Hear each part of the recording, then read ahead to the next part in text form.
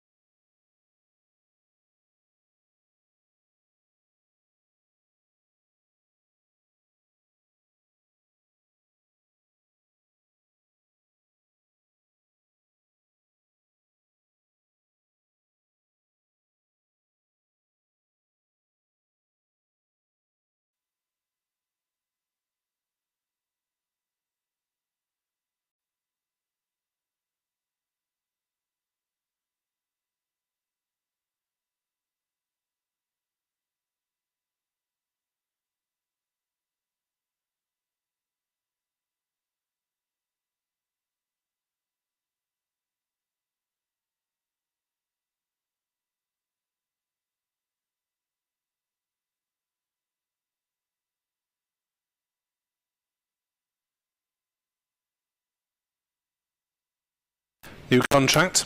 Excellent. Good to see. So here he comes.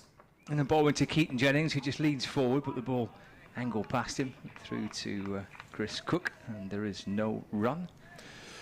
Welcome along to people viewing us on the Glamorgan or Lancashire websites as well. Lancashire 1 for naught having been put in.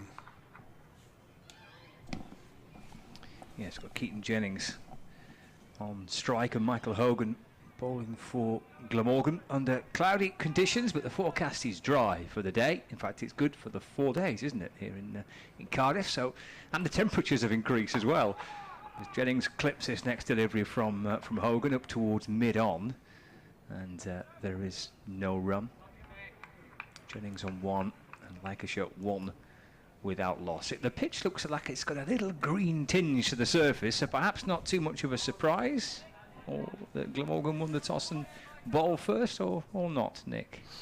I've seen greener ones here. There's a bit of a green tinge, but difficult to tell from this distance since we're not allowed out the middle net. Yeah. Hogan in to Jennings. It'll push off the front foot out towards point, and there's no run.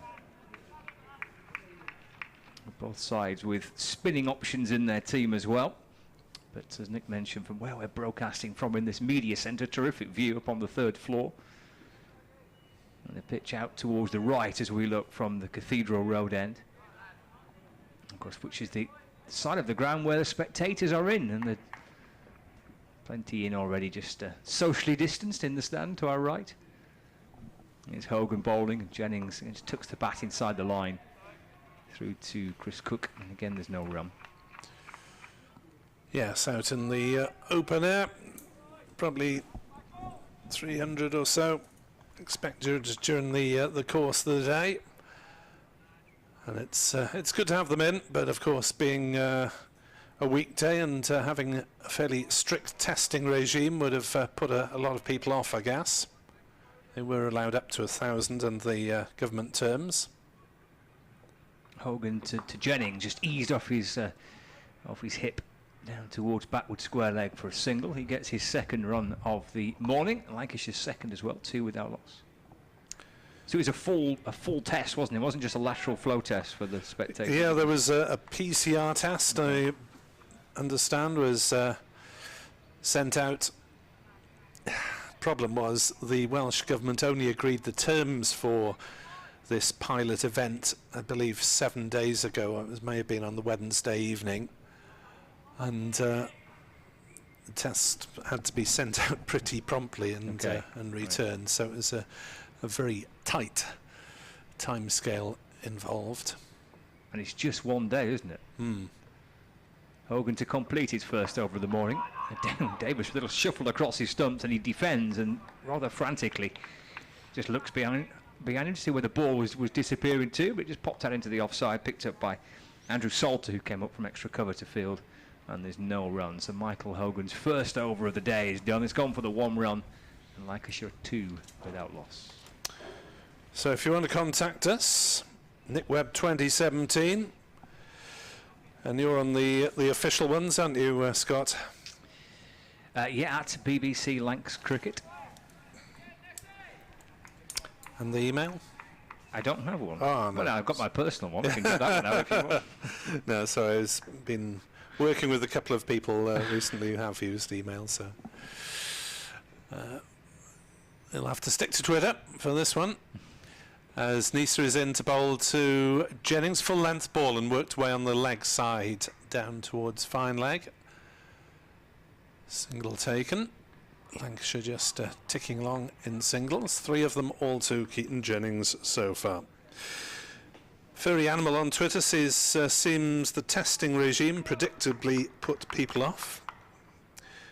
Richie Muck saying, looks as many stewards as fans. Well, yes, it's a test event for the stewards as well, in that they may have to deal with a much bigger crowd next Thursday night. As Neser is in to bowl, and Alex Davis will get off the mark with a single just backward of the umpire. Joe Cook has to make some ground to field, 4 without loss.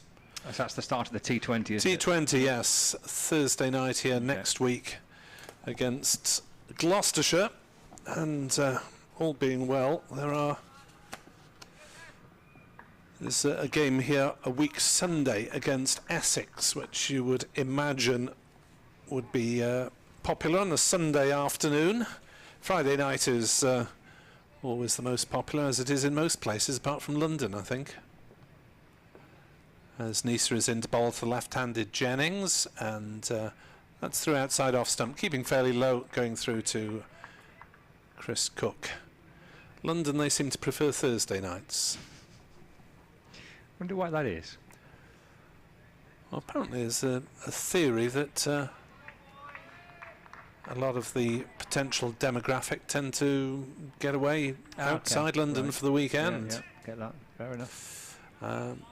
So leaving the big smoke on Friday nights. So Thursday is the new Friday. Thursday is the new Friday in London. Yeah. Neser is in, ball to Jennings, who drives, and Neser puts her foot down. Thankfully, doesn't get her foot to it, because it might have been painful, and Wheel fields mid-on. No run. 4 without loss. When's Lancashire's T20 get underway? Next Wednesday afternoon, actually. It's a 2:30 start. Right. Yeah, next Wednesday, then 2:30 against Derbyshire at Old Trafford. Right. I think. Is that for TV purposes? I think it's because some junior schools in Manchester are on holiday. I think.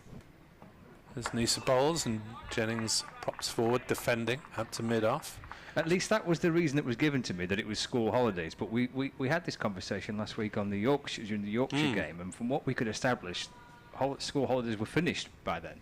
But then we looked into it, and maybe there's some primary schools that are off. But yeah, 2:30 on a Wednesday afternoon. That seems a bit peculiar. Somewhat strange. They'd have to have very large numbers. Well, I hope you do have very large numbers of school children in. They've almost sold out, apparently, for the restriction that they've got.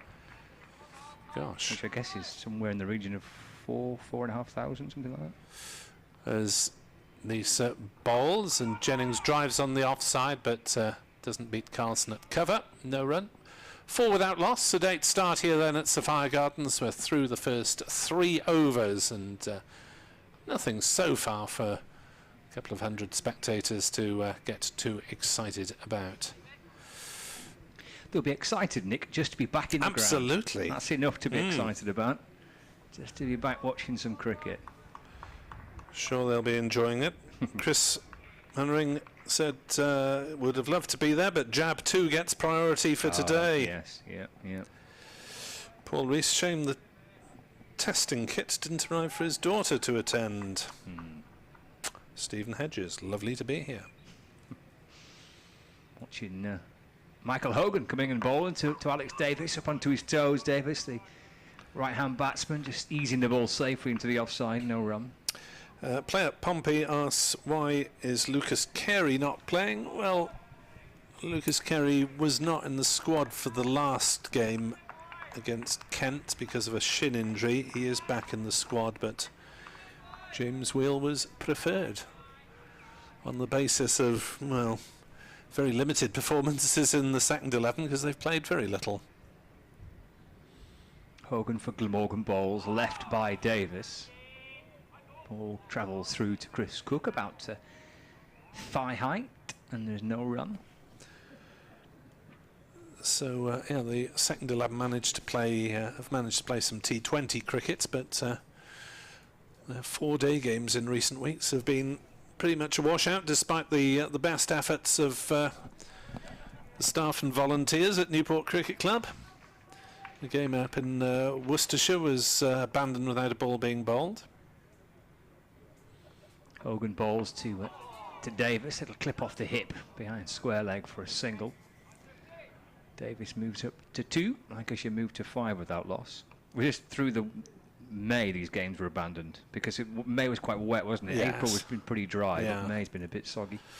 Yeah, and of course with fewer professional staff at the club grounds for the second 11, being able to do an awful lot.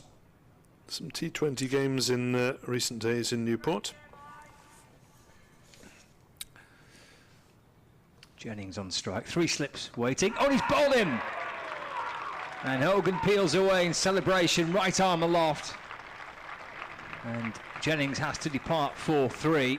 And Lancashire lose their first wicket with 5 runs on the board. And Michael Hogan, fresh from his 40th birthday at the weekend, picks up, and a new contract, picks up at the first wicket of the day. Lancashire 5 for 1. Hogan bowling Keaton Jennings.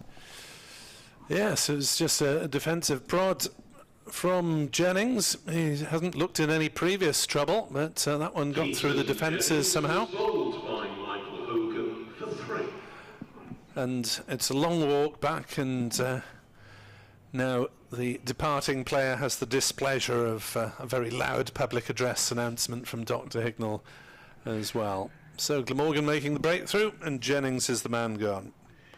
With the pitch being right to the far side of the square, the right as we look, it is a mammoth walk back, isn't it, to the pavilion and back towards the dressing rooms. He's just about reached the stairs, Keaton Jennings.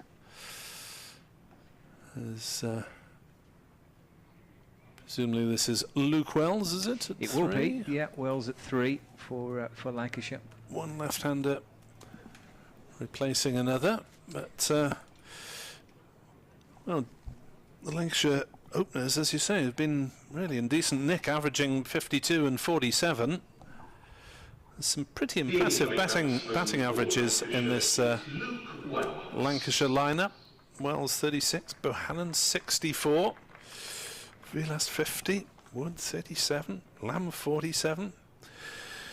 Livingstone probably the only man struggling in that particular lineup at the moment. Yes, he's not as yet had any contribution with the bat, Liam Livingstone, since rejoining up with Lancashire following his shortened spell at the IPL. In fact, I think he's 25 he got against Glamorgan at Old Trafford as his highest score so far, but it is a top order that's in good form, certainly. Keaton Jennings fresh from a century against Yorkshire. Lancashire only batted once last week and beat Yorkshire by an innings and 79 runs, and Jennings made 114, so good breakthrough for Glamorgan early on. Seeing the back of the Centurion from last week, Keaton Jennings, and yeah, another tall left-hander replacing Jennings in Luke Wells, still with 3 slips, a third man, fine leg, point, mid-off, mid-on, and a mid-wicket. Here comes Michael Hogan in the sunshine, bowling. Big appeal for OBW, as the ball just deflects out into the onside. Pick up and throw towards the stumps by Joe Cook. Big appeal from Michael Hogan, backed up by the keeper and the slips as well. Umpire Alex Wharf at the River Taff end. Just a little gentle shake of the head to say not out. Square leg umpire with the supporters behind him. Paul Baldwin. The pressure on from the baying hordes. To get him out. Hogan in to complete the over, and Wells gets forward, just nudges the ball down to the onside, and there is no run. So the end of the over, a wicket taken over for Glamorgan for Michael Hogan. 2 overs, 1 for 2. We've had 4 overs of the Lancashire first innings, and Lancashire are 5 for 1. Yeah, that might have been possibly pitching outside leg, that last one from Hogan to Wells. Rod Young on Twitter, process to obtain a ticket was so involved and complicated that it was unbelievable. I almost didn't bother, having waited for this day for over a year. Well, yes, it is the Welsh Government requirements that made it so. I'm sure Glamorgan would have liked to have made it easier. As Neser is in to bowl to Alex Davis. Full length ball that's driven back past him. Bowler might have got a fingertip to it, but they're still able to go through for a single. 6 for 1. Lancashire, having been put into bat. Glamorgan 4th in the group as things stand, with 1 win, 2 defeats and 4 draws, all of those affected by the weather. Would have said all rain hit, but match up at Yorkshire was more snow hit than rain. as Neser in a shaft of sunlight briefly from this Cathedral Road end. Still the 3 slips in place. Into bowl for the left-handed Wells at 6 for 1. This is in, bowls, and Wells noodles one down to fine leg. Will go through for a single. It's been all singles so far for Lancashire in the first 20 minutes of this game. New scoreboard that we're getting used to. Tells us the batsman's scores, the bowler's analysis, extras, overs remaining, run rate, all sorts of excitement. It's all on there, isn't it? It's all on there. And there's 2 of them as well. 2 identical boards, yeah. Which one to look at? There's Neser bowls and forward comes Davis defending on the onside, and there's no run. Eddie Bevan tells me that was Michael Hogan's 399th wicket for Glamorgan. Oh yes, thank you for the reminder. And he's first in front of a crowd for 623 days. Ah, good. I was hoping that someone would have done the calculation as to how many days it was between. It was one of those things that I was meaning to get round to and didn't. I went for over 20 months instead. It's easier to count. Neser is in to bowl to Davis, who plays it defensively down into the gully. Salter Fields, no run. Daniel Adams has sent me a tweet to say, I was told at Emirates Old Trafford last week that the 2:30 start, this is the game against Derbyshire next week in the T20, was because the schools are back and Trafford Council wouldn't allow the floodlights to be on 2 nights in a row. Right. But I don't think there's any. I've not heard of any restrictions on the use of Lancashire's floodlights. 2 nights. Because the following night they play Leicestershire at 6:30 at Old Trafford. Neser's in and bowls. Davis drives, doesn't time it. Straight to mid-on, no run.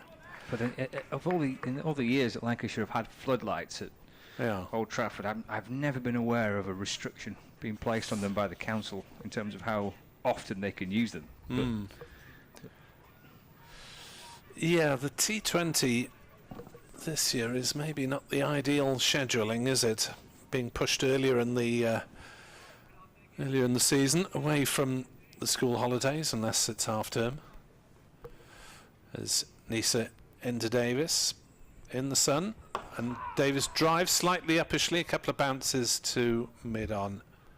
Straight to wheel, no run, and the over 7-4-1. Of course, if you're wondering what we're talking about, the T20 and One Day Cup have basically been swapped round in the season, so that the One Day Cup coincides with the 100, which is being given pride of place in the domestic calendar between mid-July and mid-August or thereabouts. Tickets are on sale for it right now. They are, as I get many frequent reminders on social media and email. Well, there's certainly a lot of cricket to choose from this summer. You're not short of options if you want to get out and watch some live cricket. Hogan in to Wells, who plays a forward defensive, squeezing the ball up to mid-off, and there's no run. Yeah, there'll be ball-by-ball coverage on the BBC Sport website, and much of it, in the case of the 100, on the radio as well, in terms of 5 Live Sports Extra and so on.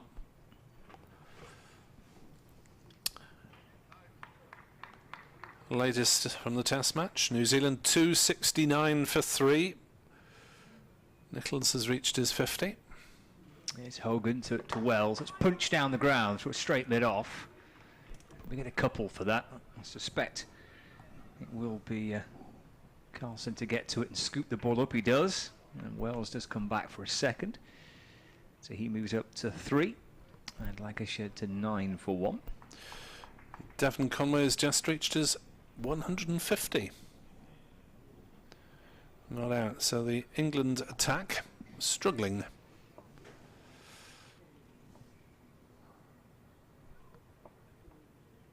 Hogan comes in and balls over the wicket to Wells, who's forward in defence, and there's no run.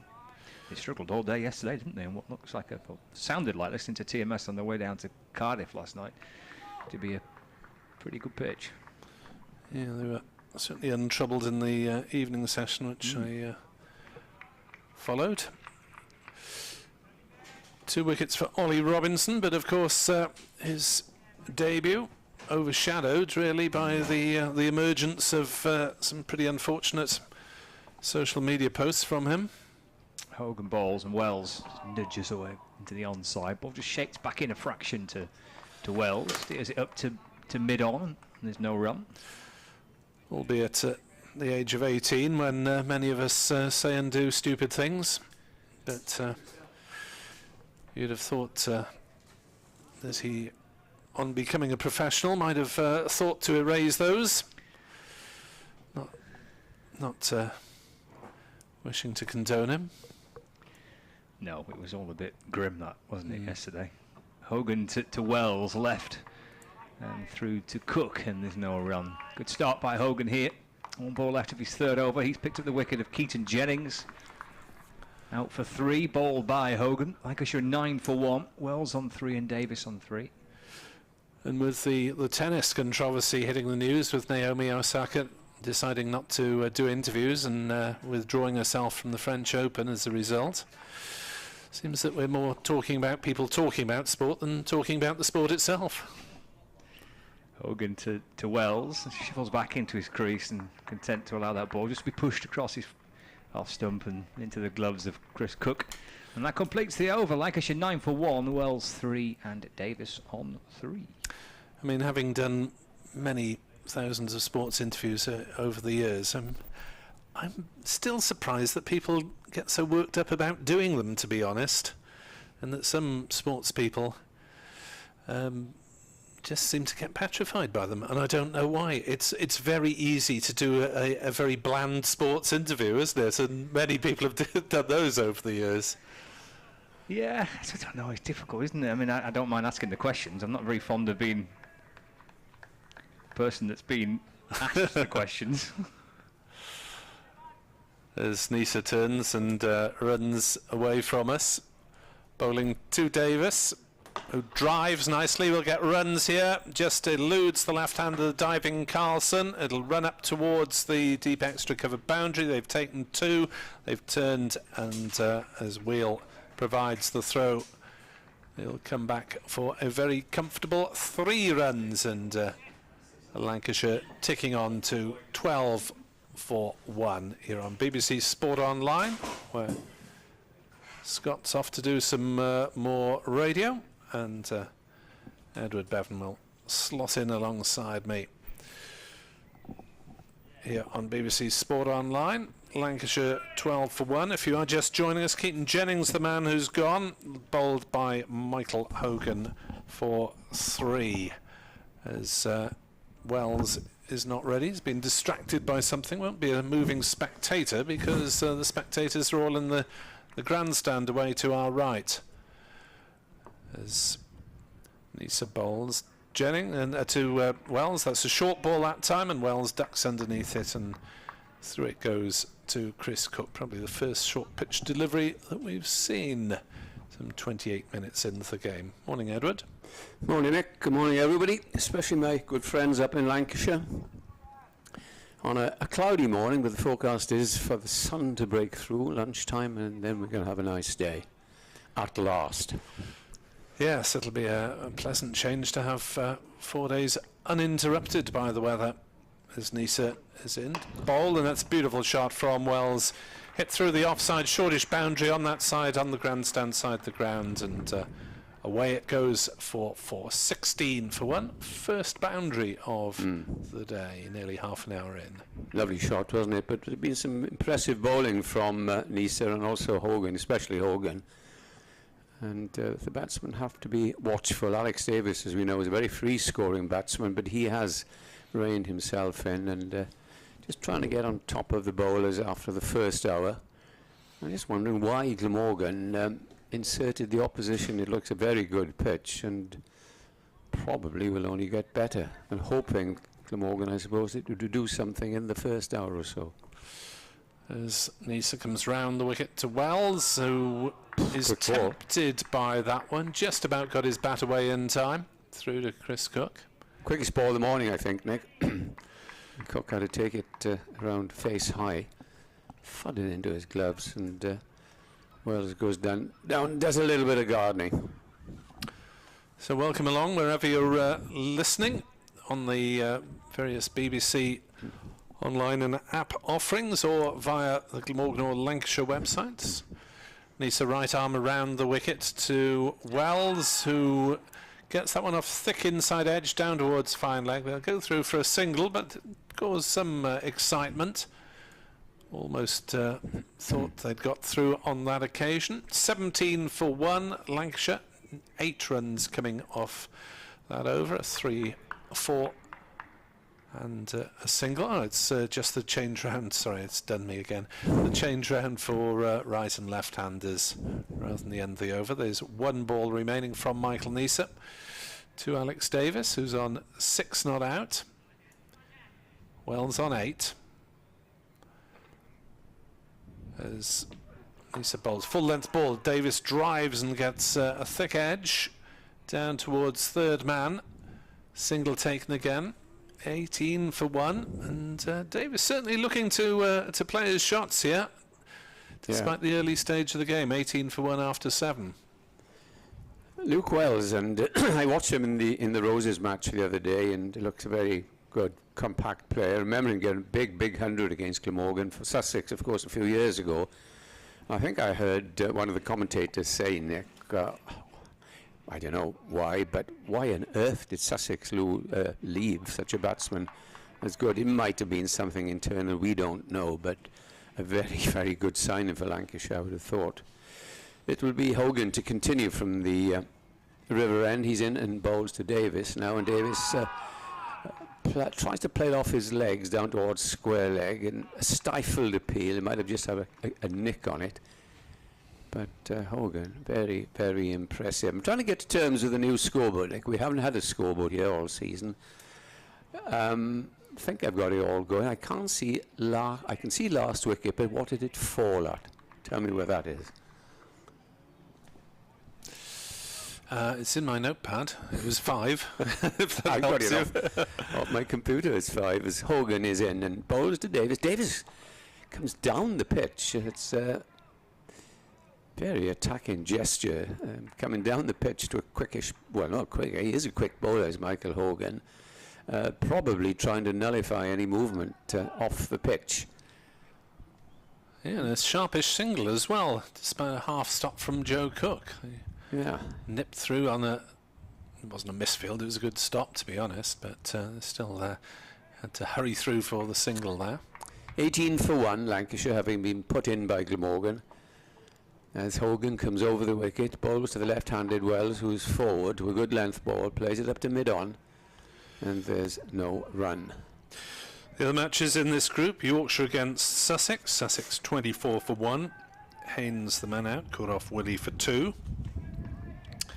That after Yorkshire inserted the visitors at Headingley. Kent against Northants. Northants in 3rd in the group, and 33 for 0 at Canterbury. Hogan again in and bowls to Wells, and Wells plays that out towards square leg where it's fielded. And then after Rossington won the toss for Northants and decided to bat first. And speaking of Northants, shame to see Alex Wakely retiring, having led them for some years and with some success. Don't know why. Was it injury or just that he felt that he was past his best, I think. Michael Hogan in and bowls again to Wells, and Wells plays cautiously out onto the onside where it's fielded. Just single so far from this over. And Hogan, who has signed a 1-year contract to his present one, which everybody is delighted by on social media, quite rightly. This is the last ball of his 4th over, and he's only conceded 5 runs and taken the wicket. Very important wicket of Keaton Jenkins, who he bowled for 3. He's coming round the wicket now and bowls, and that's played away down towards 3rd man where Neser will field. Delighted to say that Glamorgan, from the start in the last 2 games, have had a third man. After years and years of begging them to. End of the over, and Lancashire have moved on for 20 for 1. The crowd, well, you can't call it a crowd, a sprinkling of spectators away to our right. Any comments on social media as yet, Nick, on how they're delighted to be here? Yes, there's a sort of mixture of delight to be allowed, but some people put off by the extreme complication of the system that Barry Edwards, for example, on Twitter, seeing the hoops we had to jump through for one day, made the decision not to attend. Not sure what Mark Drakeford will learn from a pilot of 200 fans in a stadium this size. Come on, Glamorgan. Neser bowls, and that's through. Outside off stump, no shot played by Luke Wells. Some pertinent observations in your interview with Chris Cook yesterday, Nick. He said, we feel very disappointed when you look at England and they see people there, and as I say, look into this huge stand, they're well spaced, and they've only let them in for a day, which begs the question, will there be people in here for the 2020s, which start next week, of course? Well, I very much hope so. Well, it doesn't look so, because there's something's happened up in North Wales again. As Neser bowls and Wells drives, timed that one quite nicely, but straight to Hogan at mid-off. You would hope that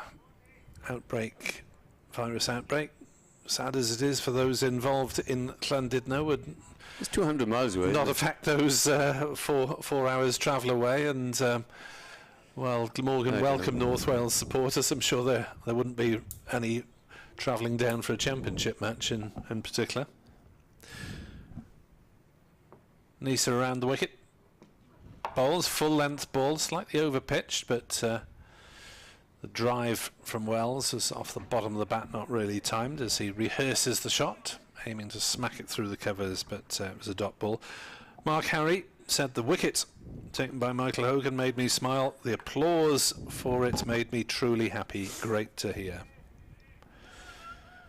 Yes, I'm watching the test match yesterday at Lord's. It was great to see crowds. Well, was it only 8,000, but they made a lot of noise, and I'm sure it made a difference to the players.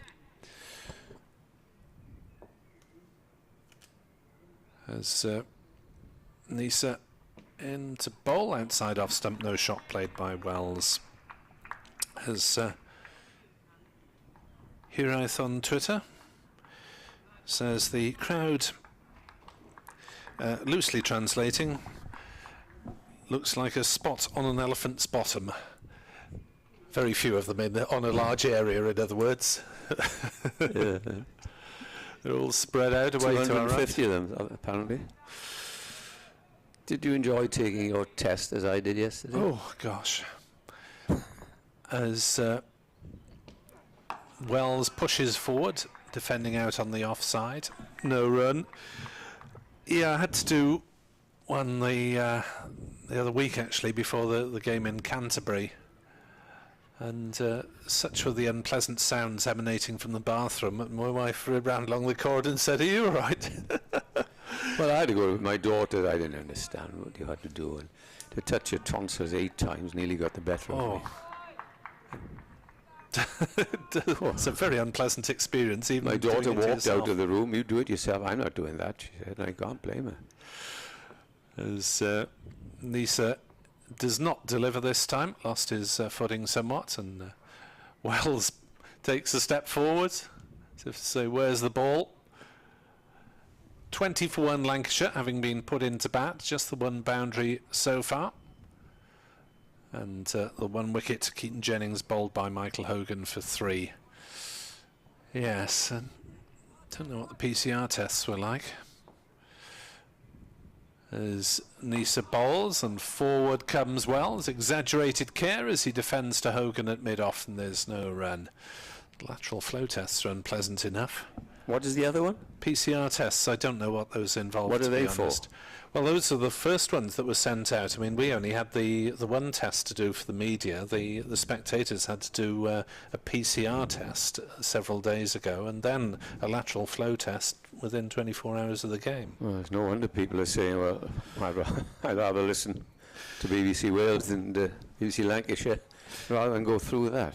Yeah, Dowlos Tup on Twitter though is here. It says, glad to be back at Sophia Gardens. Not used to these seats, need comfy cushions. There we are. Michael Hogan to continue this very good opening spell. He's in and bowls to Davis, and Davis completely beaten by that outside the off stump as he feigned to go forward, then back, then played at it, and it went through to wicket-keeper Cook. 3 slips waiting there. And I'm sure there was joy amongst Glamorgan members and everybody else when Michael Hogan got that year's extension so early as this in the season. I suppose he said, look at Darren Stevens, if he can do it, I can. Well, he won't get 191 Hogs, but he'll get the wickets. As he turns at that river end, past umpire Alex Wharf now, bowls, and Ken, that's a poor shot by Davis as he tries to drive it through the offside, and very, very close to getting a touch. I'm surprised that Alex Davis is operating with this ultra-aggressive approach this early in the day. I mean, he's in good form. Can you remember how he played the other day up at Old Trafford? A little bit of a mixture, wasn't it? Well, he's got 550s this season, so he's doing something right, and he's averaging 47. Hogan turns, comes in towards us again and bowls to Davis, and Davis is forward, goes for a very quick single and gets there. That's a good run by Davis, a well judged, as if he was just glad to get away down the other end. Now, you asked the question about Davis when he faced Glamorgan at Old Trafford. Actually, it was the complete opposite there, because he was out for 15 off 63 balls, and Lancashire were 24 for 1 in the 22nd over. If you remember, Neser bowled that string of maidens. 9 overs, 8 maidens, I remember. Yeah. So, it was a complete contrast, the approach from Davis today. Hogan goes round the wicket again to Wells. He's in and bowls to him now, and he plays it away on the onside. No, very accurate over. Now, the only question is here, Nick, is when Neser and Hogan are rested, can Glamorgan then hope from Douthwaite, Lloyd and Wheel whether they can keep it tight? They're not bowlers. Lloyd can be, but the other two do concede a fair number of runs, so it'll be a big test for them. And these two batsmen probably know that, and that's why they're playing themselves in watchfully as Hogan comes in, bowls again, and this is played, it would seem, by the exhortations of the close field. It was played off middle stump, and Hogan walks away, trudges away, and 2 runs off the last 2 balls. Good morning to Steve West, who's enjoying our commentary while looking out at his garden, and also sends a picture of where he was in Portugal last week, just to make us jealous. Oh, lovely. Michael Hogan in over the wicket to the right-handed Davis, and Davis plays firmly away on the onside, intercepted there by Joe Cook. That is the end of the over. These 2 opening bowlers been at it for 3/4 of an hour. We've got a sanitizer break, and Lancashire, who were put in 22 for 1, the man out Jennings, bowled by Hogan for 3, and Davis and the other batsman Luke Wells at the pitch. I think I'll make a request to the club that we have the windows cleaned, because I am straining, I don't know about you, to see the scoreboard. 10 for Wells, 9 for Davis. That's what I was looking at. Last week it fell at 5. Alan Tucker on Twitter says he's based up in Ipswich, or over in Ipswich. Yes. Like a number of exiled Glamorgan members, it's not cost effective to make a visit for one day. Had the test been held, the government's pilot test been held over the 4 days, it would have been a different story. Thank you for that, Alan. Well, the Prime Minister apparently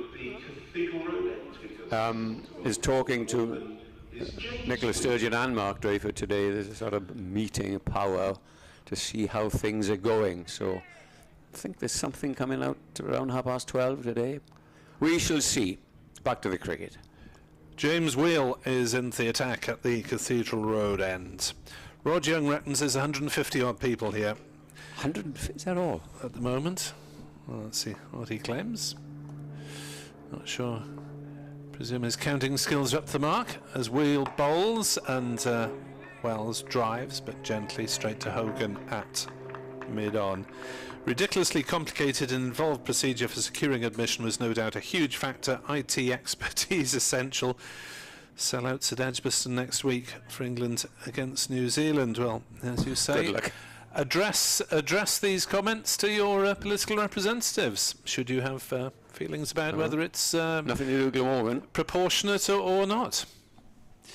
Wheel, shaven-headed, runs away from us and bowls. That's driven and beautifully stopped by a diving Neser at mid-on. Nicely timed by Luke Wells, that one, on driving. But Neser flinging himself down to his right and preventing what would have been at least 2 and possibly 4 runs. And if Lancashire listeners are wondering where Scott is, he takes a break and we're working this for the next 4 days between the 3 of us. We shall try not to be too outrageously one-eyed. No, got some great friends up in Lanky. 22 for 1. Wheel is in to bowl to Wells, who allows that one to go through outside off stump. And there's no run. No ball called. Thank you, Edward. 24 for 1. At the Test match, New Zealand making serene progress. 282 for 3. Conway not out 156. Nichols not out 61. I'll tell you a story about that in a moment.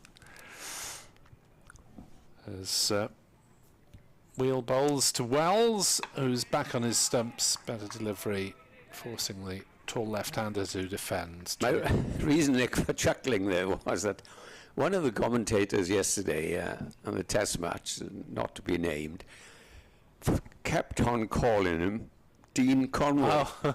Now, we all know Dean Conway, terrific man, was a physio for Glamorgan for many years and England. Yeah. Very, very popular. You know, and yeah, Dean Conway, and eventually it was amended, of course, to Devon Conway.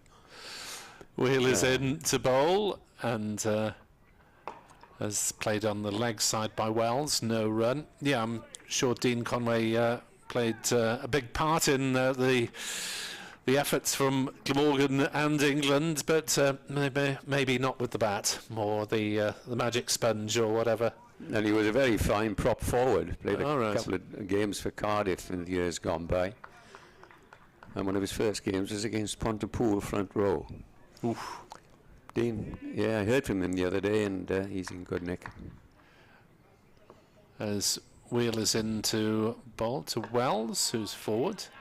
Pushing out on the offside, Joe Cookfield's no run. Yes, is he presumably is he in private practice these days, do you know? Oh yes, and there's got all sorts of people working for him. Very much the successful businessman is Dean. Going back to yesterday, Conway, I didn't realise that he was South African and played a lot of cricket out there, but wasn't really recognised by the national team. I hadn't heard of him. No, he's in his late 20s, isn't he? Just got 28, into 29, one yeah. day side last year. Wheel to Wells. Gets a little bit squared up by that, but plays it correctly defensively back down the wicket. No run, just the no ball really to spoil Wheel's first over. James Wheel playing his 3rd match for Glamorgan. Had a pretty unfortunate debut here against Sussex. Not among the runs or wickets. Slightly better up at Northants, where he claimed 3 wickets for 106 in the game. But that Northants game was a bit of a low point for Glamorgan as they conceded 350 plus to win on the final day. It'll be Hogan to continue, and he will be bowling to Alex Davis. He's troubled Davis a fair amount in the opening 50 minutes, and he's in and bowls to him, and this time Davis plays gently up to mid-on. And the score is 24. Johnny Gaffer asks, I know it's up to the government, what do you think of the prospects of a fair-sized crowd at England-Pakistan, which is due to be in July in about 5 weeks' time? Who knows? I have a ticket. The ECB are still advertising the sale of them. Well, it's certainly into 5 figures in terms of tickets sold. Hogan? in past the umpire, bowls to Davis. Davis has a little shuffle down the pitch again. Must feel confident there as he goes down and meets the ball on the half volley, but just probably Hogan saw him come in and pulled it down just a little bit shorter. 10 to Wells, and Davis on 9. Appears to be playing very much the innings that he played at Old Trafford, then, Nick. Well, it's strange, isn't it, considering he seems to be so busy around the crease and has certainly launched himself at a couple of wider deliveries. Michael Hogan from that river end comes racing in towards us and bowls, and Davis plays a lovely shot. That's the shot I think he's been looking for. It was wide-ish outside the off stump, and he hammered it through extra cover for 4 and didn't really move from his crease. Best shot that he's played this morning as the score goes on to 28 for 1. And Davis goes into double figures. He's on to 13. Kieran Carlson going to collect the ball from just behind the boundary boards where it had bounced, but interesting that the crowd aren't, and indeed I think the steward told the members of the crowd in that area not to touch it, or was it the ground staff in that area? Anyway, Carlson had to get himself just to the side of the grandstand. First boundary off Hogan as he bowls again to Davis, and Davis gets a shorter delivery which is nudges away onto the offside, but Salter very quickly from point comes in, and there's no chance of a run there. 28 for 1, and these two are now just rebuilding, playing watchfully against a good opening attack. Yeah, that England-Pakistan game, they'd sold over 10,000 tickets a couple of months back, so capacity just under 15,000. It would be... when is that, Nick? About a week into July, yeah. Hogan bowls to Davis. Davis drives firmly. Excuse me, a good stop by Hogan, and there's no run. Yeah, so Johnny Gaffer, we just don't know at the moment. If full crowds are allowed, then I would imagine it would be at least 80-90% full. If we're still at the sort of 25 or 50% mark, then heaven knows how they'll go about deciding who gets in and who doesn't among those who've already bought seats. Yeah, and Edgbaston not letting any children in. In comes Hogan and bowls, and that's cut away. Good fielding. No, it's gone through him. It's gone through him. I thought it was a good bit of fielding there from Salter, but he went down, covered it, and was gone under his body and races away for 4. Most expensive over that Hogan has bowled, and he's not very happy with that bit of fielding from Salter. Walks solemnly up to mid-on, and I suspect there'll be a change at that river end in an over's time. Yes, unlike Andrew Salter, who's usually among the dynamic gun fielders of the Glamorgan side. 32 for 1. I suppose he'll be glad to have got into the side, but hasn't been used a huge amount. Got on the wrong end of a brief salvo from Darren Stevens down in Canterbury as well. And Morgan not happy with the state of the ball. Yes, well, Stevens saying, well, on one side of the ground, he just stuck it up into the air and the wind would take it away. As umpire Baldwin is examining the ball. Neser is not happy. Hogan is not happy. Something that happens in every game, and the umpire tosses the ball back, as happens in every game. Yes, just making sure that it was still in shape with his pocket measurer after being rattled against the concrete in that last over. 32 for 1 Lancashire, having been put into bat by Glamorgan. As Wheel bowls, no shot played. LBW is Luke Wells padding up, and Glamorgan have their second wicket. Wells, tall man, did seem to get a fair way forward there, but James Wheel has got his first home success for Glamorgan, and Wells is left regretting his decision as he heads for the long walk back. 32 for 2, and Wells has gone for 10. Yeah, I looked out from here. We've got a monitor here in the commentary box, and he just nudged forward, half forward, wrapped him on the pad and wheel was up in the air. So Glamorgan get another wicket, and well done for Wheel. 32 for 2 as Wells. He departs 4-10. So Glamorgan in that first hour, well, we're 5 minutes short of an hour, will be happy with the decision as yet, but it's a very strong batting side.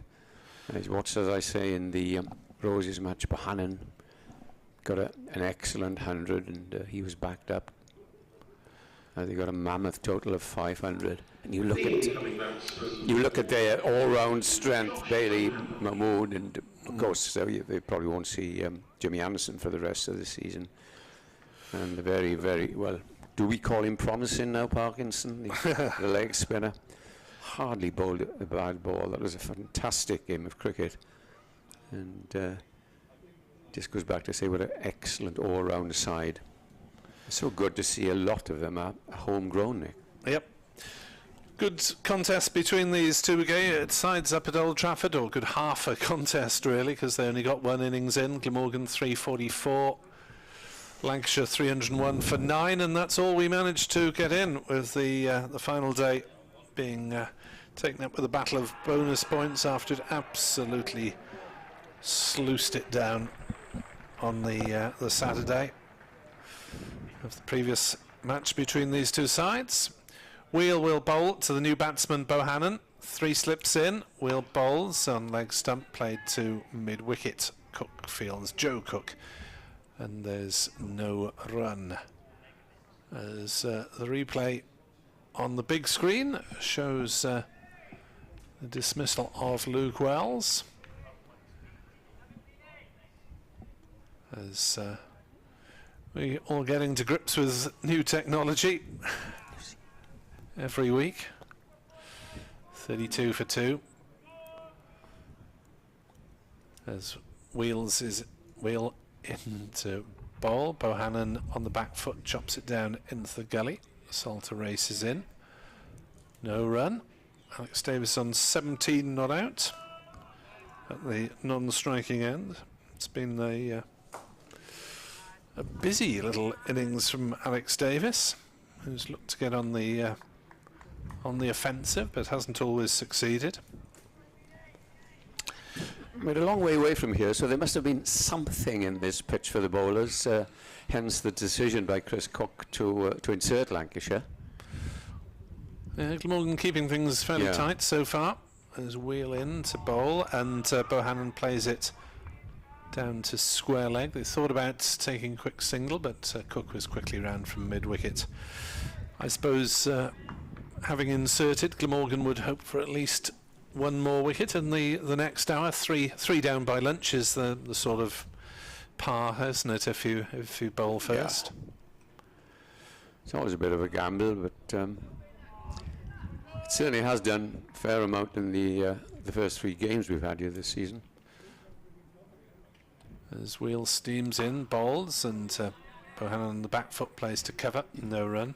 England have finally got a breakthrough, and Henry Nicholls is the man gone, caught by Ollie Robinson off the bowling of Mark Wood for 61. Conway Dean or Devon is still there on 163 not out. 290 for 4 New Zealand. But they look to have already put themselves in a position where they shouldn't lose that game, I guess. That's you might wish you didn't say that. I've said it before. Wheel bowls, and that's slashed away by Bohannon. Diving stop by Salter keeps them down to a single at point. Ripple of applause from the crowd in the far distance away to our right. You won't hear an awful lot of them on our sound effects microphone, because the crowd is only in one quadrant of the ground in the grandstand.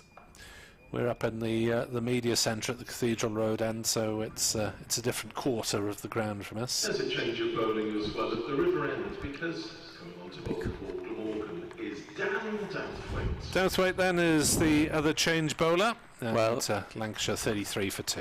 I know he went for 2 fours in the last over, Hogan, but I would certainly have kept him on, because Bohannon is facing. Now, if Davis was facing, perhaps I'd probably agree with the decision, but I would have thought that so well has he bowled that just the 1 over at at the new batsman, but it's going to be Douthwaite, medium fast, to bowl from the river end.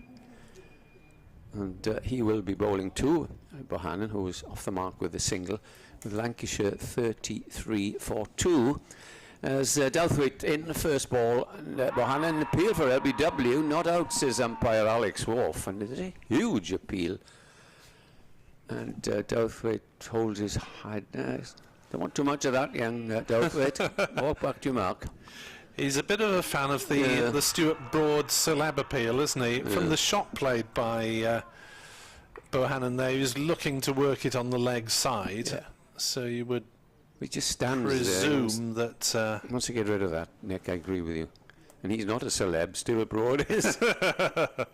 Celebration, yeah. Celebration, celebrity, whatever. Anyway, it's Douthwaite again. 3 slips go down with the wicketkeeper as Douthwaite bowls, and that's wide of the off stump and left. Dan Douthwaite coming into this match with 10 wickets at 35.9.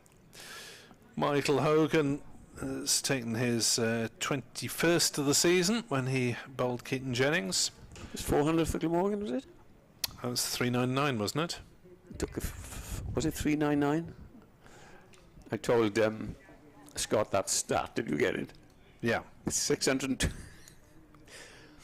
Here's the next ball. That's played up to mid-on, and Douthwaite for some reason leaps in the air and stands there again with his hand in his chin.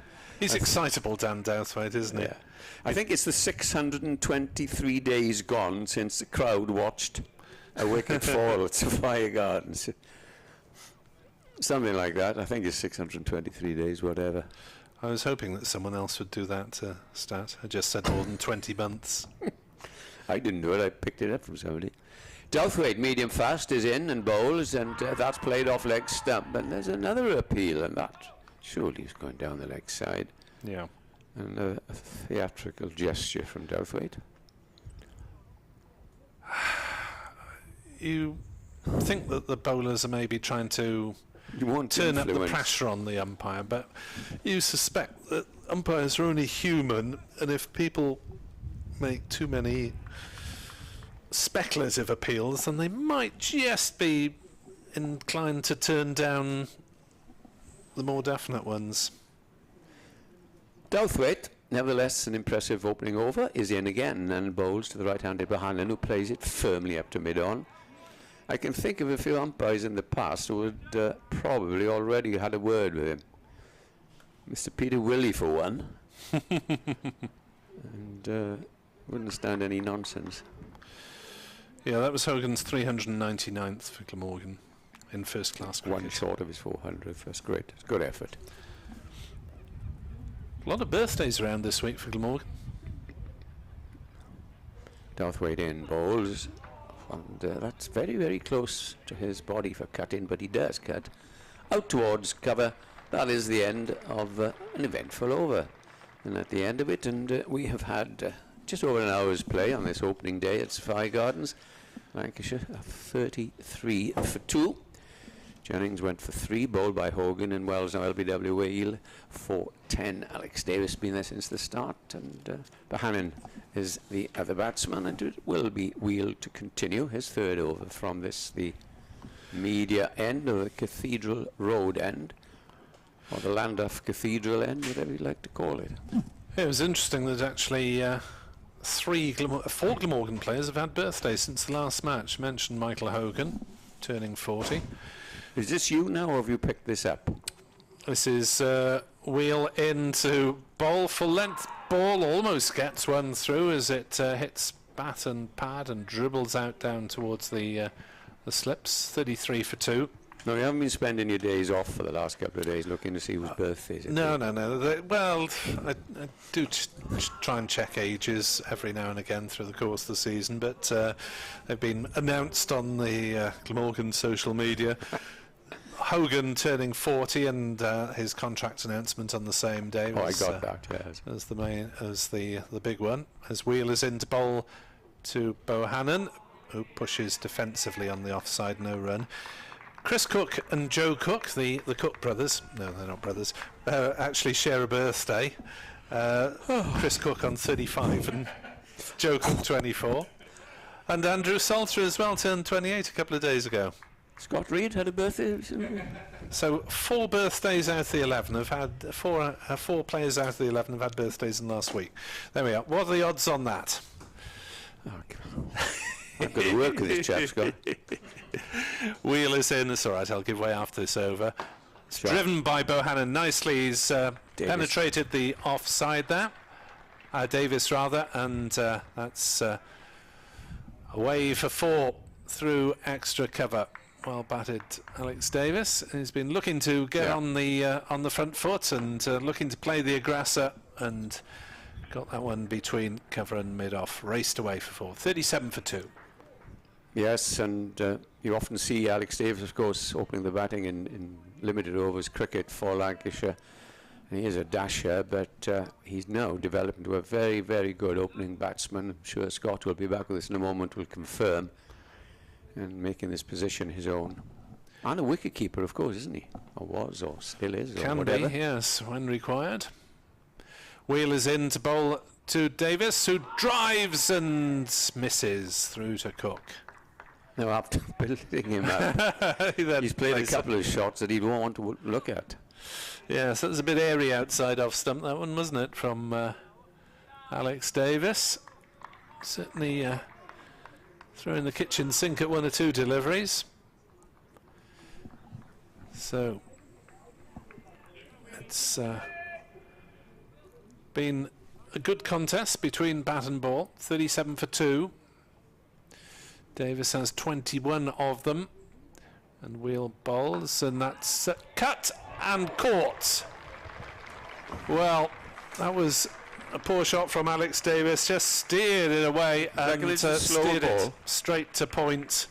Certainly deceived him, whatever it was. And that is the 3rd Lancashire wicket now, and the 2nd for James Wheel. As it was just a bit too close to him, as you suggested earlier, wasn't it? He played a similar shot at the other end, and you said he'd cut a ball that was too close to him, and it was right up on around the chest area, the stomach area. Very simple catch for Andrew Salter, though he juggled it slightly. He did, yes. So first bowling bonus point for Glamorgan, and it's a very good start. And of course that dismissal had nothing to do with the pitch. So Davis departs, and having picked up Wells, Jennings and Davis, it's a very good start, and they'll be delighted. And no one more delighted, of course, than Wheel, who's had an indifferent start to his career with Glamorgan, but now has taken 2 wickets, and in only this, his 3rd over. Yeah, he seemed very rusty on debut against Sussex, and went for nerves, 6, perhaps, yeah. Maybe nerves, 6 runs and over, but of course you can't write players off on the strength of 1 or 2 performances, and hopefully he will demonstrate why Glamorgan have picked him up. Former Durham seamer, played 1 game on loan at Leicestershire last season. The incoming batsman for Lancashire is Liam Livingstone. So Livingstone, the only member of this Lancashire top order, really struggling for runs at the moment, yet to get going at all after returning from hit and giggle duties in elsewhere in the world. Yeah, I mentioned there nothing to do. Well, the 3 wickets have fallen. Jennings an absolute beauty that pitched around leg stump and hit the off.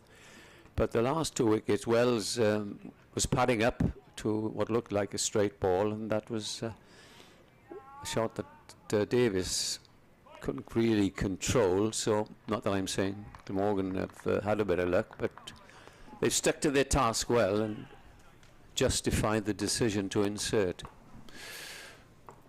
So it's Wheel in to bowl to Livingstone, who drives nicely, but straight to Neser at mid-off, or Neser making a couple of metres to his right. 37 for 3. No ball. Oh, sorry.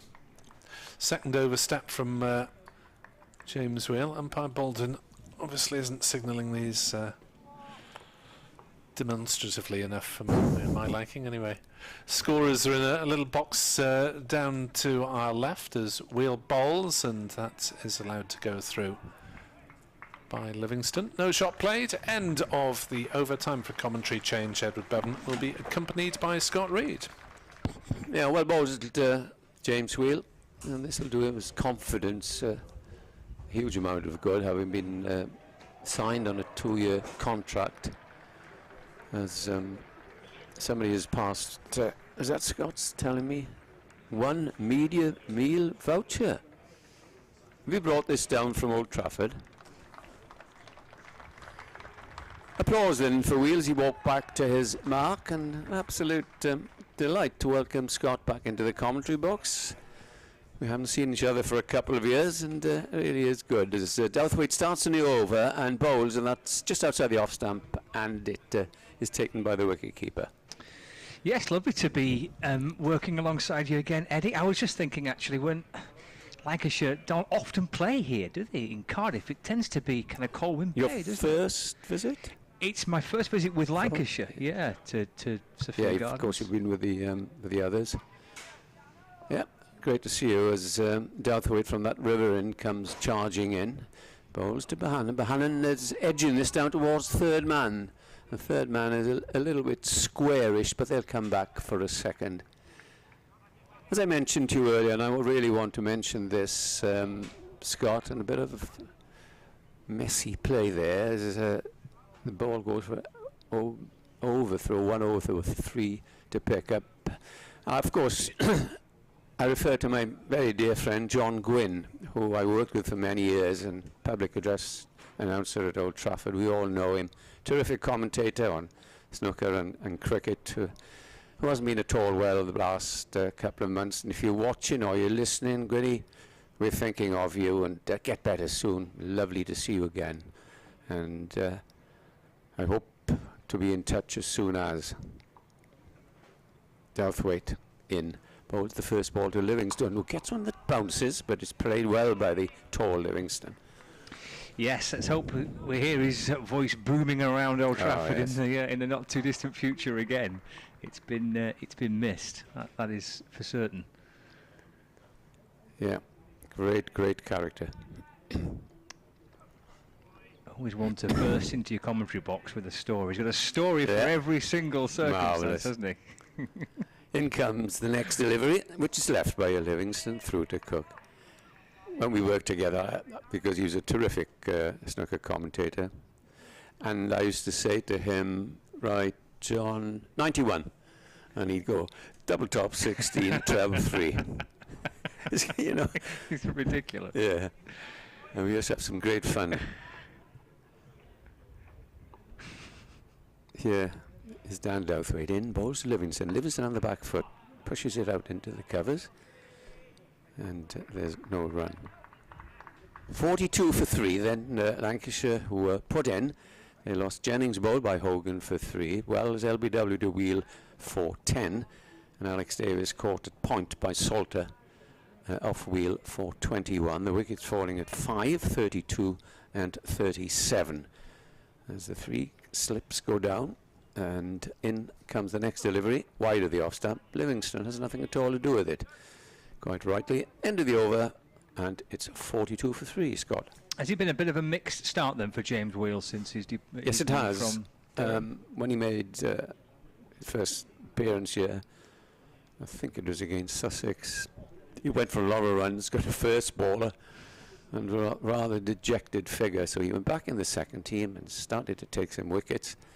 And he's a big, good trier.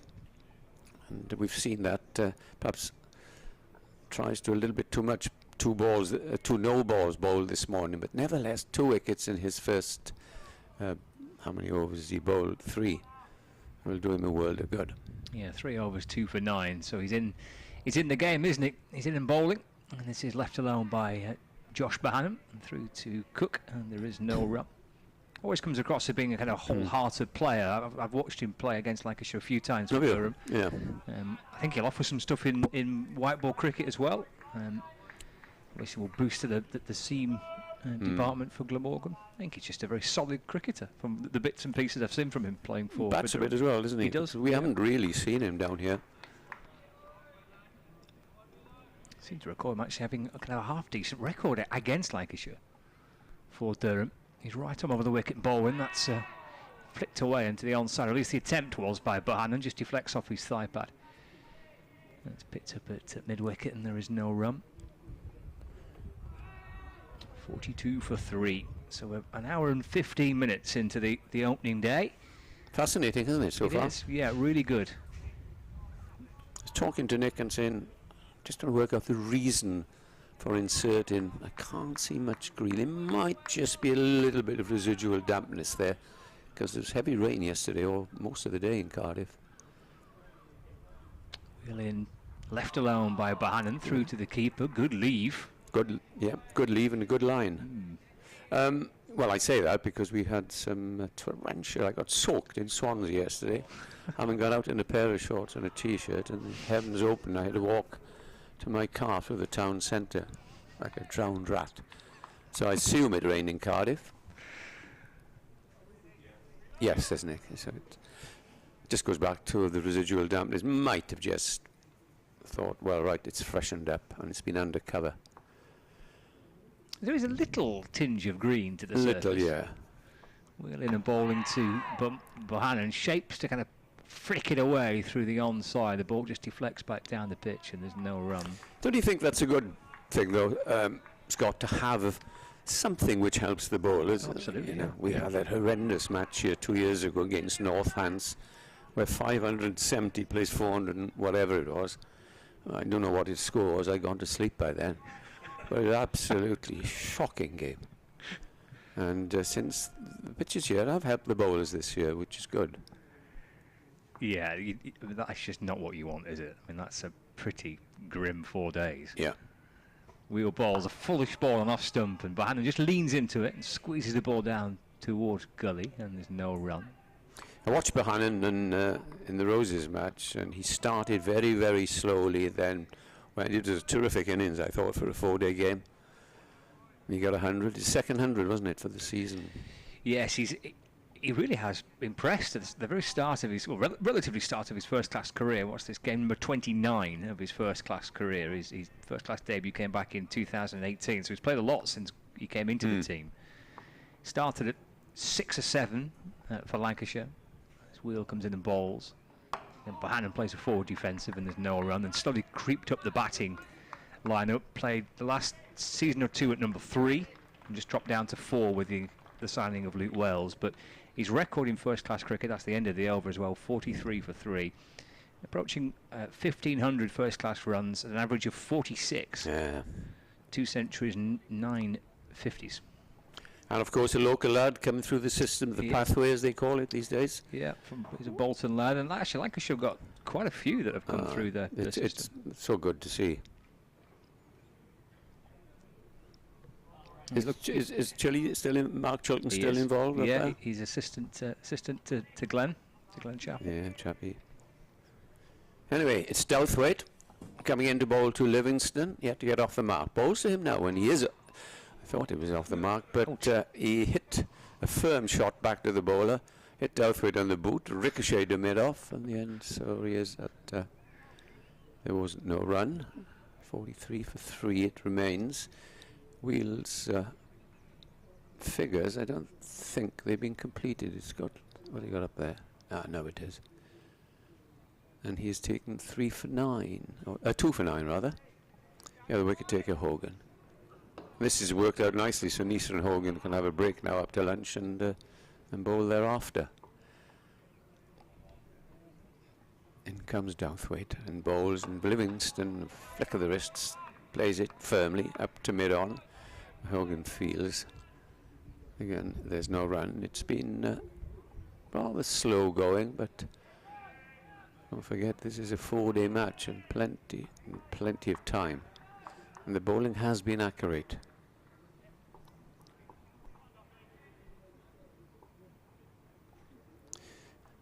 In comes Douthwaite. Bowls again, and that's a flick of the wrist in the air, but down towards fine leg for a single for Livingston.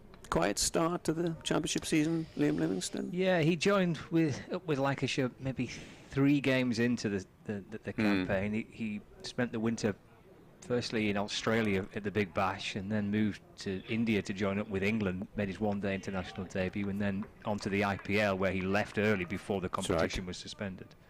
Douthwaite now to Bohannon, is in and bowls to him, and Bohannon leaves the last moment and lets it go through to the keeper. But yes, I think his top score so far was a 25 against Glamorgan at Old Trafford, but a couple of single score innings. But he has come into bat actually with runs on the board. I suspect this is the first time that he since this season that he's come out to bat with Lancashire having lost some early wickets with not much on the board. Douthwaite over the wicket, bowls to right-handed Bohannon, full length, nearly Yorker length, and dug out by the batsman. And it just dribbles up to mid-on, where the tall figure of Hogan feels. Little bits of blue sky above, and the weather forecast spot on. They said it would be cloudy, rather cool first thing, and then we'll have sunny periods for the rest of the day. Well, that'll do. Seen enough rain for a year. Absolutely have, yeah. There's Douthwaite in again, bowls to Bohannon. Bohannon is forward to a good length ball. Yep, 4 seamers have bowled well. That's the end of the over, and it is 43-4-3 Lancashire. Plenty of wickets as well elsewhere. Somerset 26 for 4 against Hampshire. Game taking place at Taunton. And Worcestershire 25 for 4 against Durham as well. So Chris Rushworth. let's have a look. Keith Barker's picked up wickets for Hampshire. Good cricketer. Yeah, Barker 4 for 7. 9 overs, 5 maidens, 4 for 7 for Barker. Yeah, swings it, doesn't he? Left arm. Professional soccer player, wasn't he, for Rochdale? Yeah, that's right. His wheel over number 5 for him. Bowls off the back foot. Livingston trying to force the ball down the ground. Picked up by Wheel off his own bowling, and there's no run. And Worcestershire 34 for 4 against Durham. Rushworth is wicketless. What's going on? Potts has picked up 2. Now, you know what happens in that case, don't you? The others fancy, oh, I'm not facing Rushworth, I'm going to have a dart of the others. And they get out. Bryden Cast with the other 2 as well. Everyone's played, no problems with the weather today. Wheel in, flicked off the hip by Livingston. Oh, actually, no bat on that. It's deflected off the thigh pad down towards the fine leg boundary. Nice flourish, isn't he? It was. It's quite an aggressive looking shot, wasn't it? Yeah. I watched Devon Conway get to his 100 yesterday. I don't know if you saw it. Flicked it to nearly a 6. A great flourish at the end. That was a similar sort of shot from Livingston, but as you say, it didn't get any bat on it. And that Conway shot was unlike any other in his innings. Yeah. Oh, he played well. Didn't he? Just still going. Wheel in, bowls, bit of width, carved away by Bohannon, but to Backwell Point, where Salter fields and there's no run. He's 166 not out. Well, if he gets a double, Conway. then the record books, the man who got a double 100 at Lord in his first test there. England have picked up 2 wickets. New Zealand 293 for 5. Looks like it could be 400 on there. Mark Wood with 2 wickets. So the back foot pushed away up towards mid-on. And there's no run. Here in Cardiff, as Eddie mentioned, on a day which is looking increasingly brighter and nice and warm. That's the crucial thing, is it's nice and warm. Always is in Cardiff. Is it? Not what I've been told. Doesn't rain. Gosh. Just as bad as Manchester. You can't talk. 44 for 3. It's James Wheel from the Cathedral Road end. In and bowling. Sliced away again by Bohannon, but stopped by Salter. No run. It grieves me to say this, Scott, but you remember, Nick, and I'm sure Nick was there, in that game that Glamorgan were walking towards the final place in the at Lord's, and then Lancashire won it, where we waited 3 days to get on because of the rain. And then Glamorgan were walking the game, and they lost 3 wickets to the chap Clark, who's now gone to play for Surrey. I wish he'd been playing for Surrey that day. Yeah. He took 3 wickets in the over, and Glamorgan lost by a run. I remember it. Yep. I bet you do. Wheel to Blahannon, and he clears Salter with a flamboyant cut shot and an equally flamboyant attempt from Salter to try and get to it. Very athletic, just backward of point.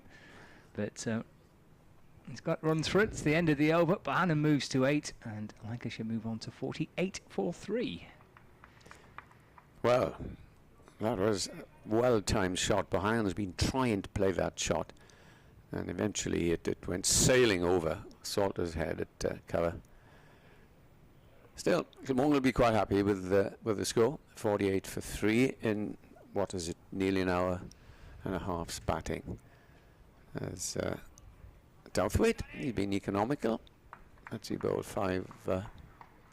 Douthwaite 3 overs for 4 runs, 1 maiden, and here he is again to bowl to Liam Livingstone. Here he is bowls, and this time it's played gently, nothing wrong with that, out of cover, but Douthwaite again gives a dance as if to think that might have been close.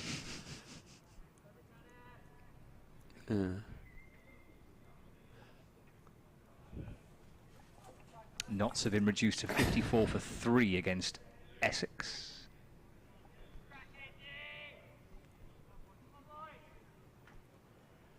Final round, of course, of championship matches before we break for T20.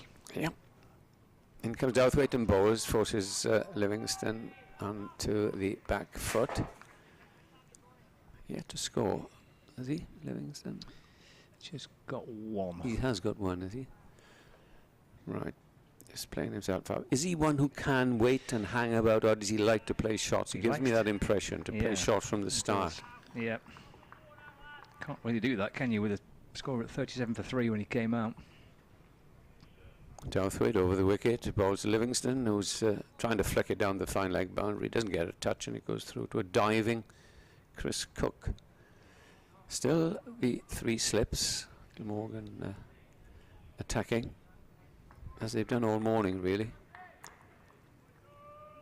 David Lloyd not used as yet, another seamer, and Andrew Salter, the only spinner in the side.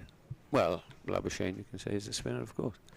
Here's the next ball, and it's played defensively, watchfully, and very carefully out to Cook, who fields it short mid-wicket. I love a bit of Labuschagne's leg spin, Eddie. It's good fun. It is, and the bouncer. I'm just thinking the other night, he wouldn't be a bad bet to open the bowling for Glamorgan in 2020.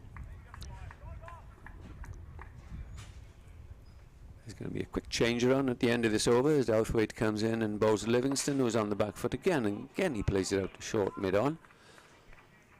I'll just get to the end of the over. Nick will join Scott. Yeah, I think Scott's got radio commitments for a couple of minutes, surfing now until... Yes, certainly. Yeah, well, I think Sisodia would probably beg to disagree in the Sisodia and Labuschagne. Oh, that would confuse him, wouldn't it? Hell yeah, why not? Dan Douthwaite is in and bowls Livingstone, who drives beautifully 4 runs through mid-off. Half volley, and that's the Livingstone that we all know. Lovely, powerful attacking shot that goes up to the long off boundary, and that takes Lancashire into the 50s there, 52 for 3, as the sanitizer comes on. Edward's looking rather suspiciously at his media meal voucher, which is able to be redeemed at one of the whatever's open underneath the stand here. Well, I shall redeem tomorrow because I bought my lunch with me. Did you? Yeah, valid 3/6 only, so it's only for today. So today's sandwiches will have to wait for tomorrow. Well, yeah, I've got a salad. We never turned anything free in the media. It's one of the first laws of journalism. Yeah. 52 for 3, Lancashire, looking to get through to lunch without any further upsets, but we've had One, two nice boundaries, but 3 wickets down is concerning for the visitors. One more for Glamorgan, and they'd be very, very happy.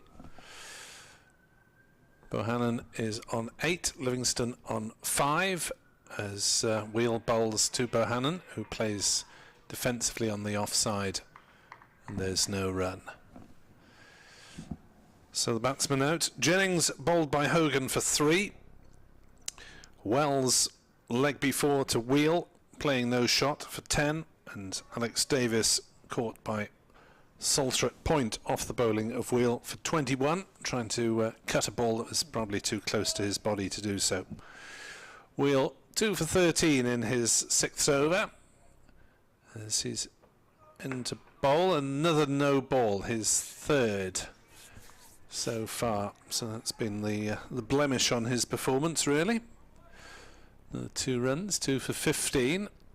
Might be 2 for 9 without him. Apologies for the slight problem on our sound effects microphone. I'll try and fix that at the lunch interval. 54 for 3.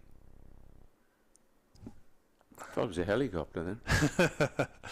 As Wheel is into bowl, and that's played away on the leg side by Bohannon, but straight to mid-wicket. And there's no run, so we'll have to live without some of the sound effects for a moment or two. 54 for 3.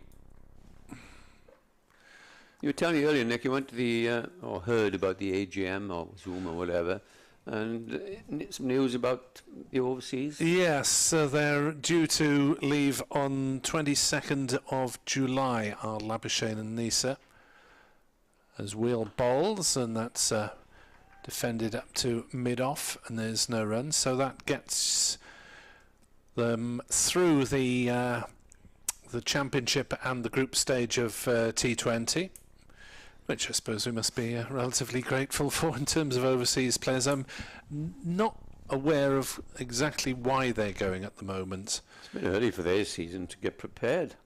Unless there are talks of firming up the visit to Bangladesh, maybe, which is due after the West Indies, and Labuschagne's missing that one.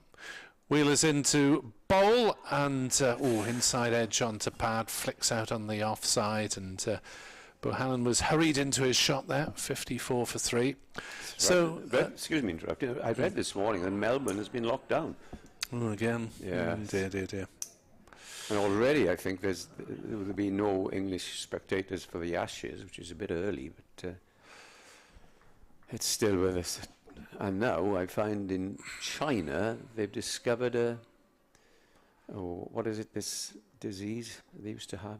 Oh, I'll get there in the morning. If you've got the times, I'll tell you all about it. Wheel is in, bowls a full-length ball. Bohannon drives back to the bowler, and there's no run. Swine flu? All right. Something like that. You double jabbed yet? Certainly. Yeah, I will be next week.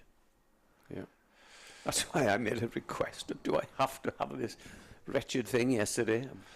A lateral flow test down my throat, and they said, yes, you do. No, Scott is back. There's a lot of people undergoing those a lot more often, Edward. Yes. As Wheel is into bowl. Bohannon, it's another no ball, and it's driven through the offside for 4 as well. So Wheel needs to get his footing correct. 6 runs.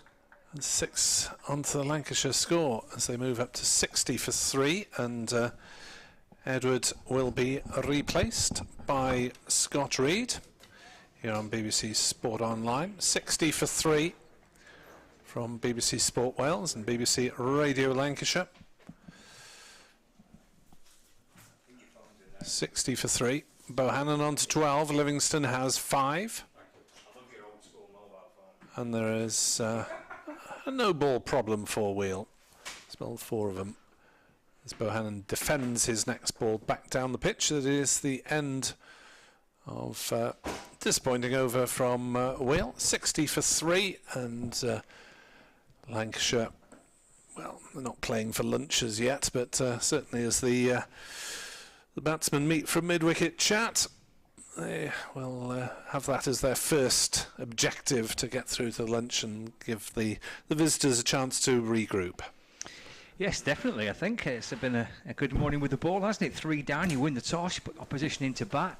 You're wanting to probably take at least 2, ideally 3 wickets in that morning session. That's what they've done. They've got rid of a top order which has been in good form. Bohannon's been, I must say, actually excellent this season. But Keaton Jennings, Alex Davis, Luke Wells, 3 wickets to depart, and it's been a very solid hour and 35 minutes. There's Douthwaite running from the river end, and balls. That's driven by Liam Livingston up to mid-off, but for no run. There's 2 slips in place. Third man, fine leg, mid-wicket, mid-on, mid-off, backward point, and extra cover.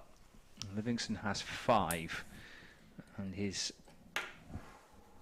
5 have come from 18 balls. Bohannon beaten on 12 from 34 deliveries, as they try to settle things down a little bit for Lancashire. He's off the back foot, forcing away into the offside, Livingston, but straight to Marnus Labuschagne. It's extra cover, and there is no run.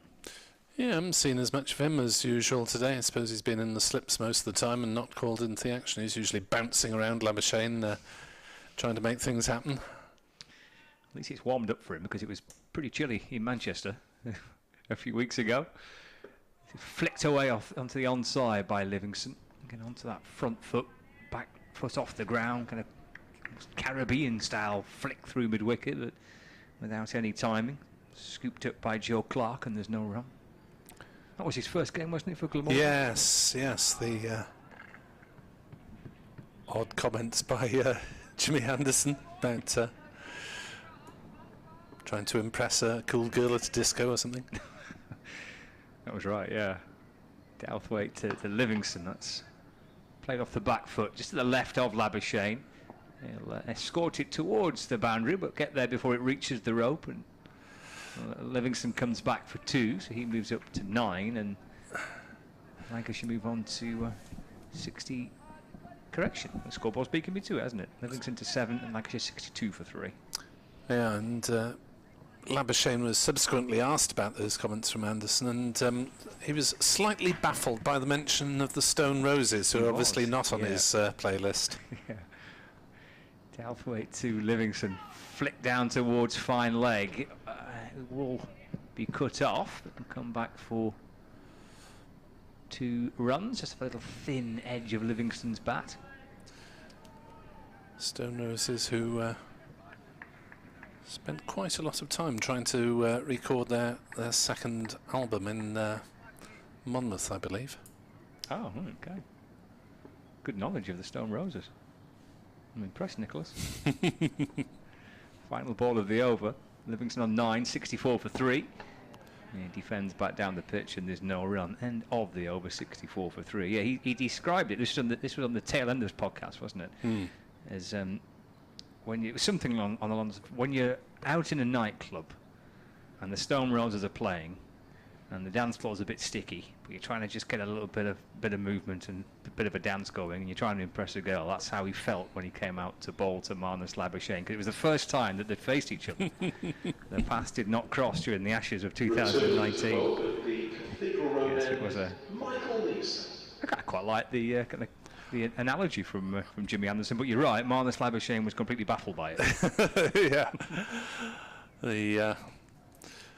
That baggy beat of the early 90s, obviously a little beyond Labuschagne's experience. He'd have, he's probably only born mid-90s, wasn't he? And brought up in South Africa for the first 10, 11 years of his life. Michael Neser is back into the attack for a second spell, and bowling to Bohannon, who drives to Carlson at mid-off, and there's no run.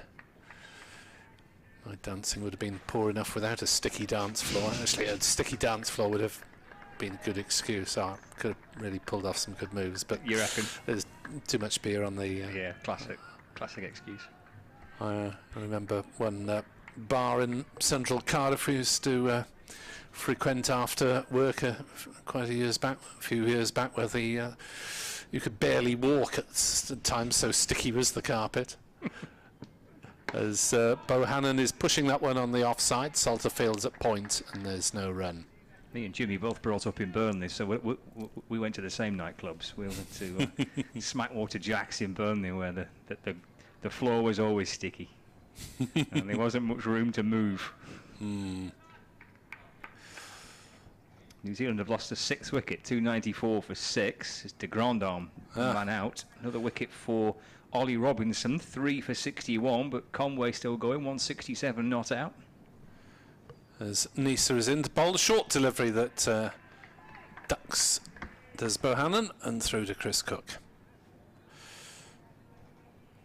So, yeah, Stone Roses, I read on not always reliable website that they spent 347 10-hour days working on their Second Coming album at Rockfield up near Monmouth. Obviously wasn't a hugely productive time for them. Neser bowls, and it's played away on the offside by Bohannon. Salterfield's at point, no run, 64 for 3. I suspect they're very easily distracted. There's although it's a bit out of town, the studios, so they obviously had to import their own entertainment to a certain degree. There's a very good BBC documentary, may still be around on iPlayer, about this history of Rockfield, where Oasis were among their clients, as that's played off an inside edge from the Bohannon drive down towards backward square leg. They'll go through for 2 runs. Bohannon to 14, 66 for 3. And the link between Glamorgan Cricket Club and Oasis, former Glamorgan, the late former chairman Paul Russell, was the brother of Oasis's manager Marcus Russell. I knew this would be tenuous. So, back in the days when things were done with cheques. With what? Cheques written. Oh yeah. Neser bowls, and there's a big appeal for caught behind, and he's gone. Bohannon gone for 14, 66 for 4, and it is Glamorgan's morning.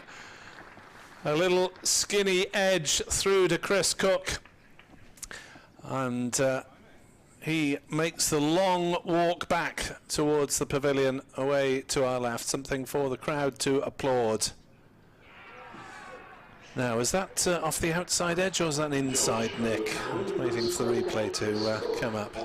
I think just on first viewing that would look a little thin outside edge, and perhaps just a little bit of movement away from Josh Bohannon from Neser. Yeah, I think so. Yeah, outside edge.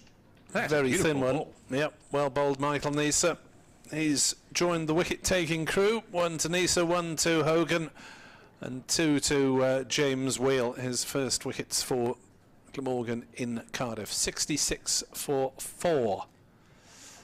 That's a really good delivery, that, from Neser. I think you do well not to edge that, and Bohannon with that little thin edge, but just that little bit of shape away from Josh Bohannon, bringing the outside edge into play. Good catch behind by Cook. Big breakthrough again for Glamorgan, because Bohannon, we touched on this with Eddie before, he's been in really good form, not just this season, but it appears in his first-class career he's yet to have a little spell where he struggled for runs. He's been pretty consistent for Lancashire, either at 3 or 4. So to have prized out Bohannon before lunch, 20 minutes, just less than, to get the Lancashire captain out to the middle, joining Liam Livingston. What was a good morning for Glamorgan has turned into an excellent morning, I think, with Lancashire 4 down at 66 on the board. As you hear over the public address system, the dulcet tones of Dr. Andrew Hignell announcing the arrival of David Lloyd into the attack. Yes, I was explaining how Oasis banned cheques were written from a bank in Ebbw Vale at one point. There we are. It's another one of your tenuous links.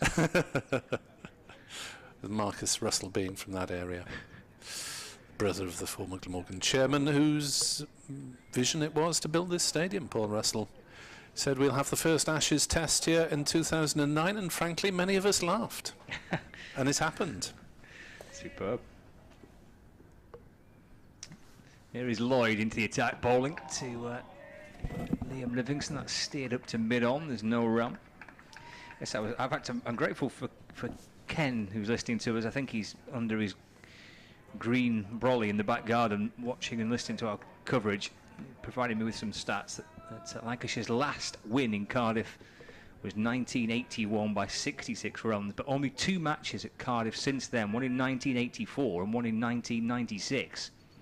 It's been a while since Lancashire played here. A little push forward by Livingston up to mid-off, or the direction of mid-off, but fielded by Lloyd off his own bowling, and there is no run. A fixture that you would normally get in North Wales at in Ross-on-Sea. Well, I've got to say, one of my favourite trips. Yes, it love it. would have been played there again this year, this match. David Lloyd in and bowling. Well, that beats Livingston pretty comprehensively. That comes back in and beats him on the inside edge. And past the off stump and through to the keeper Cook, and there's no run. It's doing enough, isn't it? To trouble the batsman this morning. Yes, it's keeping a little bit low on occasion. Steve Frosdick, who's a independent safety expert, reckons there are 220 members present, or there were at the time that he wrote. First time back for most staff too, so good to run through the operations without pressure. Excellent. Easing everybody back in gently. Livingston takes a step towards Lloyd. Pushes out into the offside, no run. Damien Owen says, bit of a joke with 8,000 at Lords. 300 can only attend one day. Well, to be fair, Damien, up to 1,000 could have attended, but because of the testing regime, many chose not to. 2 slips awaiting. David Lloyd bowling and flicked up to mid-arm by Livingston. He wants a single there, and he gets one.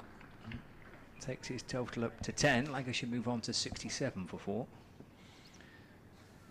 Yes, it's a small step, but it's in the right direction, isn't it? Which is the important But thing. it is a good point that it's good for the staff to remember what they're doing, and hopefully they'll be able to deal with a larger attendance a week today in the T20 against Gloucestershire. 13 minutes away from lunch on the first day. 1 ball left of David Lloyd's first over. Lancashire 67 for 4, and Dane Villas, Lancashire captain for the first time, preparing to face his first delivery of the game. He gets a run just eased away off his hip down towards backward square leg for a single, and he keeps a strike as well. 68 for 4. Villas on 1, Livingston on 10. And wickets of Keaton Jennings for 3, Alex Davis for 21, Luke Wells for 10, and Josh Bohannon for 14. Lancashire at 68 for 4. The public address system goes through more details of the members' experiences. There we are.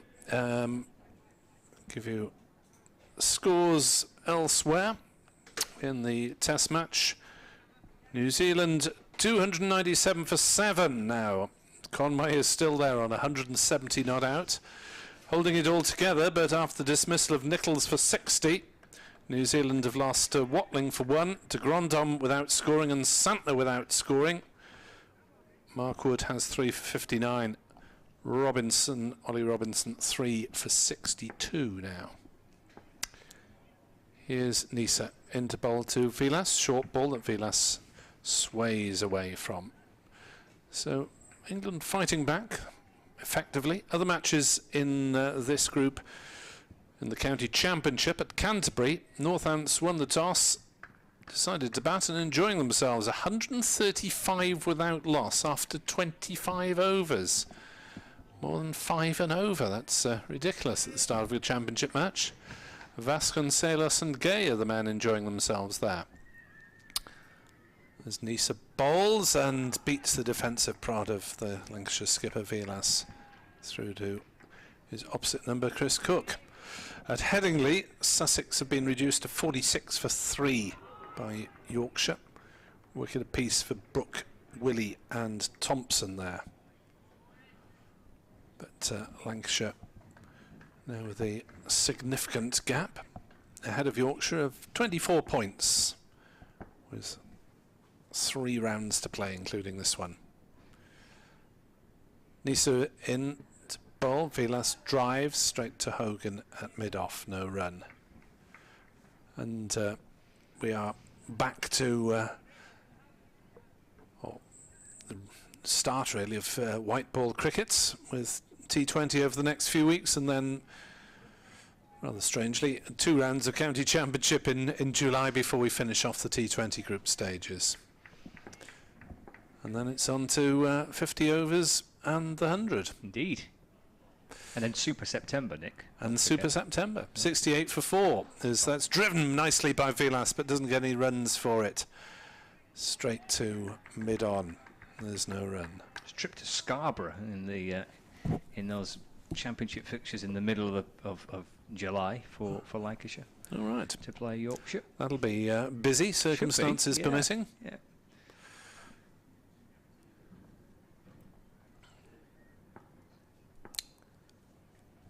Here, Lancashire battling to get through to lunch without any further losses. They're 4 down for 68, having been inserted by Glamorgan as Neser steams in bowls and Vilas defends to mid-wicket. No run. Do you enjoy the Scarborough experience? I've never been. No? So it's my first. Well, I mean, I've been to Scarborough, but not for cricket. But not for cricket. I think I went to Scarborough to watch Burnley play when I was a kid. I think my dad took me. But I've never been to the cricket, so I'm really looking forward to it. I've only done a 1 day there on the championship game. Edward will no doubt have details of that. As Neser bowls and forward comes Vilas.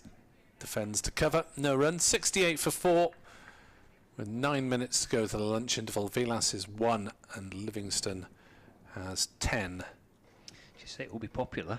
It's always a busy fixture, isn't it? There's Scarborough games for Yorkshire. Then the fact of being a Roses match, there'll be, I'm sure, a few Lancashire supporters travelling across to Scarborough as well. By the lack of B&Bs on offer when I was looking to try and book my accommodation, I suspect that it is quite it's quite popular. You managed to find somewhere? I've managed to find somewhere. Well, make sure you're back by 6:30, otherwise you won't get your dinner.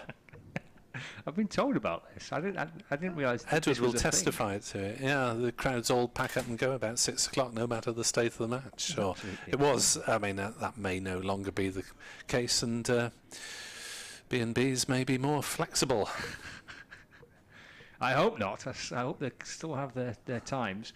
You've got to stick to. Livingston having now kind of anchored to his crease with Cook standing up behind the stumps, defends, and there's no run. With David Lloyd continuing from the river end, keeper standing up, 2 slips, and then there's 2 fielders on the leg side boundary, a deep forward square leg, and then there's a deep backward square leg. And there's a wide third man, point, extra cover, mid-off and a mid-on. Lloyd to Livingston, and he drives, but there's not a great deal of timing. In fact, the ball just clearly comes off the toe end of the bat. Livingston gives it a bit of a filthy look. A wipe of the glove and then scratches around in his crease. Vilas does the same at the non-striker's end. 7 minutes to go until the lunch interval. Lloyd to Livingston. Little shuffle back into his crease again and defends into the offside. There's no run. New Zealand have just got past 300 with 7 down. Mark Wood's spell 3 for 7 as New Zealand lost 4 wickets in the space of 6 runs. Yeah, I think Mark Wood had a pretty sharp spell, didn't he, for England? Pull quickly. Livingston up onto his toes, just trying to work the ball into the onside. Picked up at mid-on by Michael Hogan. There's no run. It's one of the great cricket cliches, isn't it? Going bang bang. That was a double going bang bang bang bang. Hogan, Lloyd to Livingston. brings Hogan into play as Livingston just works the ball out towards wide mid-on. Gets a single, moves to 11. Score moves on to 69 for 4 to bring Dane Villas on strike for Lancashire. Still with the keeper standing up. Chris Cook with his yellow wicket-keeping gloves. And his cap is tucked into the back of his trousers. 2 slips in place. Billy Root and Marnus Labuschagne. Villas flicks the ball off his thigh along the ground through mid-wicket for a single to keep the strike as well. It's the end of the over. David Lloyd's bowled 2 overs for 4. 5 minutes to go until lunch. Villas 2, Livingston 11, and Lancashire 70 for 4. Yeah, having been put into bat and losing Jennings for 3, Wells for 10, Alex Davis for 21, and Bohannon for 14. Morgan will be delighted with the morning. Wonder if we'll see a token over of spin before lunch. Wouldn't necessarily have expected it. 12:55 on the electronic scoreboard. The clock on the pavilion is a couple of minutes in advance of that. As Neser is in, bowls outside off stump, and Villas allows it to go through.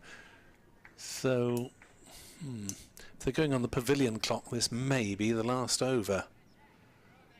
Only the 27th of the session, but we have had the long walk back to and from the pavilion for 4 batsmen. And boys, is a long walk with the pitch on the right side of the square towards the grandstand, and it's quite fortunate it is on that stand for the sake of the crowd.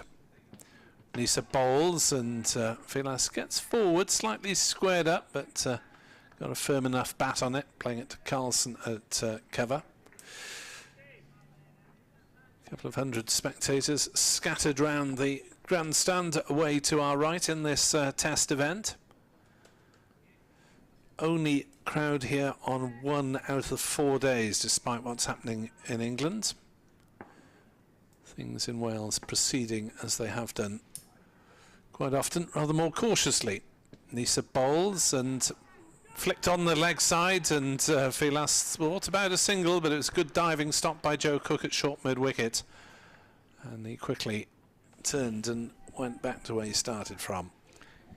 Yes, it was good to see crowds in at Emirates Old Trafford last week for the first time, and great fixture to be back in for as well. The Yorkshire game, there was just shy of 2,000 in for the first day, and something similar on days 2 and a little bit less days 3 and 4, but some very good numbers across the 4 days. There's short ball pulled nicely by Villas through the leg side, and he'll pick up 4 runs for that, down to square leg, as Neser tried to get a bit of venom out of the pitch, but Villas onto it quickly, pivoting nicely and playing it safely through square leg. He moves on to 6 with his first boundary. Lancashire 74 for 4. So we'll be updating BBC Radio Wales listeners, but that will probably be by the time play has finished. Neser then runs away from us at the Cathedral Road end, bowls, and Villas defends to mid-on. No run. Batting to come. Who's 7? Wood? Yes, Wood. Wood, Lamb, Bailey. Wood, Bailey, Lamb. Probably Wood, Lamb, Bailey. Wood, Lamb, Bailey. Sounds like a low form, doesn't it? Wood, Lamb, Bailey. Specialise in mortgages. Mahmood and Parkinson will do all your solicitor's business as well. As that's outside off stump, allowed to go through. Will there be another over? Which clock are we going by? There will be another over by the look of it. Glamorgan race round. They want to get on with it. And allow David Lloyd to bowl the final over of the session. Just the 28th. Lancashire 74 for 4. Livingstone 11. Villas is on 6. Batsman out. Jennings 3. Wells 10. Alex Davis 21. Bohannon 14. David Lloyd. 15 wickets at just under 21 this season. And the first ball is slapped by Livingstone straight to backward point. There's no run. Shortish boundary on that offside from the bowling from the River Taff end. Short boundary on the grandstand side of the ground. So although the crowd are mostly squarish to the wicket, it's not too bad a perspective. Lloyd into Livingstone again, who pushing forward defensively. Back to the medium pacer, and there's no run. 74 for 4.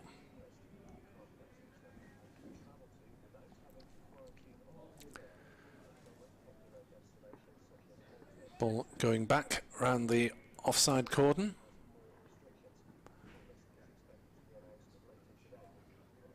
Be lobbed now to David Lloyd after a bit of polishing.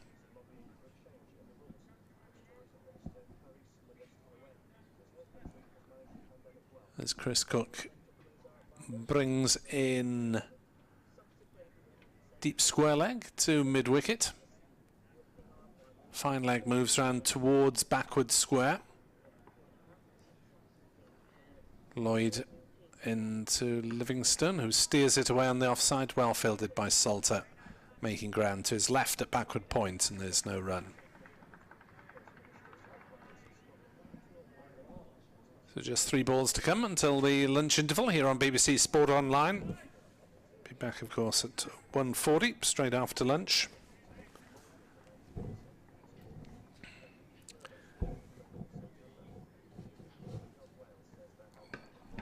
Next ball played on the offside, no run. New Zealand have halted the slide, temporarily at least. They're 314 for 7 against England.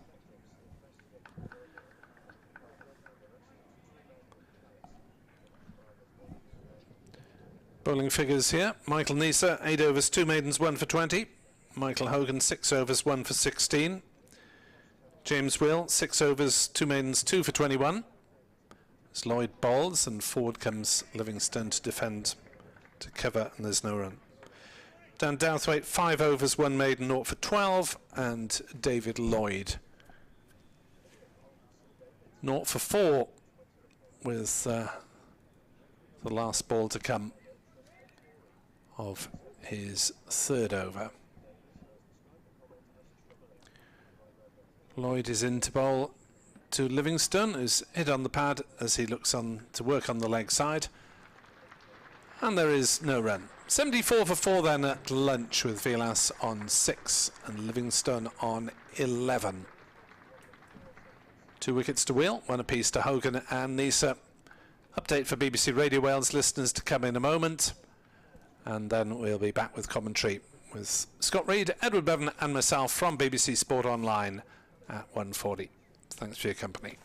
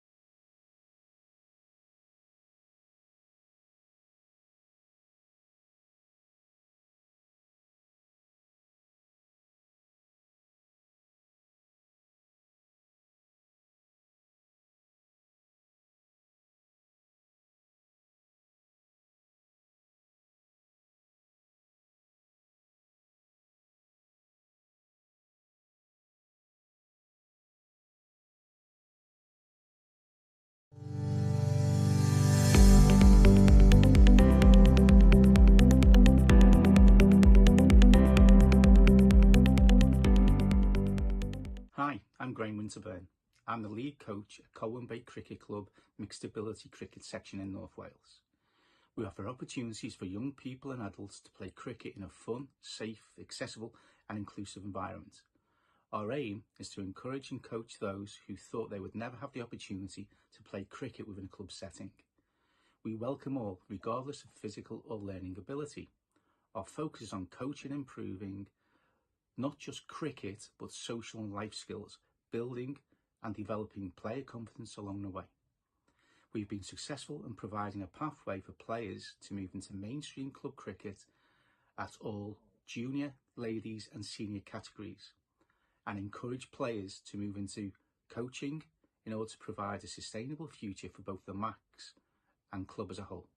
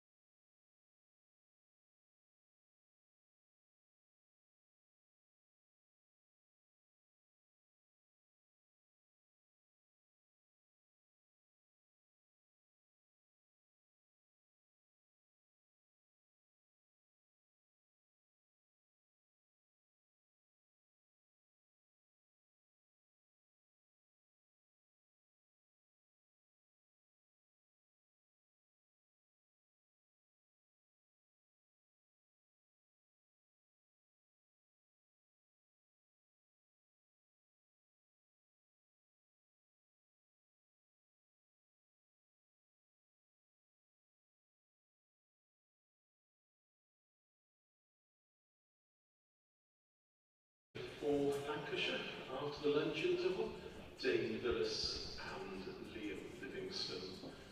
And to resume the bowling for Glamorgan, at the Cathedral Road end, Michael Hogan. Very good afternoon and welcome back to Sophia Gardens here on BBC Sport Online for the second session of day one of Glamorgan against Lancashire. Day one in front of spectators. Patiently queuing during the lunch interval for food supplies underneath the grandstand away to our right. And they've had something to enjoy from the Glamorgan point of view with Lancashire 74 for 4 and Livingstone and Villas looking to rebuild after the lunch interval. It will be Dane Villas on strike. He's on 6. Michael Hogan to bowl. Umpire Baldwin gives the signal and off we go.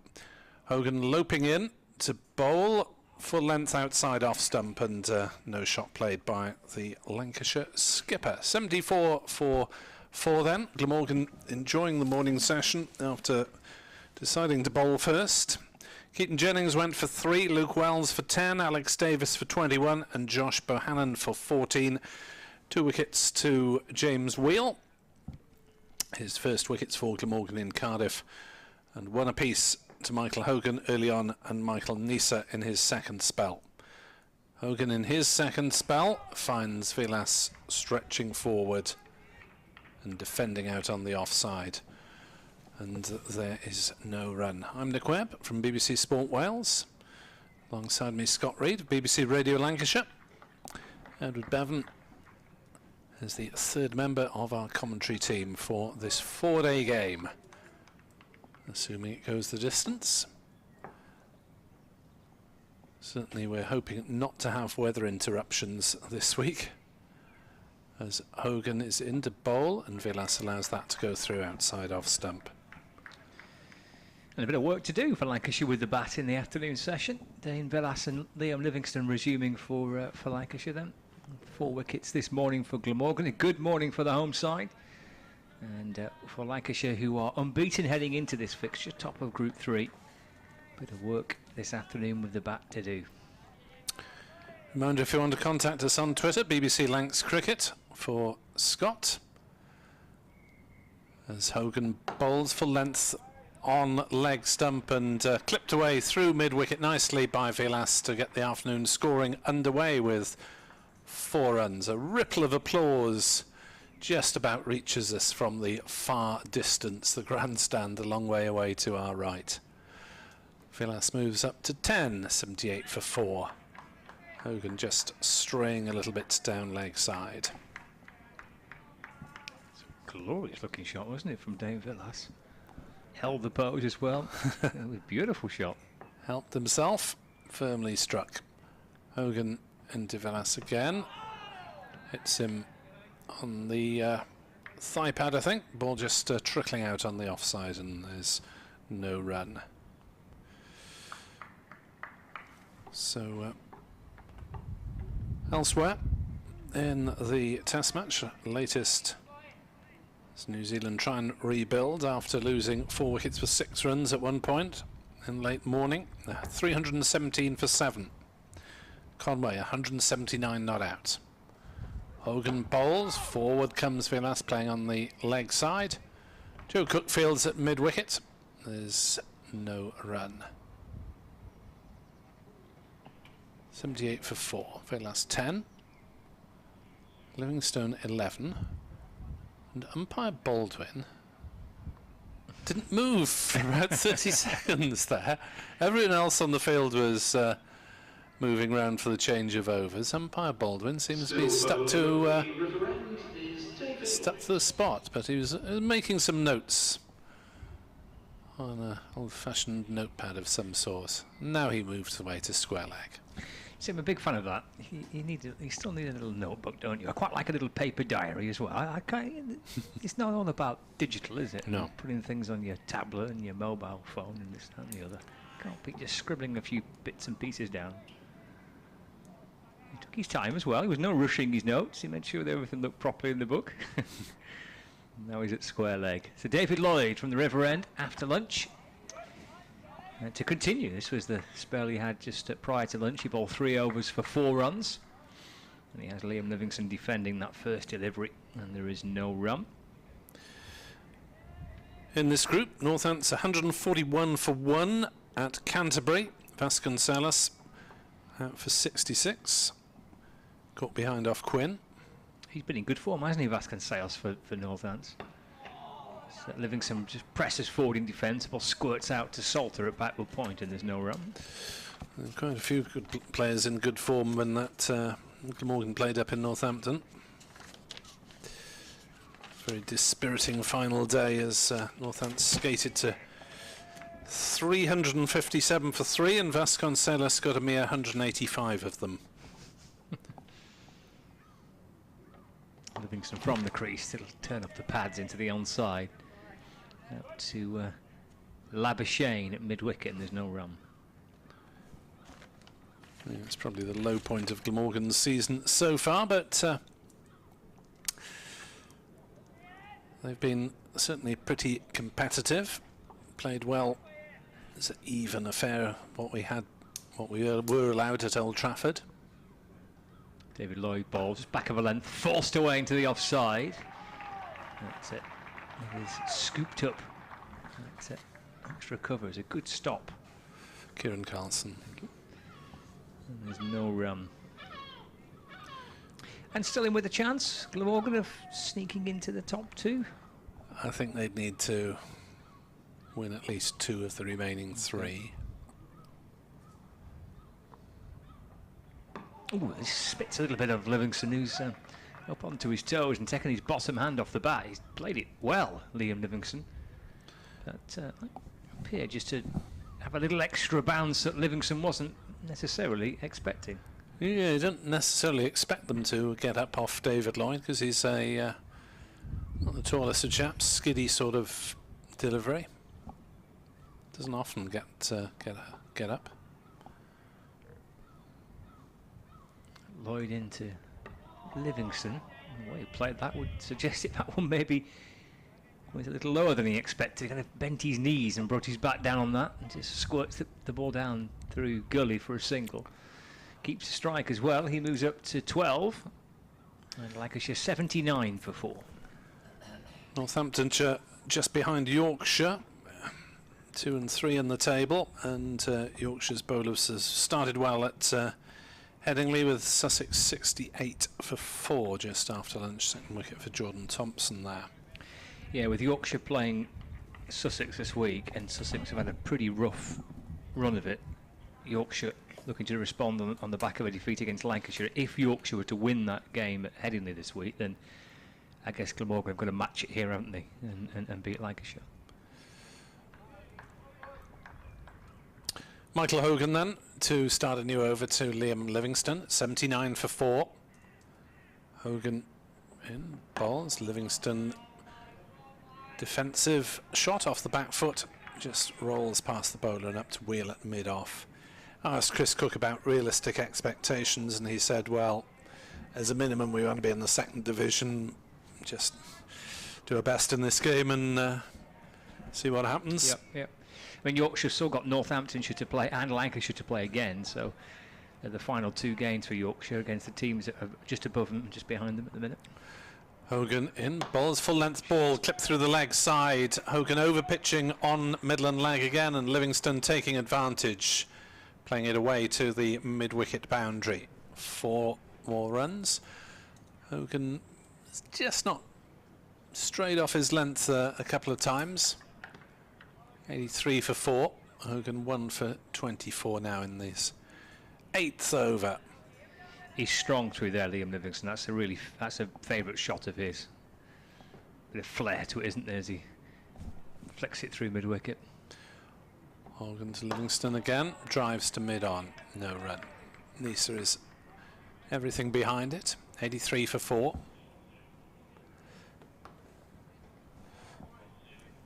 So just a reminder, the shape of the season is T20 for several weeks. Then a couple of championship games in July to finish the group stage before we finish off the T20 and go into the One Day Cup and the 100. Hogan bowls outside off stump, no shot played by Livingstone through to Chris Cook.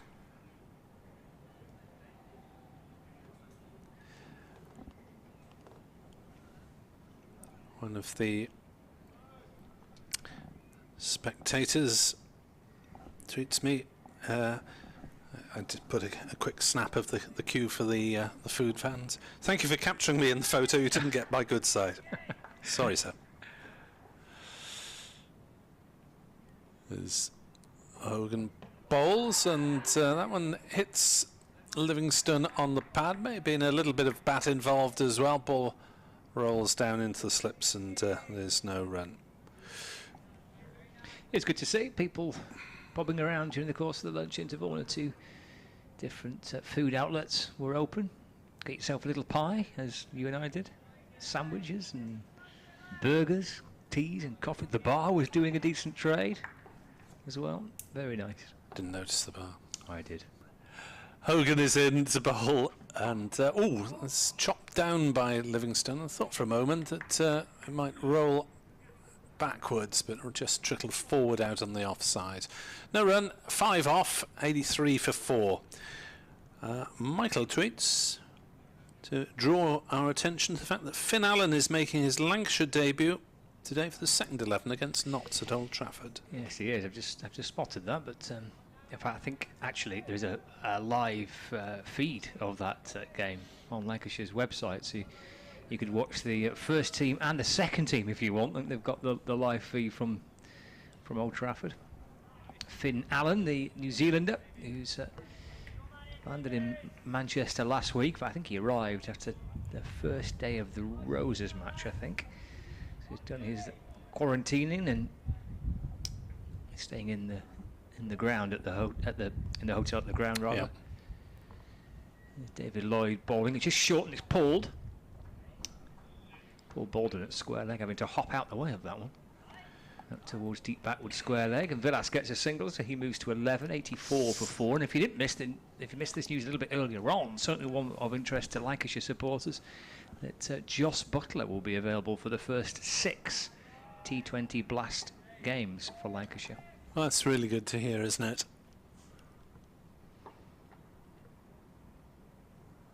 Lloyd in from the river end, bowling forward as Livingstone in defence, and there's no run. Because the more these England big name players play in county cricket of any variety, the better it is for the county circuit. Absolutely, yeah. To be playing for 6 matches is that's a real bonus, that for Lancashire. So if you've not got your ticket yet for Derbyshire or Leicestershire next week for the T20, well, Butler will be playing. This is Livingstone off the back foot, punching to mid-on, but there's no run. Well, I can give you a ball-by-ball account of Finn Allen's innings. Is it over with already? 4 and stumped. 4 runs off 2 balls, stumped off Samit Patel. You wait all that time in quarantine. Livingstone works it off his pad, just behind square on the leg side. For 1 run, moves up to 17, 85 for 4. And Lancashire seconds are 40 for 2 in the 5th over, chasing 186 to beat Notts. Notts 185 all out in off the last ball, they're 20 overs. I haven't seen much of Finn Allen, just little bits and pieces from his time in New Zealand. Villas plays a forward defensive, just squeezing it into the offside, no run. But he's plays in Wellington, and there's a connection with Paul Allett, who's Lancashire's director of cricket, who played some cricket in Wellington for a couple of winters during his playing days, and has got good connections in New Zealand. And he was a player that was recommended to Lancashire. Down on one knee, Villas, and paddling the ball down towards fine leg, just for a single.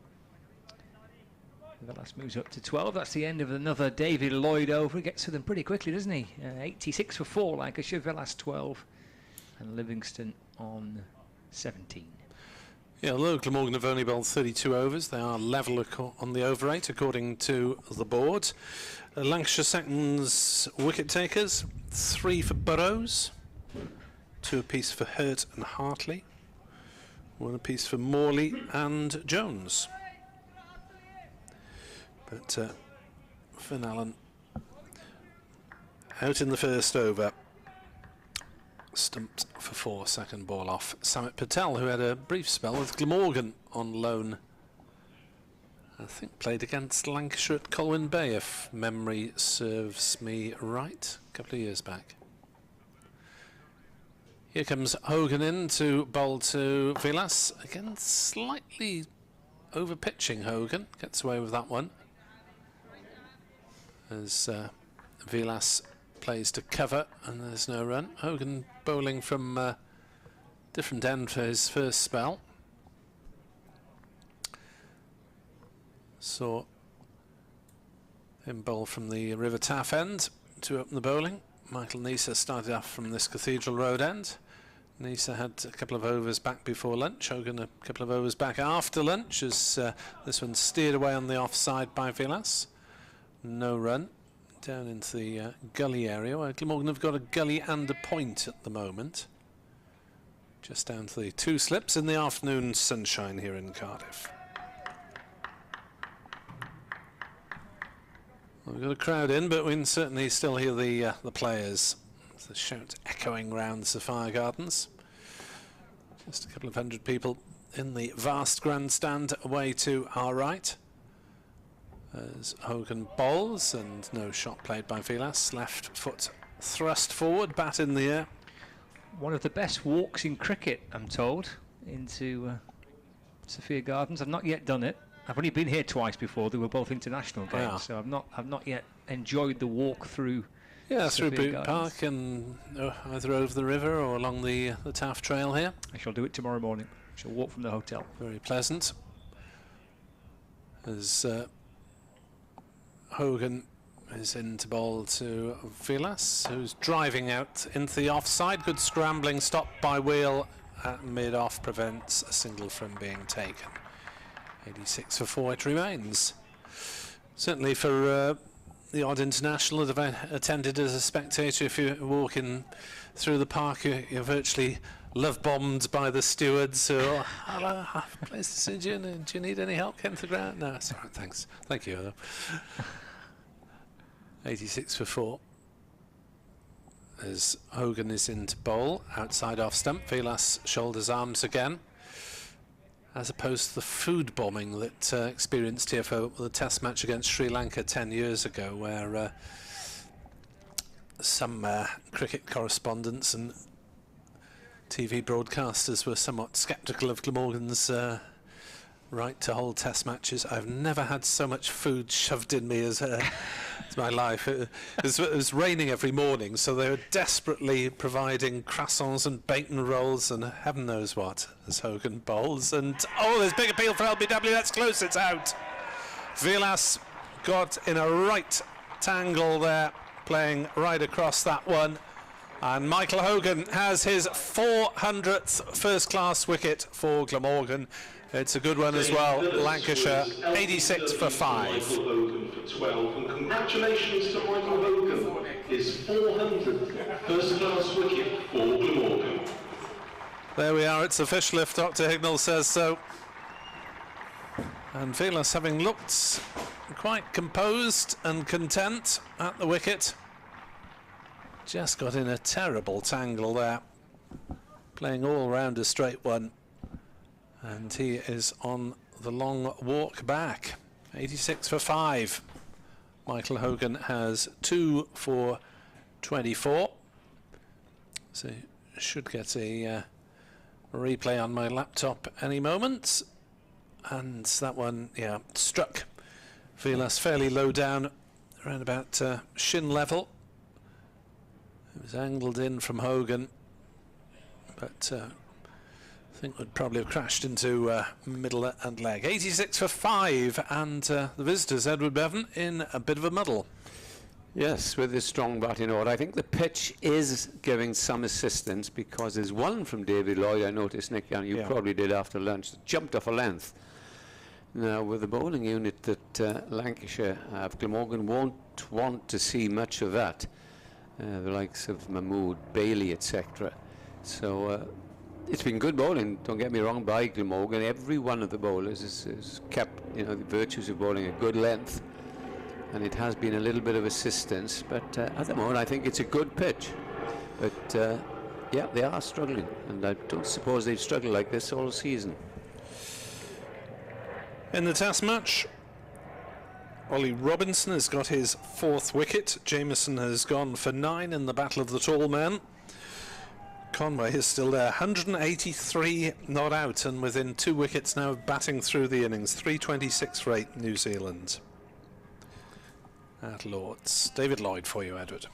Yes, he's bowled tidily, is Lloyd, from the River End. He's in now and bowls to Livingston. And Livingston is caught at the wicket.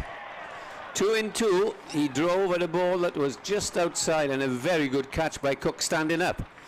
And Lancashire are in further trouble through no fault of the pitch. Yeah, and we've seen it with Marnus Labuschagne this year, the keeper coming up. We saw it at Canterbury. We also saw it here against Yorkshire, and he hasn't been as fluent since Cook came to stand up to the wicket. It does put you off when you can't play just outside the crease. So the partnership that looked like between Villas and Livingston looked as if they were bringing Lancashire out of trouble. Well, they both have gone in successive deliveries, Nick. Oh, it's, as they say, Edward, one brings two. Yeah. One of those horrible cricket cliches that you hear echoing round every field in the land when the opposition is going well. So Livingston departs, called Cook C, we must say, because there is another Cook in the side, also with an E. Old David Lloyd, and as I said, he bowled tidily from that far end, and you cannot fault Glamorgan's seam attack, as this game is certainly moving forward, as they say. Yeah, Glamorgan with a couple of bonus points already, but Lancashire's seamers will be thinking that maybe they can do similar damage. Yeah. So it's Danny Lamb joining Luke Wood at the wicket. Another fine all-rounder, Danny Lamb, medium pace bowler, bats, and they do bat just about all the way round. But some very healthy averages certainly this season. Wood averaging 37 and Lamb 47, and both of them have got hundreds to their credit. And yeah, Lancashire needs some runs now off their lower order to get themselves up to a competitive total, although, as you say, the bounce has been just a little bit unpredictable once or twice. So Glamorgan with 2 bowling points, cock a hoop at the moment, as Lloyd prepares to bowl from that river end in glorious sunshine. Now, it really is a beautiful day here. And he's bowling to Lamb, first ball, in he comes and bowls to him now, and Lamb is forward, plays it out onto the onside. The other Cook, Joe, fields, and there's no run. Is that 26 that Livingstone scored? Or no, it's fielding that. 17. 17. Yeah. Last wicket in the middle of the board. Livingston caught. I can see it now. Cook Yeah. bowled Lloyd 17.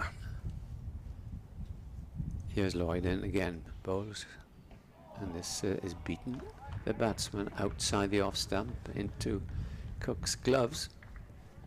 86 for 6, Lancashire having been put in this morning, and that decision certainly been vindicated.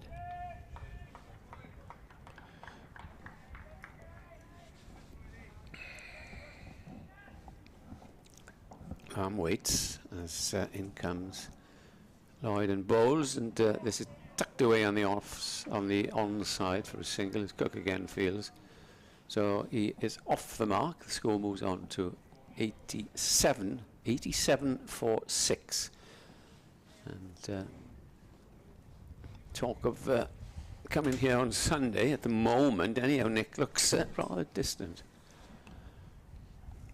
So Luke Wood, who again as Nick just mentioned, got a first-class 100.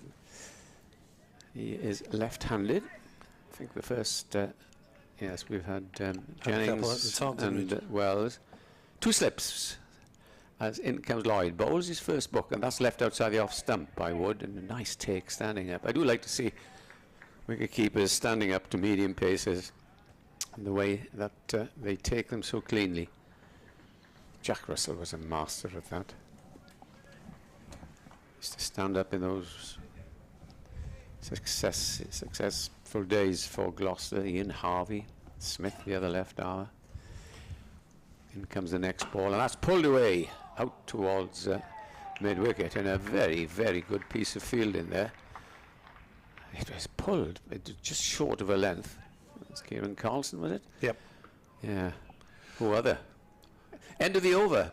87 for 6. Hogan, having captured his 400th wicket for Glamorgan, will continue. And nothing but praise, Nick, for the Glamorgan seamers today. No, they've been pretty much on the mark, haven't they? Not too many bad deliveries. And Alex Davis, who felt rather gave his wicket away when he slapped James Wheel to Andrew Salter at point. Yeah. Excellent delivery from Neser to get rid of Bohannon was probably the ball of the day. But Hogan's 400th has probably got the biggest cheer. Jennings wasn't the bad ball either from Hogan, was it? It was. Early on. Pitch leg stump hit off pole. So here's Hogan to bowl to Lamb. 2 slips in the gully, and that's off a bottom edge or inside edge, and it goes down to fine leg for a single, and Lamb didn't know an awful lot about that one. No. Hogan getting a bit of reverse swing perhaps, and when Neser goes back towards the end of July, it'll be a big loss for Glamorgan, one feels. I suspect the Australian board has something to have to say in that, not wanting to bowl Neser, who is not far away from the test side out in Australia. But when will Australia actually be playing any test matches? That's a good question. They're playing T20 and 50 over stuff in West Indies, aren't they, in July? Supposed to. As things stand, Hogan round the wicket to Wood, who defends on the leg side. There's no run. Yeah, with things happening, you know, different countries are far worse than others of this COVID. Well, you can never be sure of anything more than a week or 2 out, can you, from You're absolutely right. dates of it happening. Labuschagne, of course, has to stay with Glamorgan, which is a shame for him, but certainly good for Glamorgan to have him available for... Most of the T20s, aren't they? The group matches. Yeah, I think all the T20s potentially, the groups. Good. As Hogan bowls, and forward comes Wood, defending correctly back to the bowler. Yeah, I'm just thinking of the composition one does, you know, with just a week or so in front of the composition of the Glamorgan side. And the overseas interests me because you've got Colin Ingram, who's in this country, and Labuschagne, and Neser. And you'd think, oh, do you play Neser and Labuschagne? Do you play Neser and Ingram? So Hogan bowls, and forward comes Wood, defending to mid-off, no run. Nice problem to have, isn't it? Well, the indications were that it would be Labuschagne and Ingram. Yeah. Because I think that in T20, a bowler obviously can have a match-winning impact, but he's only got 4 overs, 24 deliveries to do it. A batsman can bat through an innings and win a game single-handed virtually. Hogan to Wood, thick outside half of the bat, out to point, single taken, diving stop by Salter. Shy at the wickets at the non-striker's end, but Luke Wood was safely home nonetheless. 89 for 6. Yeah, and Labuschagne wants to improve his T20 because that's the only international competition that he does not represent Australia, because he's forced his way into the one-day side now. And of course, I mentioned earlier on his leg spin. As Parkinson's leg spin is so useful to Lancashire in one-day stuff. Hogan in, bowls, outside off stump, no shot played by Lamb. End of Hogan's over, 89 for 6, Wood 1, Lamb 2. Wickets since lunch. Vilas leg before to Hogan for 12, and the next ball Livingston caught behind by Chris Cook off the bowling of David Lloyd for 17. Now, Labuschagne hasn't played an official T20 game for Glamorgan, but he has played a T20 game. Do you remember it? Against Netherlands, is it? That's the one. Well, yeah, remembered. I do. And he played well. Yeah.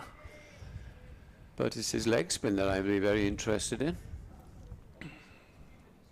And everybody said at the start of this competition many years ago, oh, you won't play spinners, and now they're the most successful bowlers of all. David Lloyd's to start another over, and he bowls to the left-handed Wood, who plays an orthodox forward defensive shot, and it goes out to mid-off. So there have been 2 wickets for Hogan, 1 for Neser, 2 for Wheel, and 1 for Lloyd. How's the over rate looking? It's impossible for me to read. It's middle right of the board, over 8 level in yellow writing. Yeah, I can see it, but I can't read it. In comes Lloyd. He's over the wicket and bowls to Wood. And Wood plays a lovely looking shot, but it's a good parry there by Salter, but it's not enough to go to reach the boundary. This is slightly wide there by Lloyd and gets 4 runs. Much needed runs for Lancashire. He now move on to 93 for 6. Yeah, Salter diving and getting half a hand on that, but as you say, not enough to prevent the ball from travelling the ropes away to our left. Lloyd again, keeper standing up, bowls to Wood. Wood is forward, plays it up towards mid-on. Fielded by Carlson, returns like a bullet-like into Cook's gloves. Not much fortune for Lancashire's seconds today, chasing 186 to beat Nottinghamshire. They've slumped to 61 for 6 in the 9th over. Shah, the top scorer so far, with 19. Lloyd bowls, and this is driven up to Hogan, who's fielding at mid-on, and there's no run. And Finn Allen, the New Zealander, a 2-ball innings of 4, stumped off Samit Patel. Samit. I was watching when Glamorgan were up a couple of weeks. You were there, of course, and what a beautiful ground Old Trafford now is. I was up there some years ago and it's just been opened, but it's been developed now. Really is a terrific ground. As Lloyd is in and bowls to Wood. Wood plays a nice looking shot off his legs up towards mid-wicket, and that is his second 4. Taking the advantage of Lloyd now, who's bowled a half-volley leg stump, put away, and also pierced one through the covers for 4. Yeah, the stands were going up, the big temporary stand at Old Trafford to accommodate, hopefully, large numbers of fans, restrictions permitting for T20 and international cricket and so on this summer. Fingers crossed. David Lloyd again comes in, bowls to Wood. Wood clips this one down towards fine leg, and they will amble through for a single.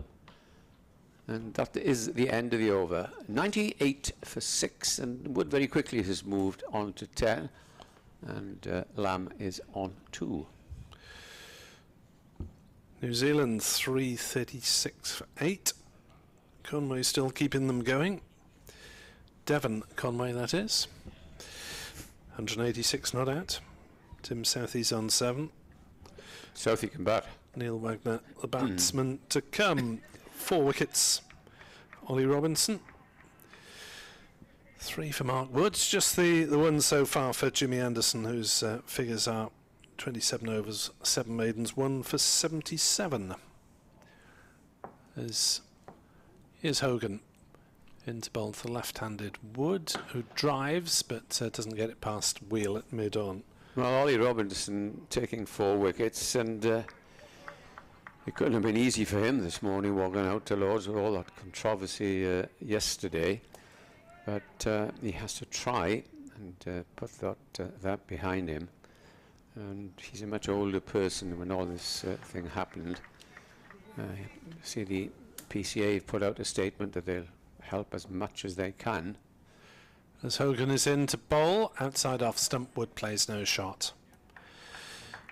In no way condoning his actions. To bring it out was the biggest surprise for me, Nick. To bring it out on the boys' debut for England.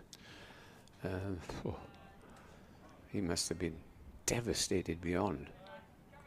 And as you said earlier on, I couldn't agree more, an 18-year-old boy, we've all had our dull moments. Can't remember when I was 18, really.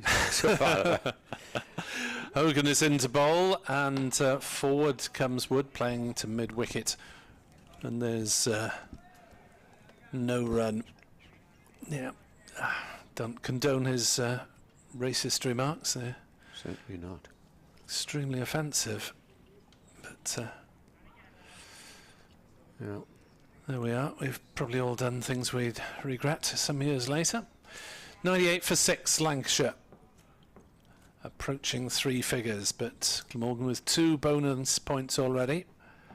Hogan bowls full length and driven nicely by Wood. Back past him. Will this reach the ropes at the Cathedral Road End? Yes, it will. As it just kept going away from the chase of Neser and Will. And Neser deciding that He's probably wasn't worth throwing himself on the that one for the thin possibility of keeping it inside the ropes. 102 for 6. yeah, he's looked as comfortable as anybody. 3 boundaries for him now, Luke Wood. And played with authority. Beautifully timed shot that was. Just pushed it for 4 straight. There's Hogan into Wood, who'll get another run here.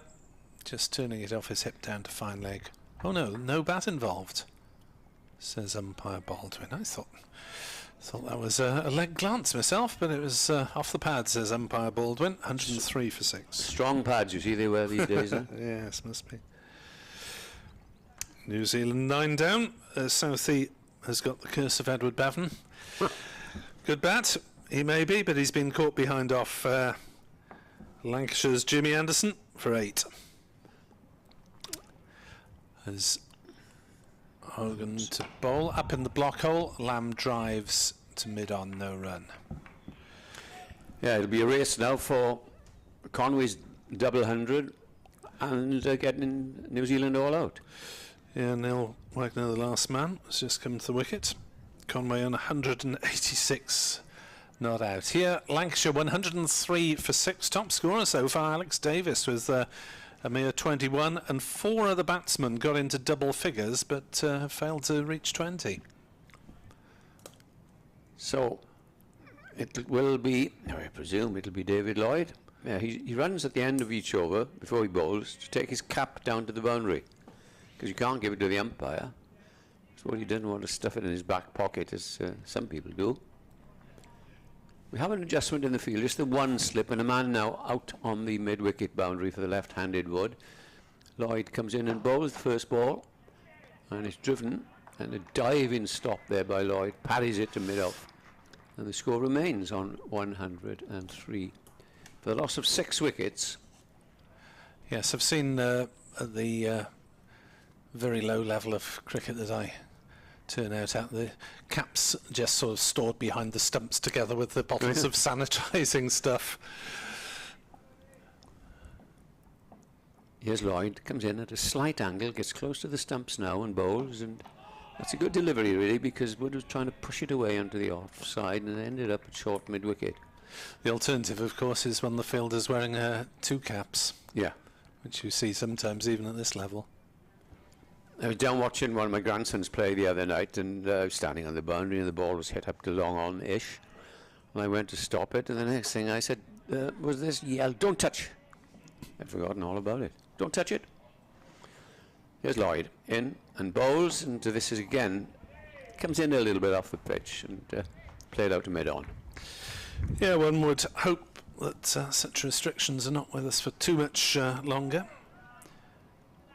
As the politicians deliberate on the timetable for getting out of these problems.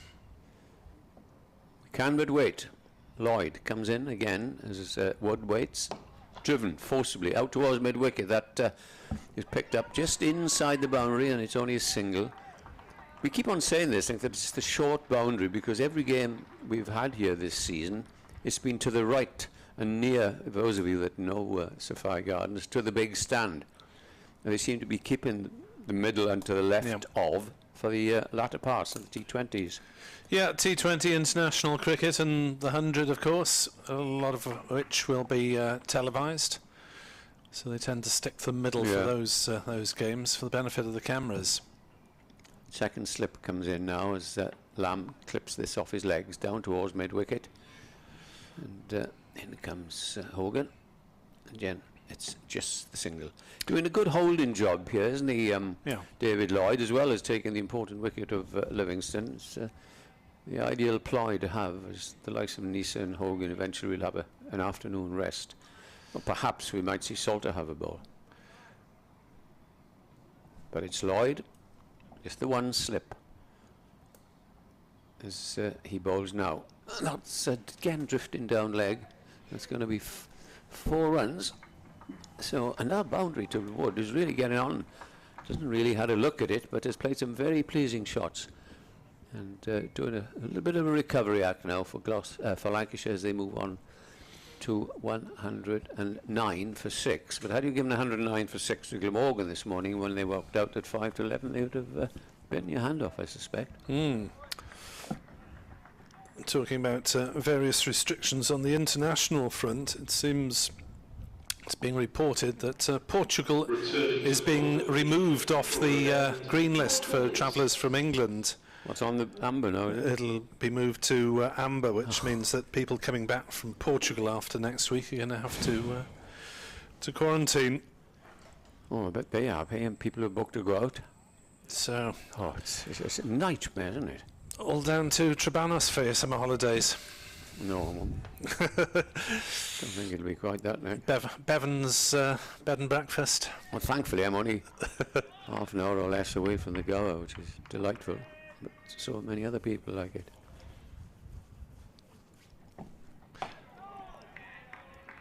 As the first ball of Neser's over is played out on the leg side by Danny Lamb. 109 for 6.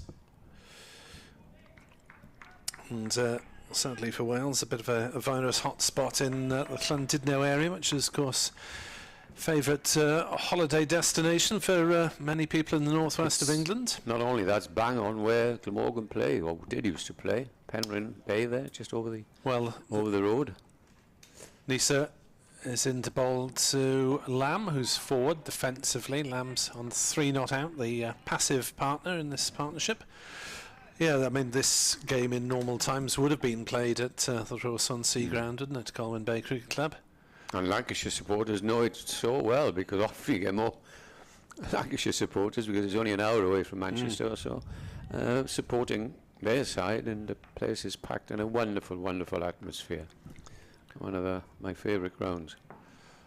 Hopefully that'll be restored to the fixture list next year. Hopefully.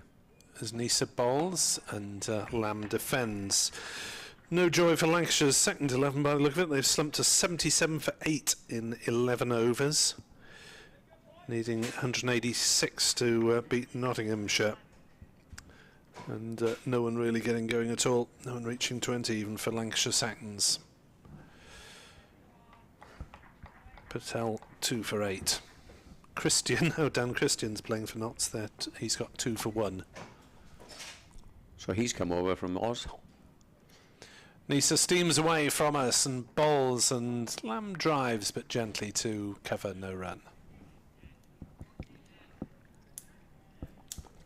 Yeah, it's strange, isn't it, that you get these international players cropping up in second 11 cricket, and Tom Banton played for Somerset against Glamorgan a couple of days ago in second 11 T20. Yeah, simply because I think he hadn't had some practice. He'd been dropped from it, although he's back today from the Somerset side.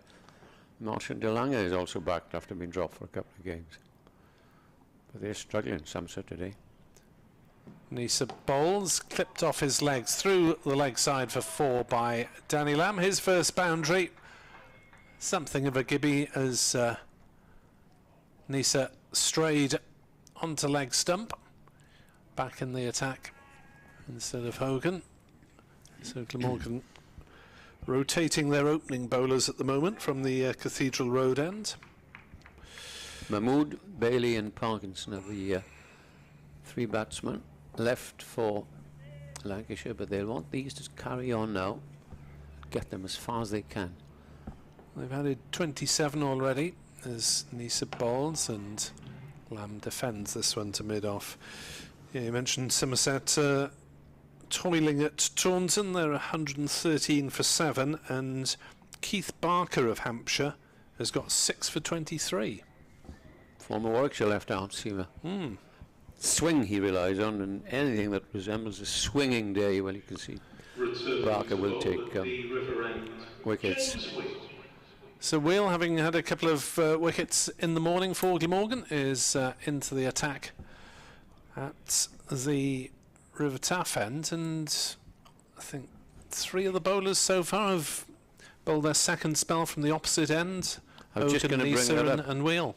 Can't quite make that out really, because I think it's only Neser that's bowled that end all the time.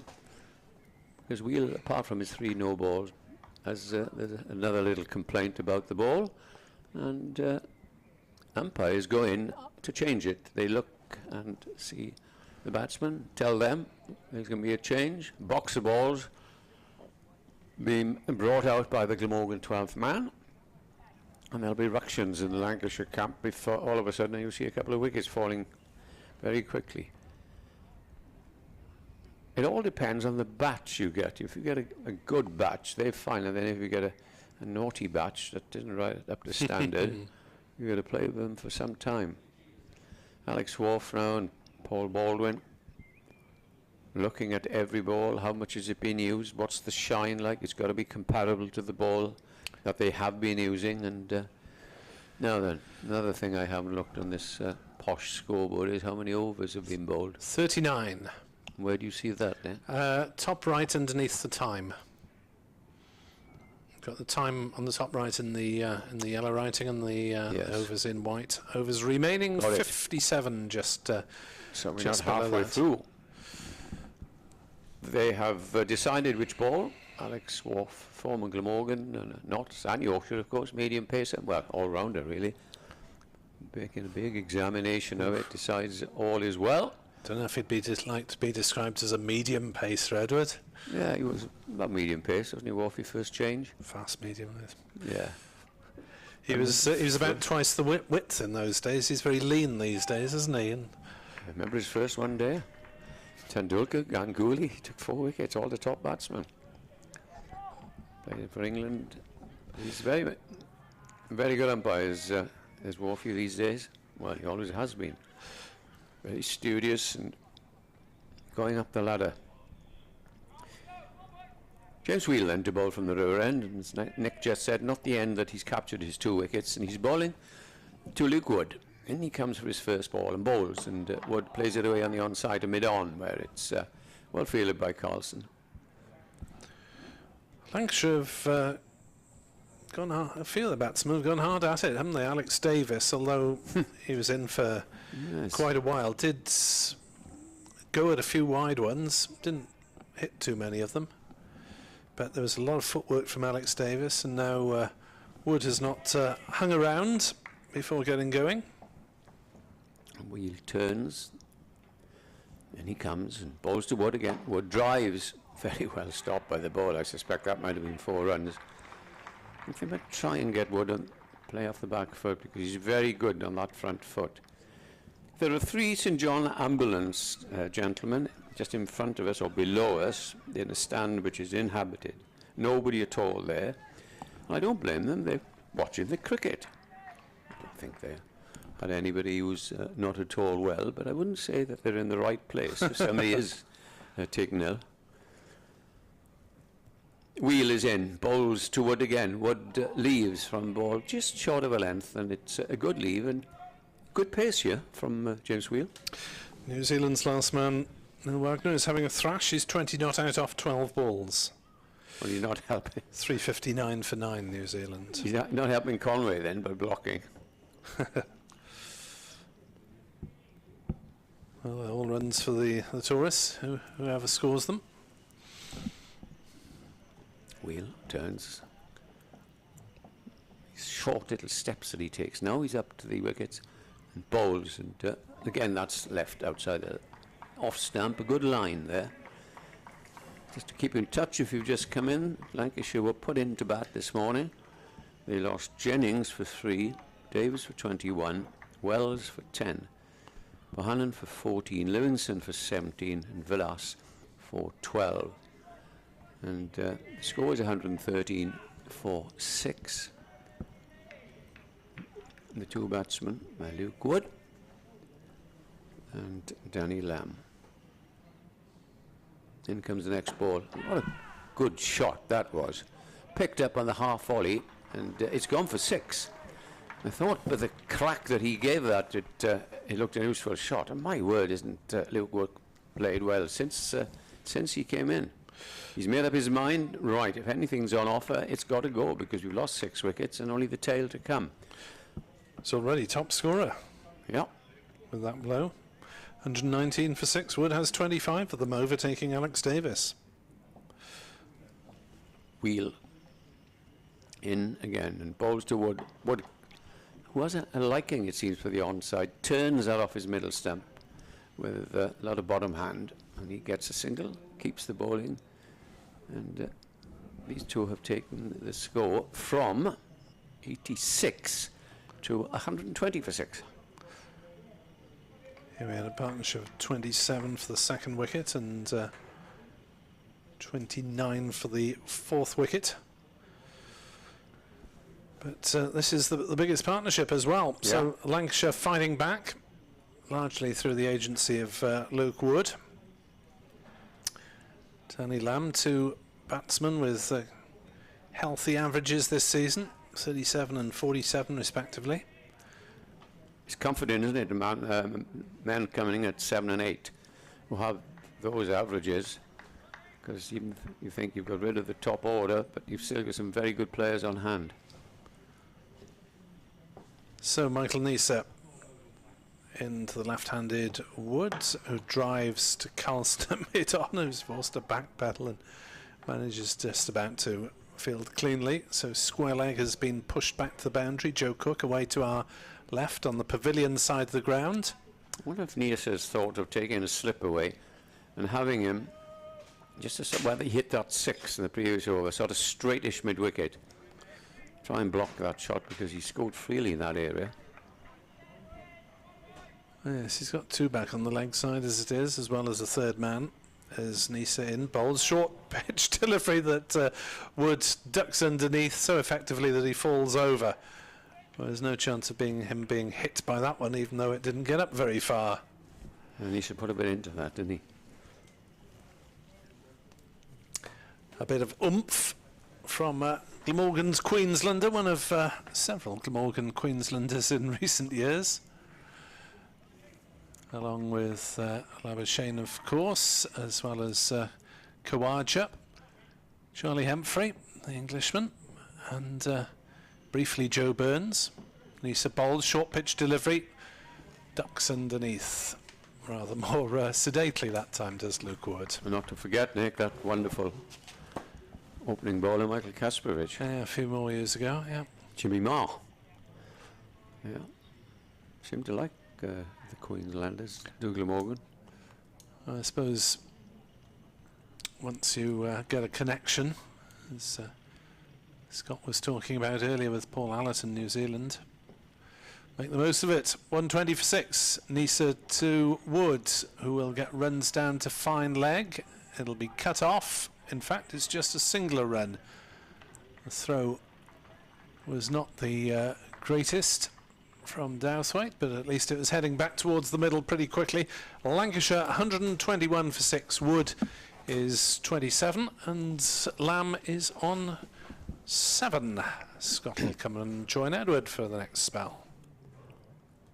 Yes, and very well these two are playing. Lamb playing a secondary role to Luke Wood, Lancashire's top scorer.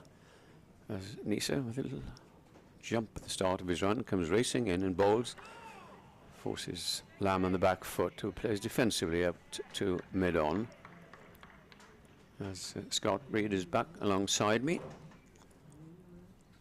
Perfect afternoon for cricket, Scott. A little bit of cloud, plenty of blue sky, and pleasantly warm. Not excessively, but pleasantly. Perfect, yeah, terrific day for the limited number of spectators allowed back into to Sophia Gardens to watch the cricket for the first time. Yeah, absolutely ideal conditions.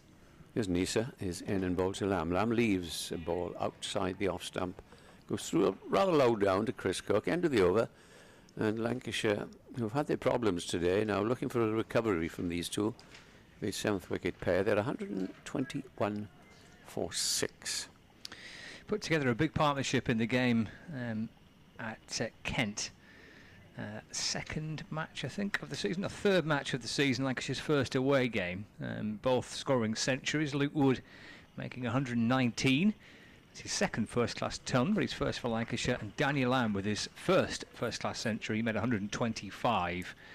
Lancashire were in a little bit of bother when they came together. They were a better position what they are now, but still they were behind them probably where they wanted to be, batting first at Canterbury. And these two put on a terrific partnership together as Wheel comes in and bowls to Wood, who leaves it through to Chris Cook, and there is no run. Yeah, I like the way that Luke Wood's been aggressive. He hasn't waited to have a look at it, really. He's got hold of the bowling and needed to be hit at the odd half volley. Talking about Kent, they've had their problems this year. Lunch score today, Northants 141 for 1. Oof. Their problems are kind of at the start of the season were with the bat, weren't they? They just weren't getting enough runs, but it looks like a pretty brutal session with the ball. Here's Wheel in and bowling to Wood, up onto his toes. It'll flick away off the hip out towards square leg for a single. Moves him to 28 not out. Lancashire to 122 for 6. Yes, they've had injury problems and all sorts there. Unavailabilities, people out of form. Poor Daniel Bell-Drummond hasn't got a run this year. No, he's had a shocking season, hasn't he? Yeah, he's down to 6 now. Oh dear. Without a certain D. Stevens, there could have been an even worse. Apart from that whirlwind against Glamorgan, he's a run of low scores. Look at the team that they've fielded. I didn't recognise half of them. Wheel leaves and left by Lamb and through to the keeper. There's no run. Yeah, Daniel Bell-Drummond, as you said, dropping down the order. Jack Leaning, Joe Denley. Of course, no Zach Crawler now. He's away with England, but there's a lot of guys in there that are unfamiliar names. Yeah, Denley's at 3. He's been, for personal reasons, he hasn't played for the last 2 games. Billings in the test match, of course. Yeah, Crawley in the test match. What is that noise? Something's rattling away. It's driven by Danny Lamb as James Wheel continues from the river end. But he's deflected actually off Wheel, and there's no run. It sounds like somebody's drilling away somewhere. Yeah. Bit of building work somewhere. Not around here, there wouldn't be. Anyway. Yeah, it's a bit annoying, but there we are. Yeah, it's still going, isn't it? 122 for 6. 2 slips waiting. Lamb's on 7, slightly more reserved from Lamb. He gets in behind and defends. This next delivery up to mid-off, and there's no run. Kent are a side which I thought would do quite well this year. You know, before a ball was bowled, you look at the team, look at the names that they had. Yeah, that poor chap, Kayam, remember him, left arm spinner? Kayam? He's had to retire. He's retired, hasn't he? Yeah. Desperately sad that. I think his injury problems. He started at Derbyshire, did he? I think. Moved to Kent. No, I'm not sure if that's the same lad. This is a little defensive push from Daniel Lamb up towards extra cover. There is no run. 122 for 6. If it is the same fellow that moved from Derbyshire, he was a Pakistan lad who here took 5 wickets and became the youngest chap at Derby ever to take 5 wickets in an innings. Aquadi? Yeah, I can't remember. I don't think they're the same, but I haven't brought my playfair with me today, so if you Google him, I think.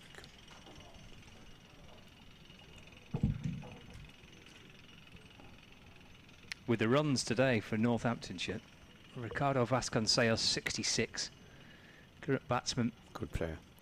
Luke Proctor, who's unbeaten on 30, and Emilio Gay on 85. Saw him play last. I think he's a left-hander, isn't he, Emilio Gay? Yeah, he's a quick scorer, isn't he? Yeah. Northampton still have a chance, as do Glamorgan, but Northampton still got Yorkshire to play as well.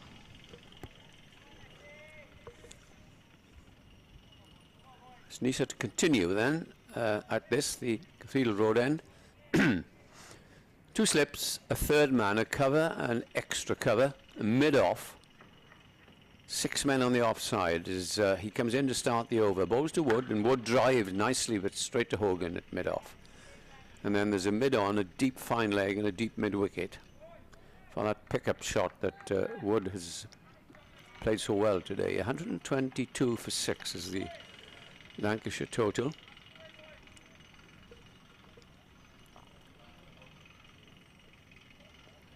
Wood is on 28 and Lamb is on 7, and Wood facing as Neser comes in and bowls to him, and he leaves outside the off stump through to the keeper.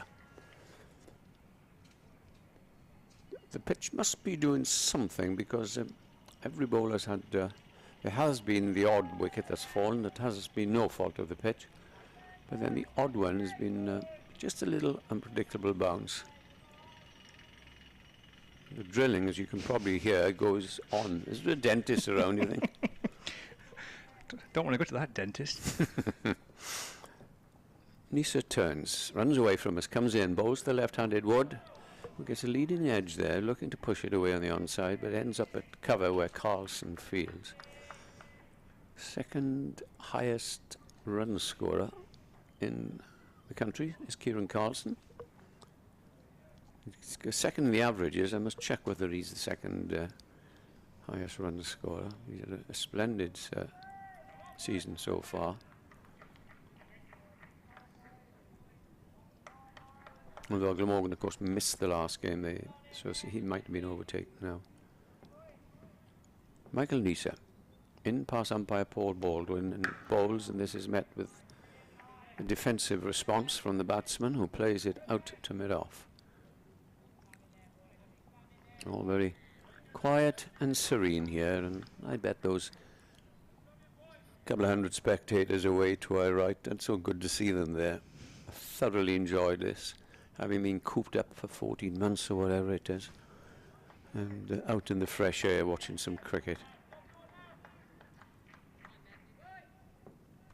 No runs off this over as yet. Then comes an appeal for LBW, he's out.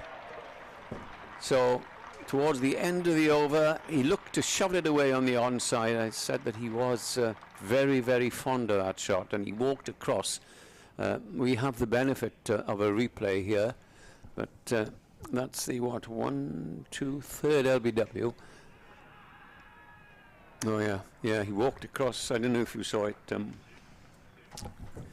Scott. He seemed to walk across and left his stumps exposed. He did walk smartly away, as if to say, yeah, I think that was out. It will come on again. Wood was LBW to Michael Neser for 28. So just as rescue operations were on, and that's been the pattern, Scott, of the Lancashire. They make 20 or 30 and you think, right. And Villas and Livingstone, of course, we thought were going to take it away, and then both are out successive balls. So a good innings that for Lancashire, but they are now 122 for 7 with the tail to come, and you would think it's probably up to Danny Lamb now to try and get them to some sort of respectable total.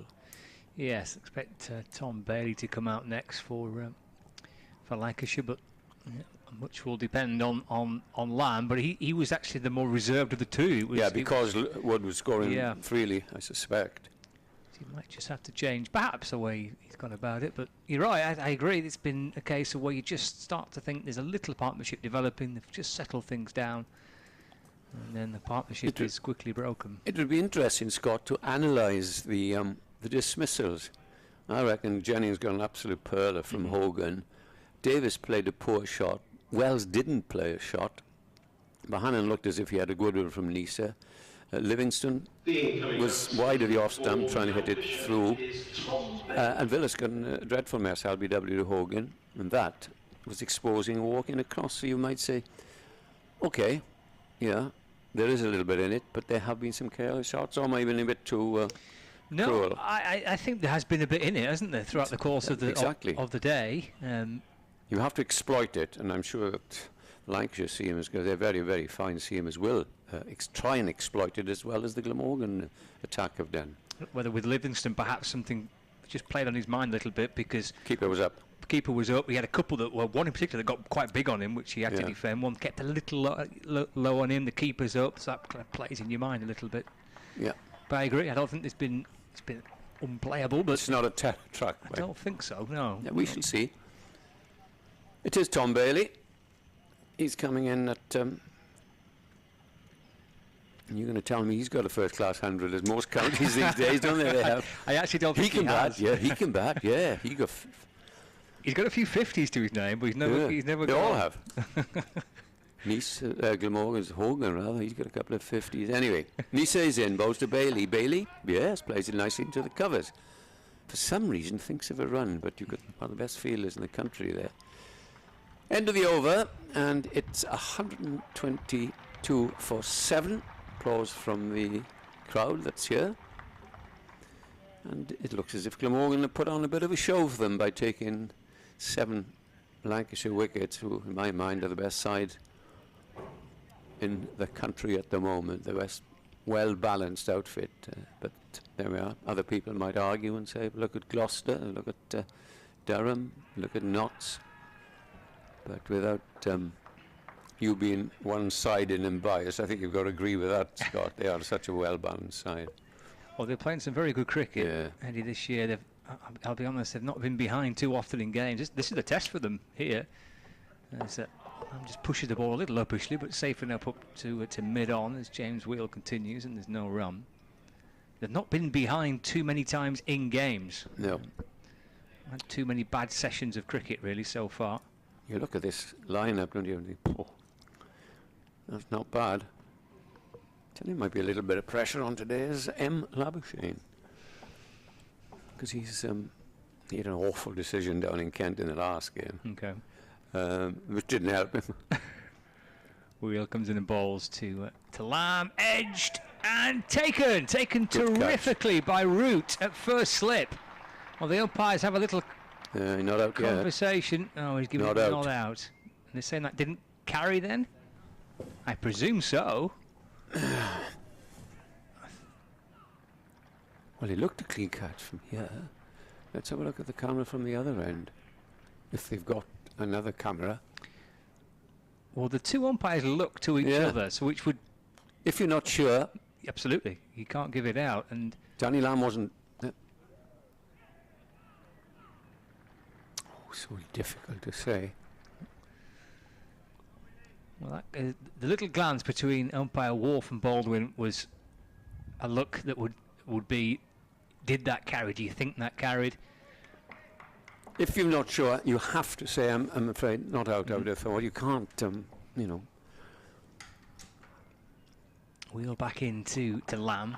It's a defender back down the pitch, and there's no run. And in defence of Danny Lamb, Scott, he was he didn't know what was going on. You can't say to Lamb, well, why didn't you walk out? I'm sure he didn't know, because it was low down. I can't say from the replay whether he caught it or not. Do you want to have a quick look? They might show it again. Anyway, he's not out. No. And he will remain there, and nobody can blame him. 177 for 2. Wheel balls again. Lamb plays forward in defence, is pushing into the offside. No run. Just going back to Kieran Carlson. Say he missed the last fixture. So 552 runs. Yeah, and I only think he got one innings at Kent. Yeah, there's a couple that have gone past him now. They have, as a result of missed that. the last game, you see. But he's had a very, very successful season. I'm sure the England Lions will come looking. Wheel balls to Lamb, who's forward in defence, and there's no run. Yeah, he's averaging 69. Yeah. Highest score of 132, 2 centuries, 4 fours. He has had 2 very mediocre seasons, whether that's to do with his last 2 years in college where he was studying and nearby. But he's really blossomed this year, and he scores his runs quickly. Attractive to watch. Hits the ball a long way for a small person too. Final ball of Wheels over, which he thought he had a wicket. Balls to Lamb, who's in behind to defend up to mid-off, and there's no runs. That completes the over. No quarrels at all. No, if you're not sure, you can't give it, and the umpires had a little look at each other. Yeah.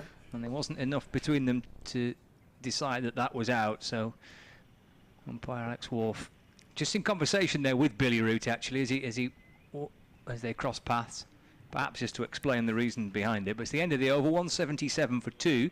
Lamb has 7. Now talking to the captain as well, which is fair enough. Absolutely.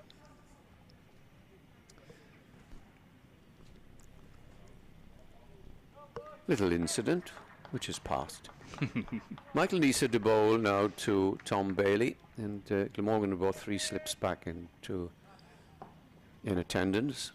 Right-handed, very tall young man Bailey. Waits now as Neser comes up and bowls to him. Pushes forward up towards mid-off. And there's no run.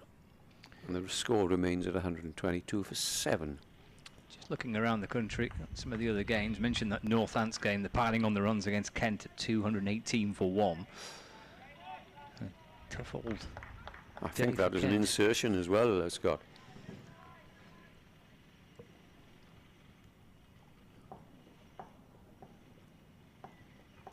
Neser over the wicket, bowls. Bailey pulls that, is going to get 4 runs. So it's a little wayward, drifting down the leg side, and Bailey said, I'll have a little go at this. Turned, pivot, 4 runs down to fine leg. And fine leg is very wide. Why? I don't know, because former England coach Duncan Fletcher, he said, I don't mind you being beaten on the inside, but on the outside, I'm not happy. Look at them. Very wide, aren't they? Third man and fine leg. You see this, I think, a lot this now, that fine leg's almost deep backward square. Yeah. Why? Something in the game. Neser's in, bowls again to Bailey.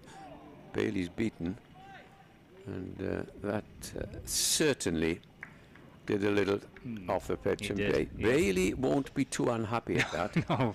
With his bowling. He's what is he? 6'6". Must be. Well, yeah, I would say pushing's kind of 6'3" or 4", maybe. A bit taller than you, put it that way. He's a little bit taller than me. And Just got an inch or 2 on me, that's it. I'm 6'2". What are you talking about? Yeah. Christmas is tomorrow. Here's the next ball. Good forward defensive response from Bailey. Pushes it out to mid-on. Nothing wrong with that small man. Elsewhere in this group, Yorkshire against Sussex. This game is taking place at Headingley. Sussex are 126 for 4. 2 wickets for Jordan Thompson, 1 for David Willey. Good bowler, Thompson. He's a tidy cricketer, isn't he? Yeah. Yep. Neser in, bowls to Bailey. Bailey has to adjust as that ball swings into him, pushes up to mid-off, and there's no run. Ben Brown, the Sussex captain's 41 not out. Yeah. They had a funny old season. They hammered Glamorgan here. Robinson, of course, took 9 for in the second innings. Ollie Robinson. And faltered a little. Travis Head hasn't done anything, you see. Head's done nothing, Scott. Labuschagne's done nothing. Hanscom's had a shocking season for Middlesex. Bancroft's had a poor one for Durham, hasn't he? Strange, isn't it? Yeah. Neser in, bowls on a length. Defensive response again from Bailey, and that completes the over. 126 for 7, and we have had 45 overs. Still not halfway there. It's going to be a long one, I think, unless Glamorgan bowl a bit of Salter, which I can't see really, and Lancashire bowl a bit of Parkinson. Still, we don't mind, because it's summertime, and 9:30 at night, it's more or less light. David Lloyd, yesterday, I didn't like what he said, I must say, and he's a big friend of mine. I'll tell you about it in a moment. It's James Wheel from the River End into Daniel Lamb. It's just played forward, little front foot press into the offside, no run. I think he was joking, man. He said, there we are, June has arrived. When is it? June the 20th. Longest day, then it'll begin to compress, and then we'll go into the autumn, then the winter, dark at past. Oh, God's sake, Bumble. And everybody else would all be quiet. Typical. Cheer up, bundles just got warm. Oh, dear, dear. Something's just started. Wheel in, again forward in defensive land, just squeezing it out to Salter at point, and there's no run. And I suppose he's technically right, but yeah. Oh, don't you start now. As a fellow Lancastrian, I'm sure you are. Well, you get that all the time in Manchester, don't you? Winter weather. It's always glorious. We had 4 glorious days last week for the Roses match. It was beautiful. First time since last year. First time since 2008. Hammering away again in the background. Wheel in, bowling. Punched up to mid-on. Think about one, but decide against it, which is a sensible move. So Lamb remains on 7, and Lancashire 126 for 7. This is annoying me now. Where's it coming from? I don't know.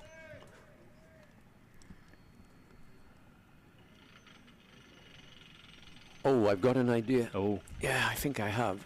I think one of the entrances was blocked up, as to say, do not enter, or whatever. Well, I think they're unblocking it. Ah.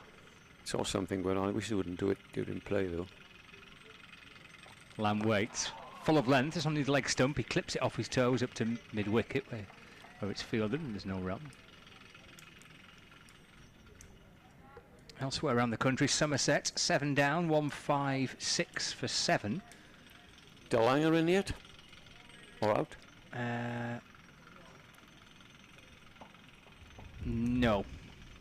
Let's have a look at this. Who's got runs? Davis has got 47. Oh, Bantam's got 45. Gregory 45 not out. Sure. Cut for runs by Lamb. Just in front of square on the offside for 4 of them, actually. Yeah, good shot. He's waited. He's patient. And knows that he is the one that's now got to try and get this total up somehow. 130 now for 7. Keith Barker's picked up 6 wickets, 6 for 43. And he doesn't. You're not 100% certain of playing, because you've got Pakistan lad, and you've got Kyle Abbott there. Yep. Wheel, another wheel, but spelt differently. W-E-A-L. Glamorgan wheel is in and bowling, and it's driven to mid-off by Lamb, and there's no run. End of James Wheels, 10th over, 2 for 33. Happy with that? 130 for 7, Lancashire. Bailey 4 and Lamb on 11. Leicestershire 155 for 2. They're getting some runs these days, aren't they? Marcus Harris is 75 not out. I think he got a big score for them last He week got as well. 170 when that terrific win against Middlesex, where they chased down 360 or 370 for 4. Yep. So 155 for 2 against Gloucestershire. Worcestershire are 8 down, 113 for 8 against Durham. Games at New Road with 4 wickets for Bryden Cars. That's a good pitch normally. Right, it's Neser then to bowl to Bailey. He's in and bowls to him. And that's a good shot by Bailey. Plays through the covers. This might run away for 4. Yes, it will. A rare half volley from Michael Neser, and it's hit through the covers for 4 runs. So that's the second 4. He moves on to 8, and the score on to 134 for 7. Nottinghamshire 116 for 3 at against Essex. The game taking place at Chelmsford. Stephen Mullaney 23 not out.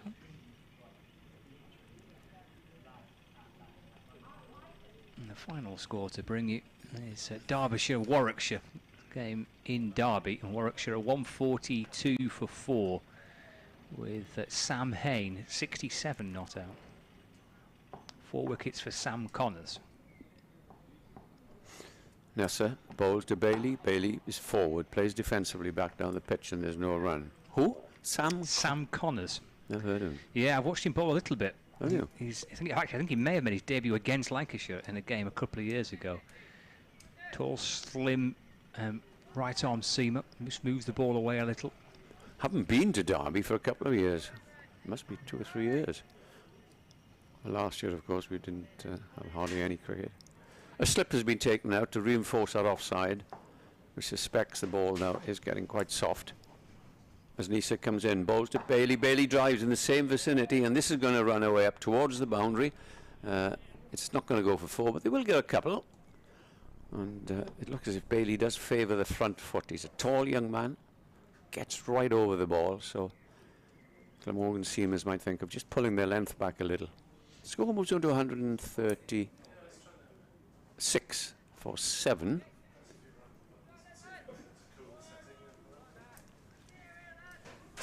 Scott has gone to do his report.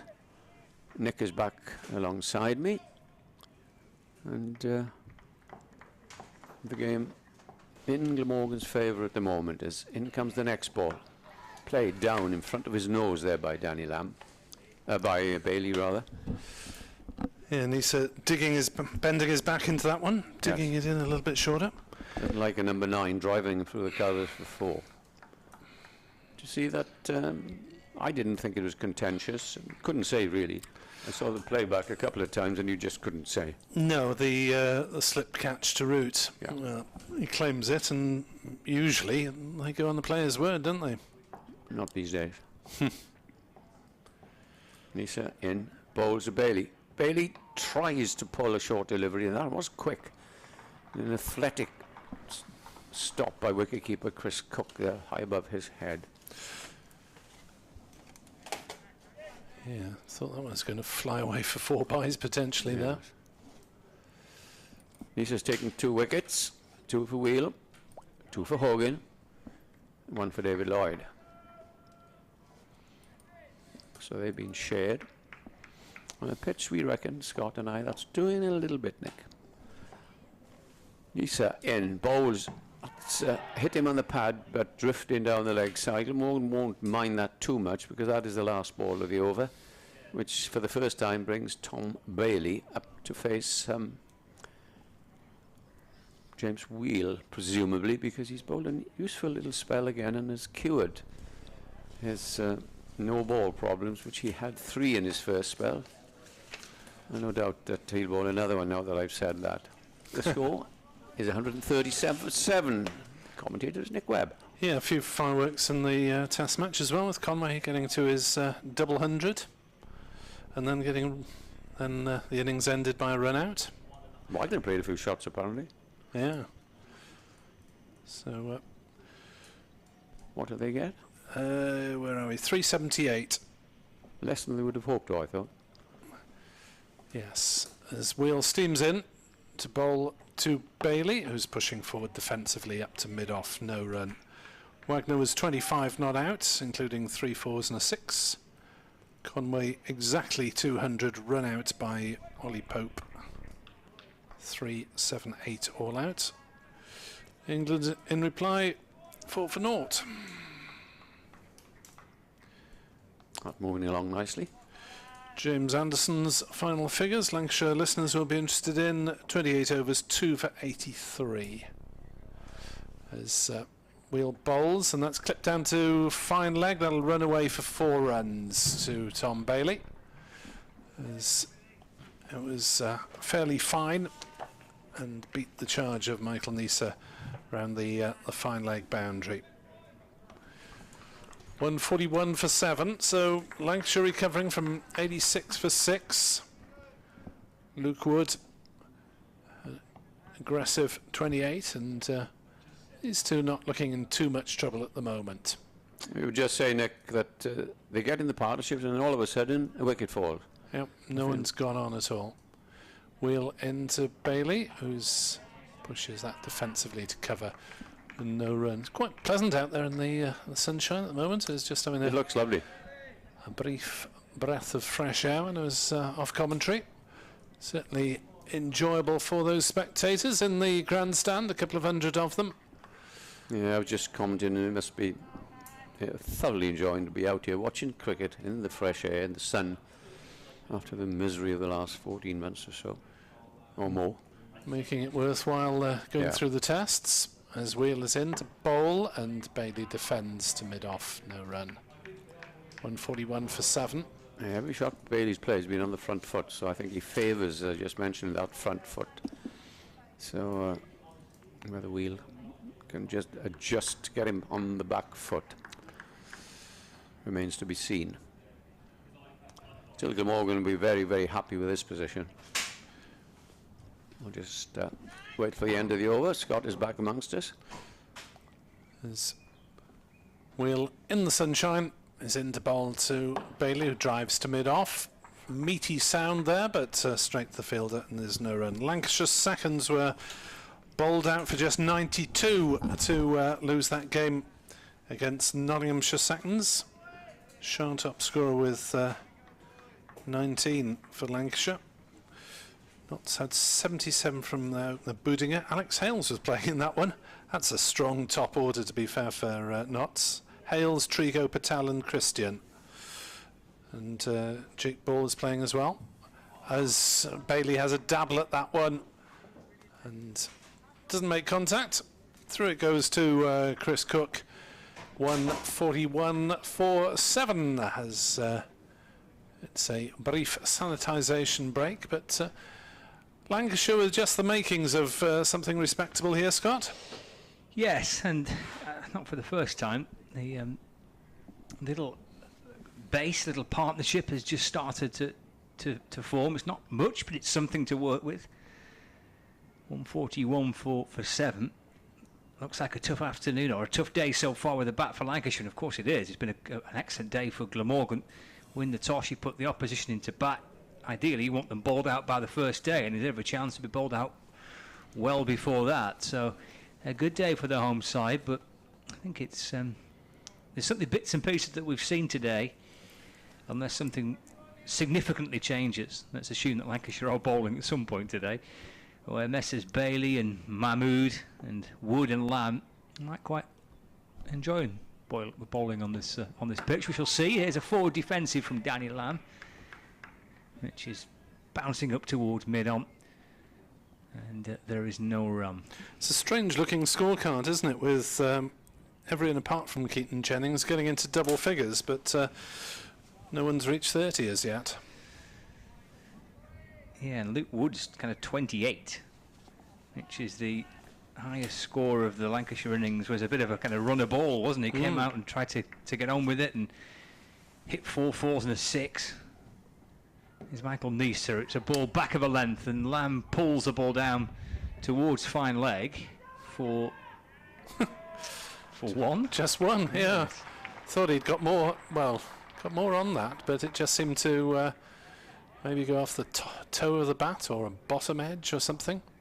Didn't travel very fast at all. No, he didn't. He kind of, by the time he pulled it, I think you're right, that kind of bottom edge, you saw the ball bounce maybe 10 or 15 yards just down the leg side, and it kind of trickled its way towards the boundary.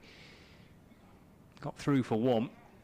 So Lamb moves to 12. Lancashire to 142 for 7. He's a 2 for 36. He's bowled well today. Lovely ball to dismiss Josh Bohannon in the morning session. This is steered down towards third man by Bailey for a single. That was a shot of a man with a lot of time, wasn't it? Yeah, very deliberately just rolled down through that gap, backward point and second slip down to the third man boundary for 1. Sussex fighting back against Yorkshire. Yorkshire second in this group at the moment. Sussex bottom, but they're 143 for 4 with Ben Brown, their skipper, on 58 not out.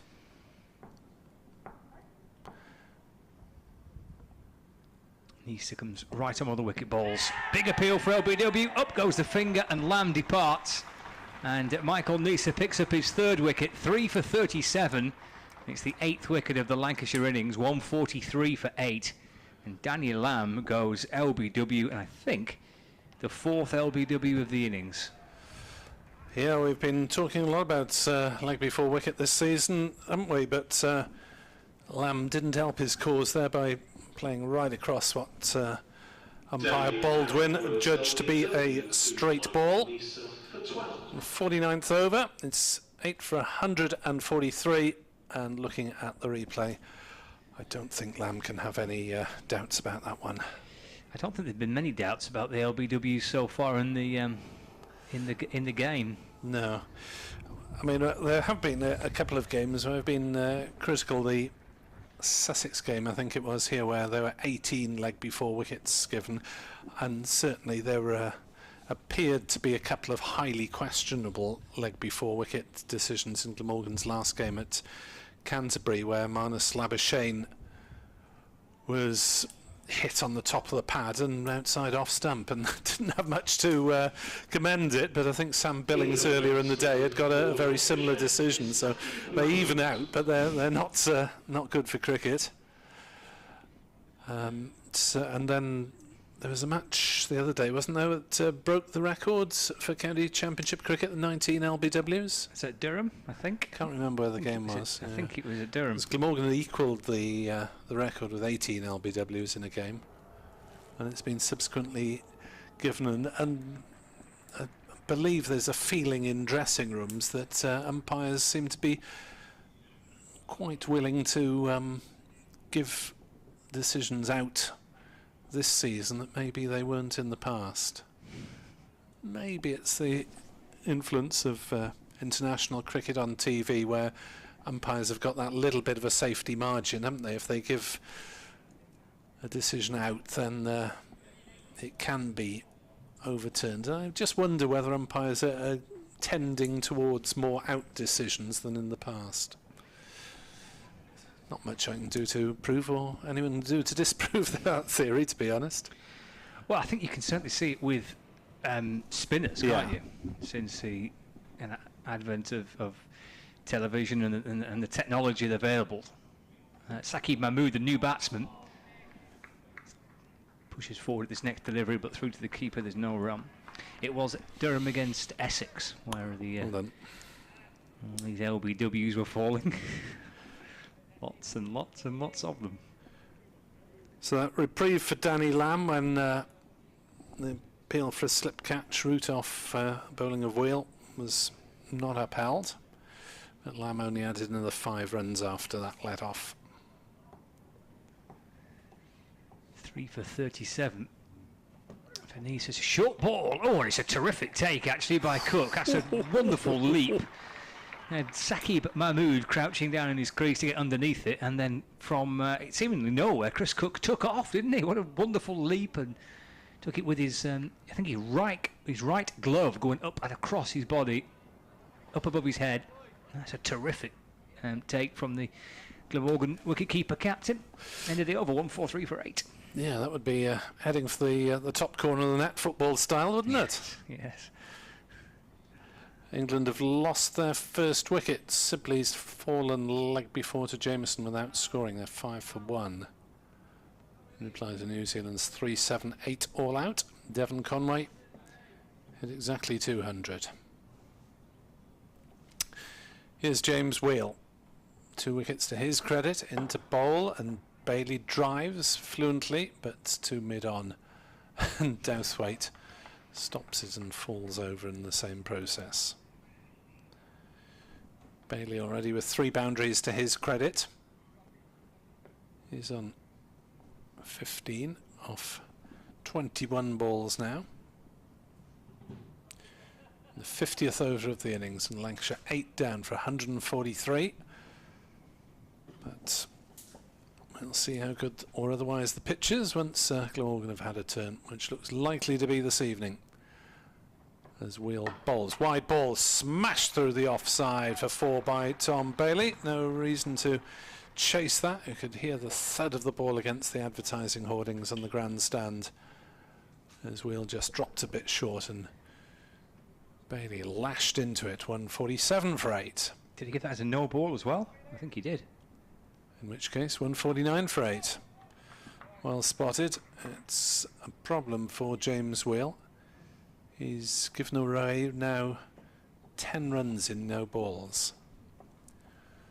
And he comes bowl, pull this time from Bailey, out through the leg side. It's a chase for Joe Cook, and a dive just inside the mid-wicket boundary. He's stopped it, but he's parried it about 10 metres away from himself, and eventually completes the fielding, and he's saved 1 run, has Joe Cook, with that hard work on the boundary. But another 3 to Tom Bailey, who moves on to 22. 152 for 8 Lancashire. What you say about the pitch, the previous ball that was served up by Wheel was short and wide and there to be hit, and Bailey put that away, and then he's muscled the next one through mid-wicket. And I appreciate Bailey might be just trying to put his hands through it a little bit here and try and score runs where possible, bonus runs for Lancashire. Wheeler's in again to bowl. Mahmood drives to mid-off, no run. But that sat up for him nicely, didn't it? Just outside off stump. Short, wide, bang. Emphatically carved away for 4 by Tom Bailey. Moved to 22. He's in danger of being top scorer in the innings, Tom Bailey. Yeah, his second top scorer, just moved ahead of Alex Davis. That last blow. Only Luke Wood on 28 is ahead of him. As Glamorgan keep chipping away. 152 for 8. Table topping Lancashire. As we'll end a bowl, and Mahmood tries to force on the offside, but it's a bit too close to him, and ball just dribbles out towards Labuschagne at cover. Marnus Labuschagne yet to get going. Only 44 runs off 5 completed innings. He did get that poor decision which I referred to at Canterbury. As wheel into Mahmood, who's beaten by that one, and it kept a little bit low as well, and Chris Cook had to parry it on the second bounce. And Cook stares rather bemusedly at the pitch for that one, wondering how that one shot through. And there is a little bit of variable bounce there at the moment from the River Taff end. Yeah, I think more from that end. I think we saw a couple at Livingston. I think even off David Lloyd, I think Lloyd got one to bounce a little bit to Livingston and then keep a little low as well. So it's just a bit, but seems to be coming more from the river end. We'll then from the River Taff end running towards us and bowling to Mahmood, who's forward watchfully. Meets the ball off a defensive bat to mid-off. Mahmood yet to get off the mark. Lancashire 152 for 8 with Tom Bailey not out 22, and certainly a couple of hundred members in the grandstand enjoying proceedings. Just such a shame really that the agreement was reached with the Welsh Government so late in the day before this game. Having announced it was to be a pilot test event, the requirements for spectators weren't announced until I think it was late Wednesday night last week, and didn't give them a lot of time to do the tests required. No, because you messaged me, it must be 2 weeks ago perhaps, to say that this could be a pilot event. Fairly going right back into his crease with a little nudge into the onside up towards mid-on. There's no run. Yeah, it was being lined up a couple of weeks back, but there we are. I'm not in politics, so I don't want to criticise too much, but the decisions were taken relatively late, and with the PCR tests having to be sent out and then taken and sent back, it's not really a surprise they didn't get 1,000 people out of the 1,600 membership taking it up. These are balls driven down the ground, thumped down the ground. He'll get 4 runs for it, Tom Bailey. He's jogging through to come back for a second, but fear not, that will be reaching the rope. Again, pretty no-nonsense from Bailey. A decent step forward and then a thump through mid-off for 4. Takes him to 26 and Lancashire to 156 for 8. They're only tentative steps, but at least they're a step in the right direction for Glamorgan supporters to be able to get back in and watch the cricket, and hopefully more to come. Little steer down towards third man this time from Bailey for 1 run. He moves to 27. Score moves on to 157 for 8. I guess for financial reasons, it's the T20, isn't it, that where clubs are wanting to get as many as they can and make sure everything's in place for the start of the T20 home fixtures. Yeah, just 7 days away, so Glamorgan are waiting announcements from the Welsh Government. I understand are due tomorrow.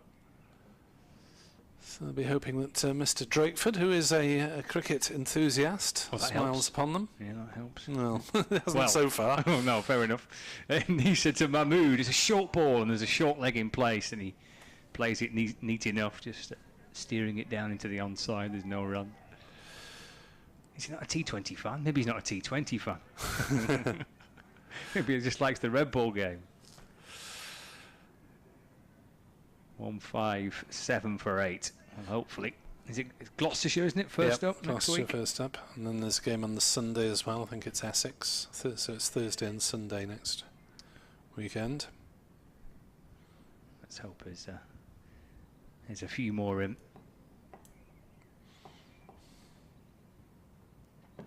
The ball's again full of length, whipped away by Mahmood through mid-wicket. Comes back for a second, but he's timed that well enough to reach the boundary rope for 4, despite the chase from Michael Hogan. Mahmood off the mark with that, thumped away through the onside for 4. Lancashire moved to 161 for 8. Northants have lost a second wicket, but they only have 235 on the board. Blimey. Against Kent at Canterbury, 235 for 2. Emilio Gay's gone for 101 and Ricardo Vasconcelos for 66 there. They have a chance, Northants, certainly this year, because they're playing well. They're playing some good cricket at the minute. Yorkshire are hardly absolutely firing, and Yorkshire and Northamptonshire still have each other to play. So, yeah, just 2 points between those two. A short ball from Neser, which Mahmood ignores. About crouching down underneath it. It's through to the keeper. End of the over. 161 for 8. Mahmood 4. Bailey on 27.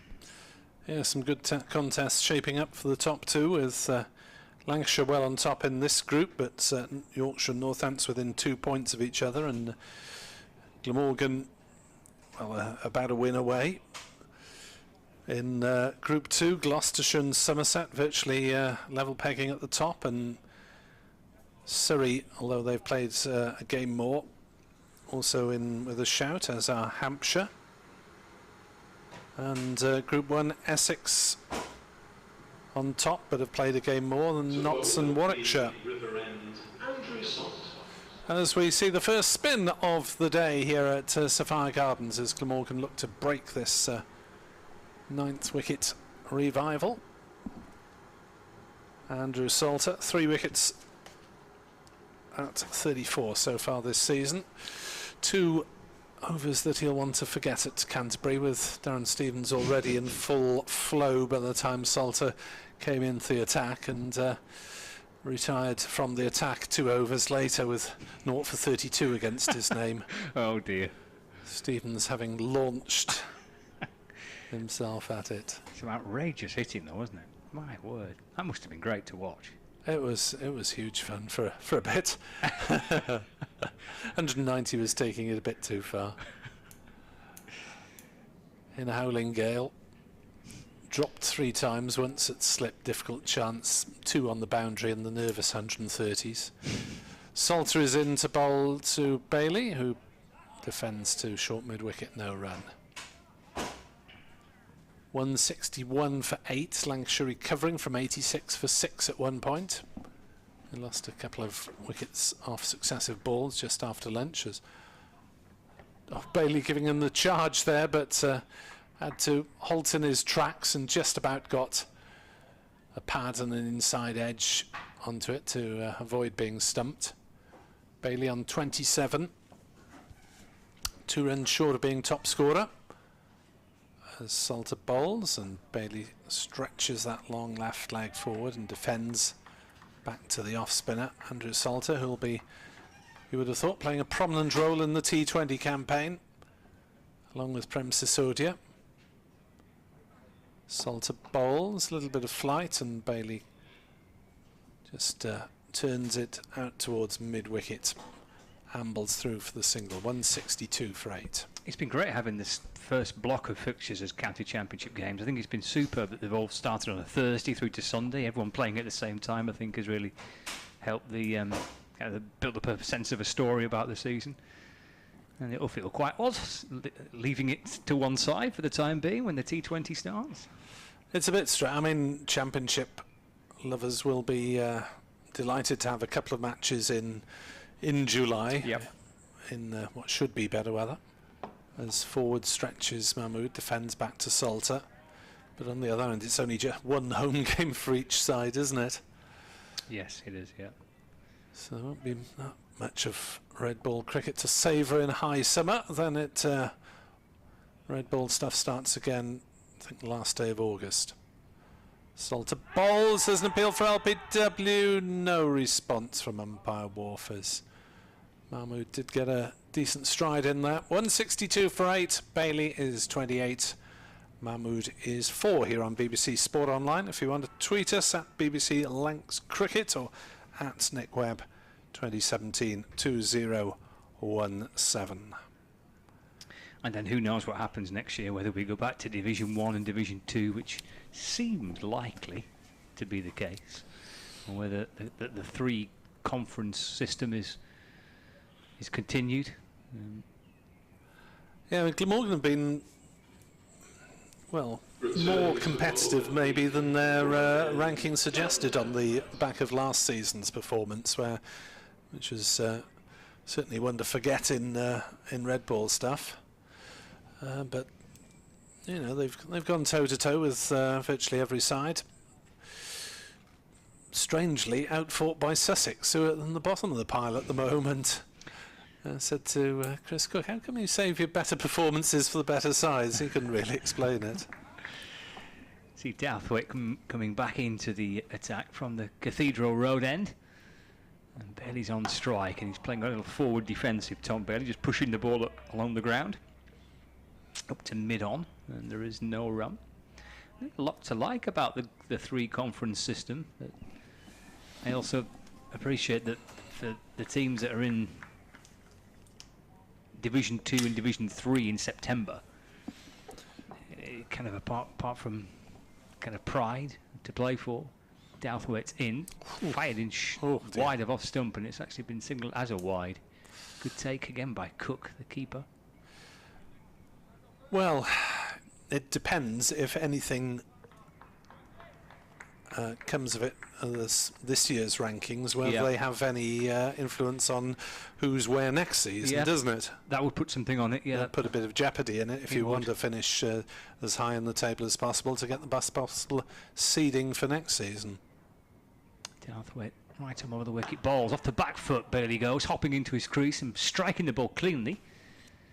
Oh, he looks impressive. He's a big tall man. He's off the back foot, playing the ball square of the wicket to Labuschagne at deep point.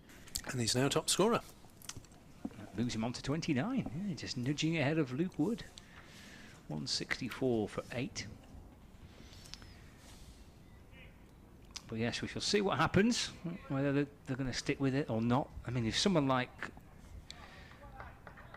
I don't know, Nottinghamshire win the county championship this year, but then they revert back to Division 1 and 2, Notts will be in Division 2. Douthwaite in, bowling and chopped on by Mahmood. And he goes for 4, and Lancashire 9 down. 164 for 9, Mahmood the man out for 4. Well, Douthwaite had Joe Root out on 99 in reasonably similar fashion, but I don't think Mahmood was threatening Glamorgan to the same extent as Joe Root was.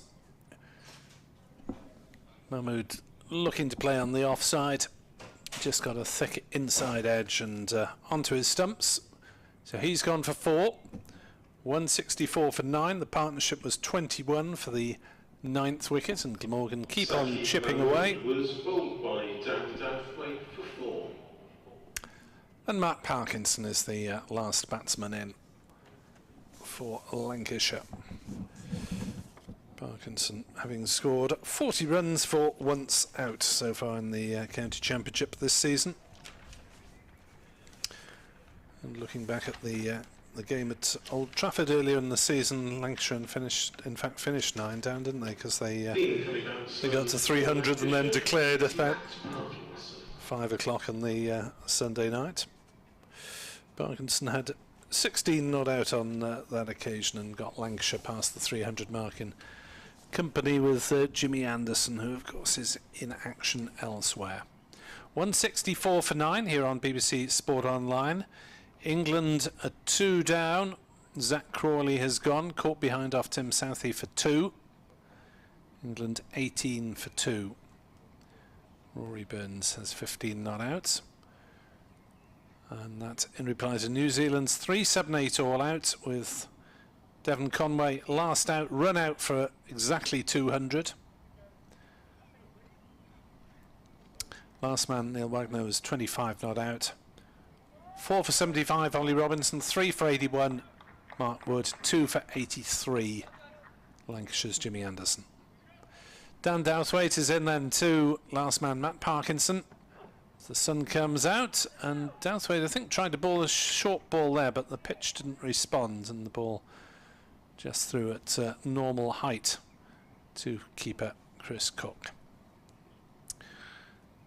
So the other games in this group, mentioned Northants run spree. They're going at 4 and over at Canterbury, 242 for 2. Luke Proctor 51 not out.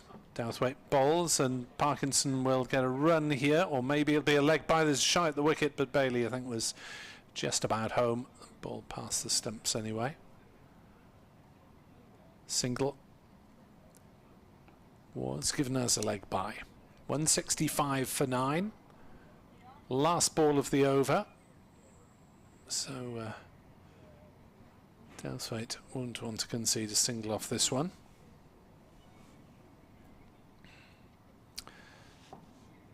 At Headingley, Sussex revival continues.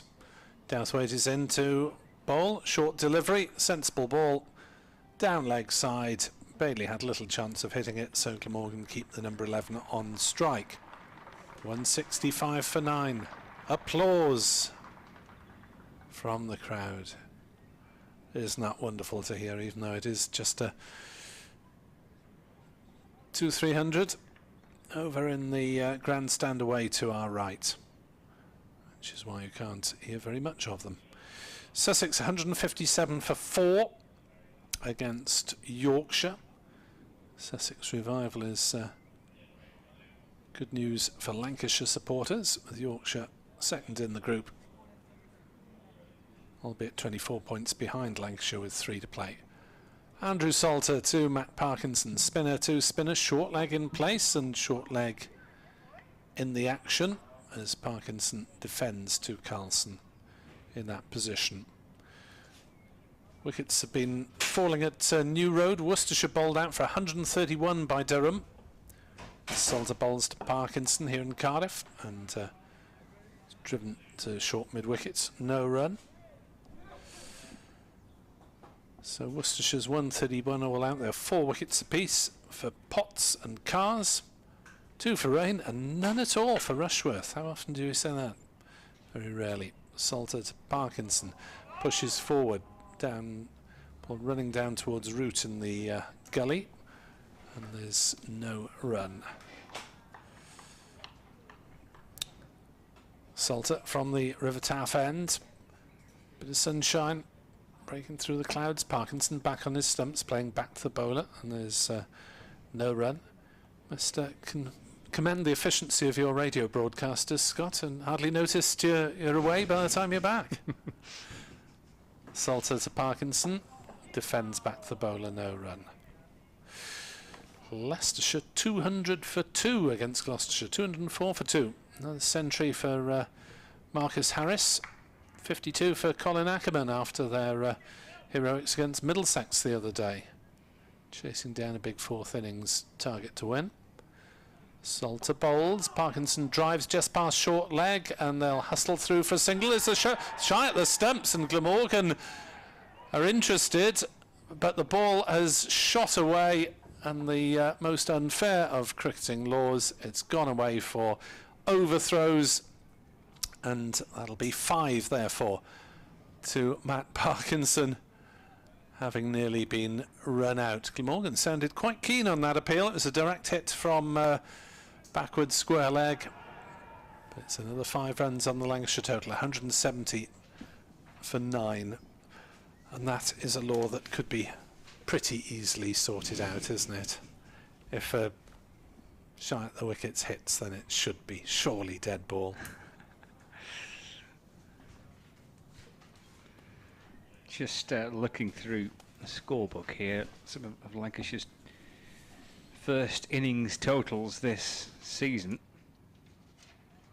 I think that the lowest total that Lancashire have got in their first innings this season was 230 against Sussex in at Hove. Do well to get that. Yes. Here's Douthwaite in the sunshine. Parkinson on strike. 2 slips and a 4 short leg, and that's crunched away down towards third man for a single.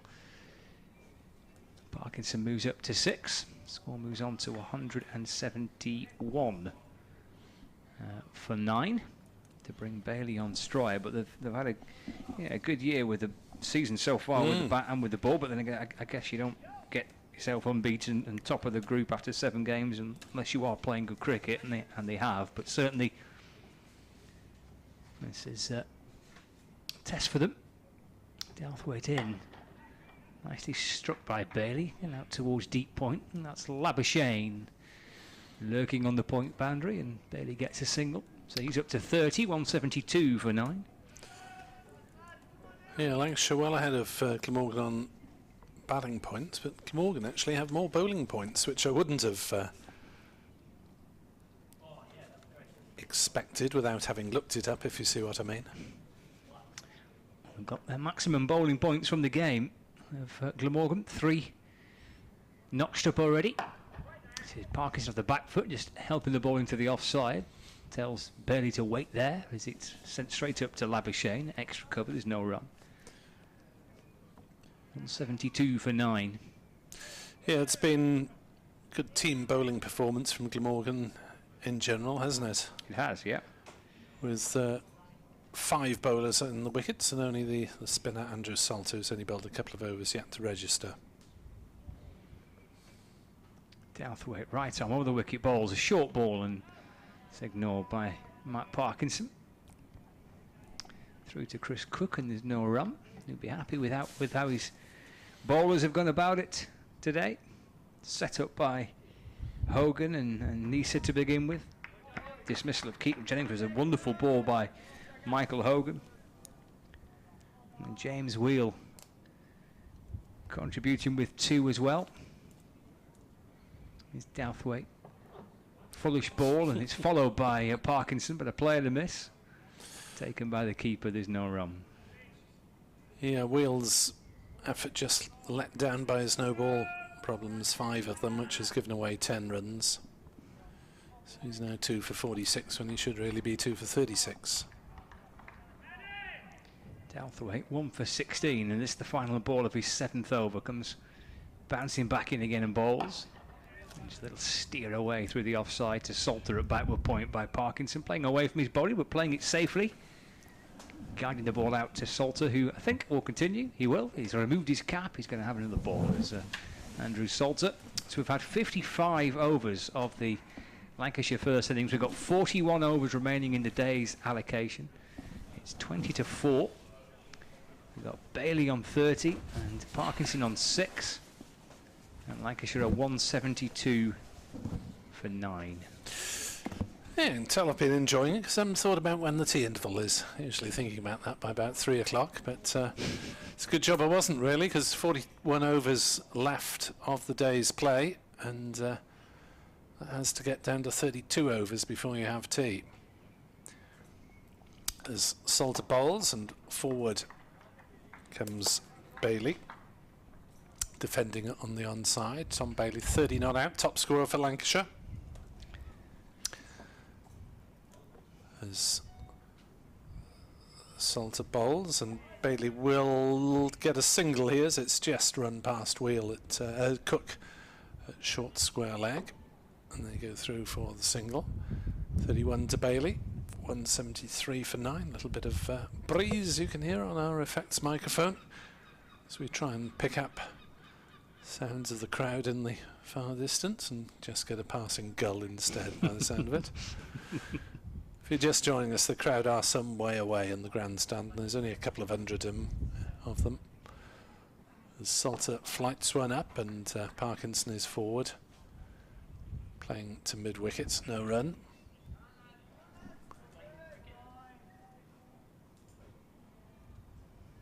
Salter in again, and just turned wide of Carlson at short leg by Matt Parkinson. No run as Neser came in from short fine leg. 173 for 9. As Salter bowls, and forward comes Parkinson. Not much obvious sign of help from the pitch for Andrew Salter. He's giving it a reasonable amount of flight,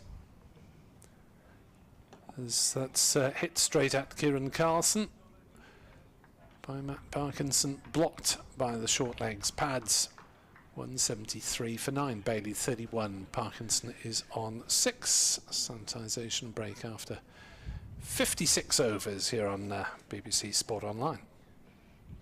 Yeah, you wouldn't expect too much on the first day for Salter, but if he can just keep one end nice and quiet, that will be his job done, really, in the first things of the match. I don't expect the ball to turn too much on the first day, but Salter, if he can give his captain a little bit of control, it helps him rotate from the other end, of course. But Glamorgan would be eager to get this wrapped up as quickly as they can. What they don't want after a good day so far is a rather annoying last wicket partnership between Mahmood and Parkinson.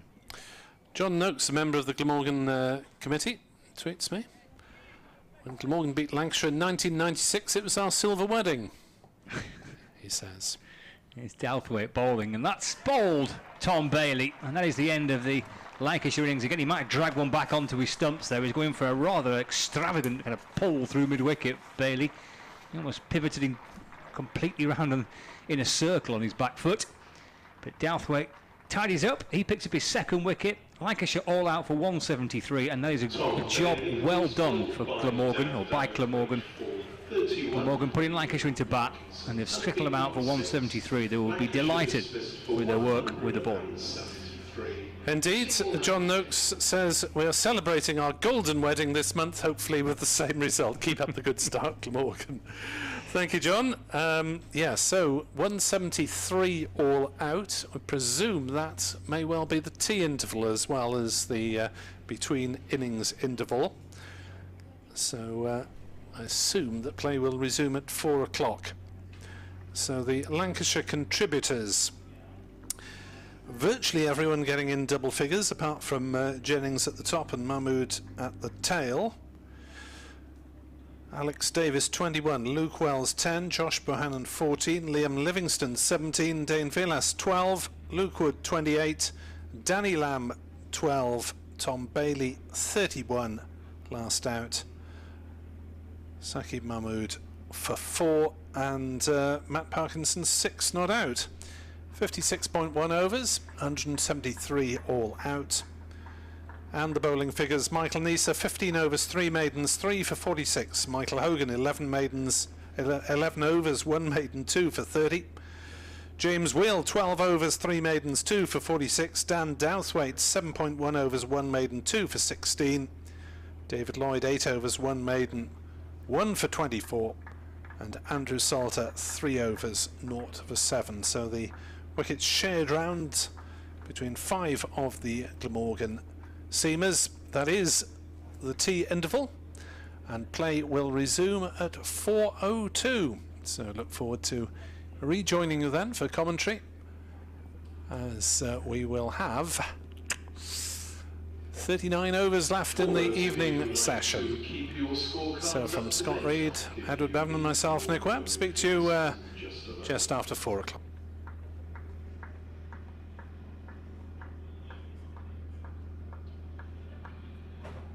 So, as I said, Lancashire dismissed for 173.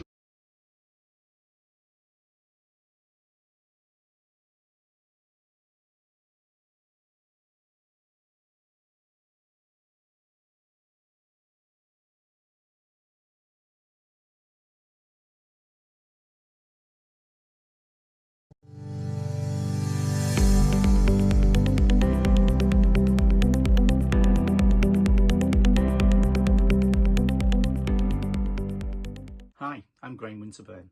I'm the lead coach at Colwyn Bay Cricket Club Mixed Ability Cricket Section in North Wales. We offer opportunities for young people and adults to play cricket in a fun, safe, accessible and inclusive environment.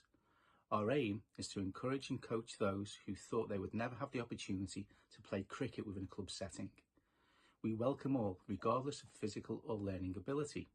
Our focus is on coaching and improving not just cricket, but social and life skills, building and developing player confidence along the way. We've been successful in providing a pathway for players to move into mainstream club cricket at all junior, ladies and senior categories, and encourage players to move into coaching in order to provide a sustainable future for both the Max and club as a whole.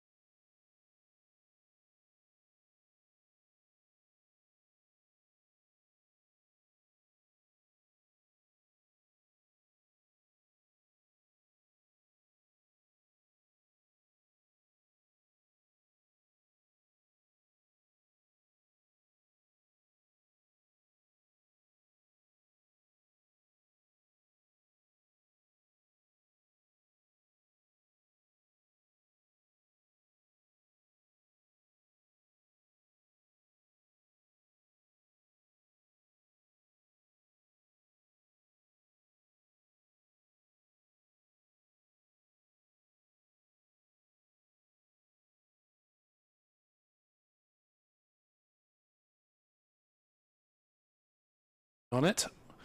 Missing out slightly on what might have been a freebie there. Joe Cook and David Lloyd, the Glamorgan openers. The batting to come: Labuschagne, Root, Carlson, Chris Cook, Douthwaite, Neser, Salter, Wheel and Hogan. Here's Bailey, not the longest of runs, tall man. Bowls to Joe Cook, who plays that one just wide of square leg, and they'll dash through for a quick single to for Cook to get off the mark. One without loss. Joe Cook averaging just 8.4 so far. Being given an extended run by Matthew Maynard after Nick Selman appeared to fall out of favour despite his 69 up at Northampton. David Lloyd averaging just a fraction under 40 this season. Bailey is in to bowl to him, and he goes for that one outside off stump. Bit of lift in there for Tom Bailey. Went through to Vilas pretty much head high. One without loss. Ball back in Bailey's hands. It's run less than halfway back to the boundary. Bailey is in to bowl to Lloyd. Full length ball driven by Lloyd. He's got it through mid-off, and there'll be a couple of runs here. In fact, there'll be 4. Glamorgan 5 without loss in reply to Lancashire's 173 all-out. Glamorgan's seamers doing a fine job after Chris Cook put the opponents in.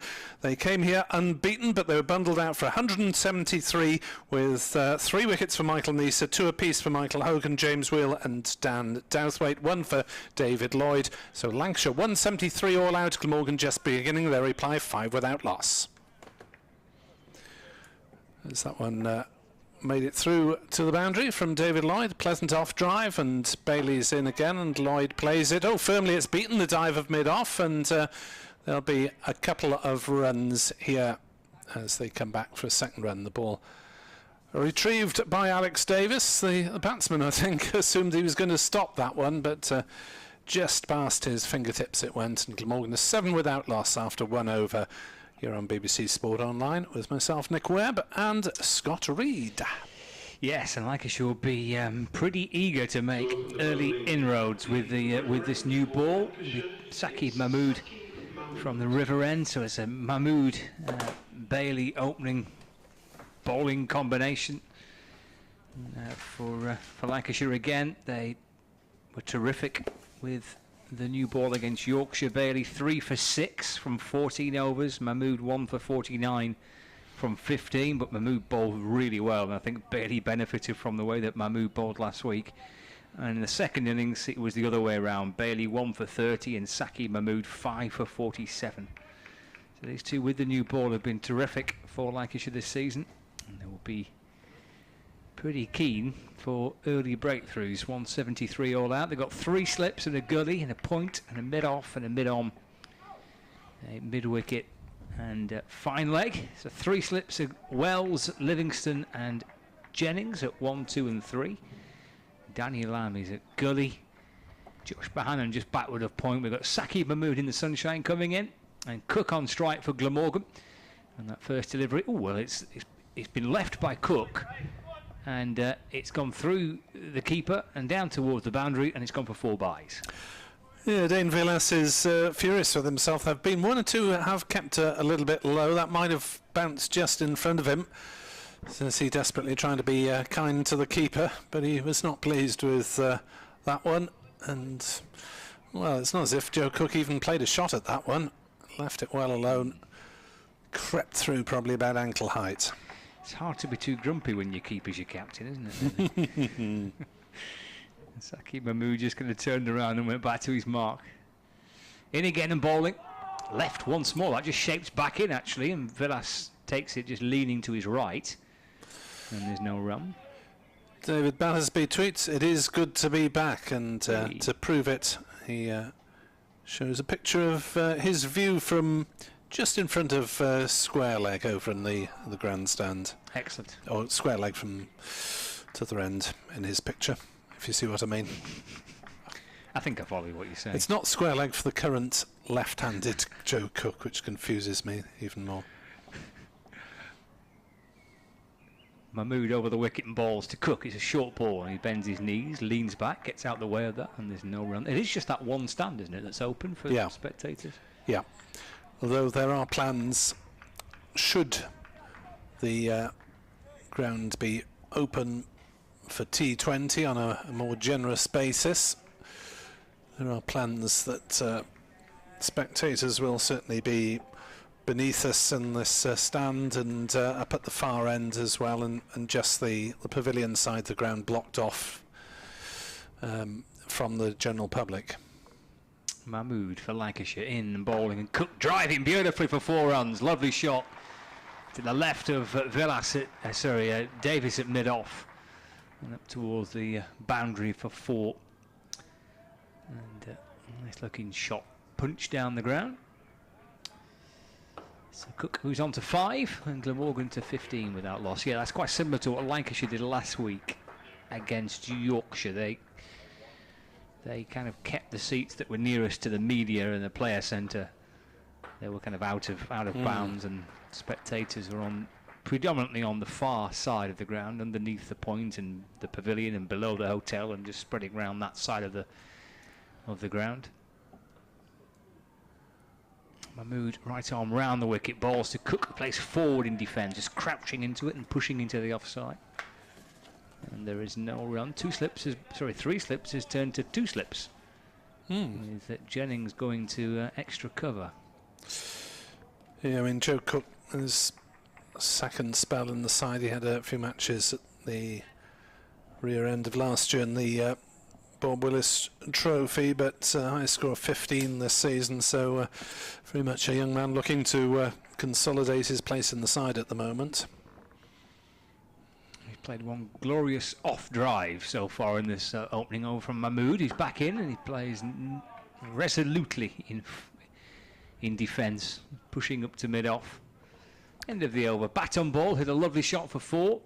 Nice bright start for Cook and for Glamorgan. At 15 without loss after 2. Yeah, Nick Selman's got a few runs in the second 11 T20 setup, and, well, though he appears to be out of favour at the moment, you would hope that he would be considered for T20, which starts here next Thursday, and for Lancashire next Wednesday afternoon. As Bailey is in to bowl, full length ball, and Lloyd driving at that gets it off a thick inside edge down to fine leg for a single. Didn't have an awful lot of idea about where that one had ended up, but luckily for Lloyd it was safe enough. Yes, it was a bit streaky, but run on the board takes him to 7. 16 without loss. Pleasant day, at least, for the returning crowd weather-wise. As Bailey bowls, and Joe Cook drives through the offside, and the ball is heading out towards them at the cover point boundary. It'll be just flicked inside the ropes, and they'll come back for 2. Joe Cook to 7, Glamorgan to 18 without loss. That's the saving grace of a pitch on the grandstand side of the square, and that it's nearer to the spectators. We're looking in from the offside for the left-handed Cook, who drives to mid-on, and there's no run. Joe Cook, not related to Chris Cook in any way. Chris Cook, having been born in South Africa, though he's been living over here for many years now. Settled down with a young family in South Wales. Joe Cook from Hertfordshire originally. As Joe Cook stretches forward, drives to cover, and there's no run. Both men sharing a birthday last Saturday, though, despite being unrelated. Marnus Labuschagne is due next in. Well, Glamorgan are still waiting for him to come to the party. He's found it a little bit more difficult to adjust from Australian to British pitches. As Bailey is in and Joe Cook plays to mid-on and there's no run. Labuschagne having helped Queensland to win the Sheffield Shield with 190 in the final, in which Michael Neser took 5 wickets in the first innings. So those two certainly arrived over here on a high. Labuschagne highest score in his first 4 matches has been 12. As Bailey bowls and Joe Cook forward defending to Mahmood at mid-on. No run. 18 without loss. Joe Cook is 7. David Lloyd is 7. And this in reply to Lancashire's 173 all out. Yeah, well, I'm sure his runs will be just around the corner for him. I mean, to be fair, he's kind of come into the county championship this season, Labuschagne, having missed April, which seemed to be absolutely idyllic for batsmen, yeah. Which is not normally the case. And then May was rotten, wasn't it? Yeah. Runs were hard to come by in May, and plenty of batsmen who have got runs to their name this season. Most of them came through that first month of the campaign. So, sun shining this week. Temperatures are up. We'll be hoping for some runs this week. Mahmood into Lloyd, who was back and across and defends. Playing it into the offside, no run. 2 slips, gully, point, extra cover, mid-off, mid-on. Square leg and fine leg.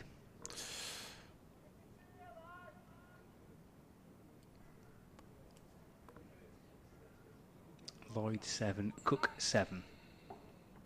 Mahmood with the new ball in his hand. And he comes tearing his way back in towards us in the sunshine bowling. Flicked off the pads by Lloyd. And Parkinson will sweep around from fine leg to deep backward square leg. And scoops the ball up, throws in to Dane Villas. And come back for 2. So Lloyd up to 9, 20 without loss. Is a nice bright start. This is good from Glamorgan. We're only halfway or 2 balls into the 4th over of the first innings, but I mean,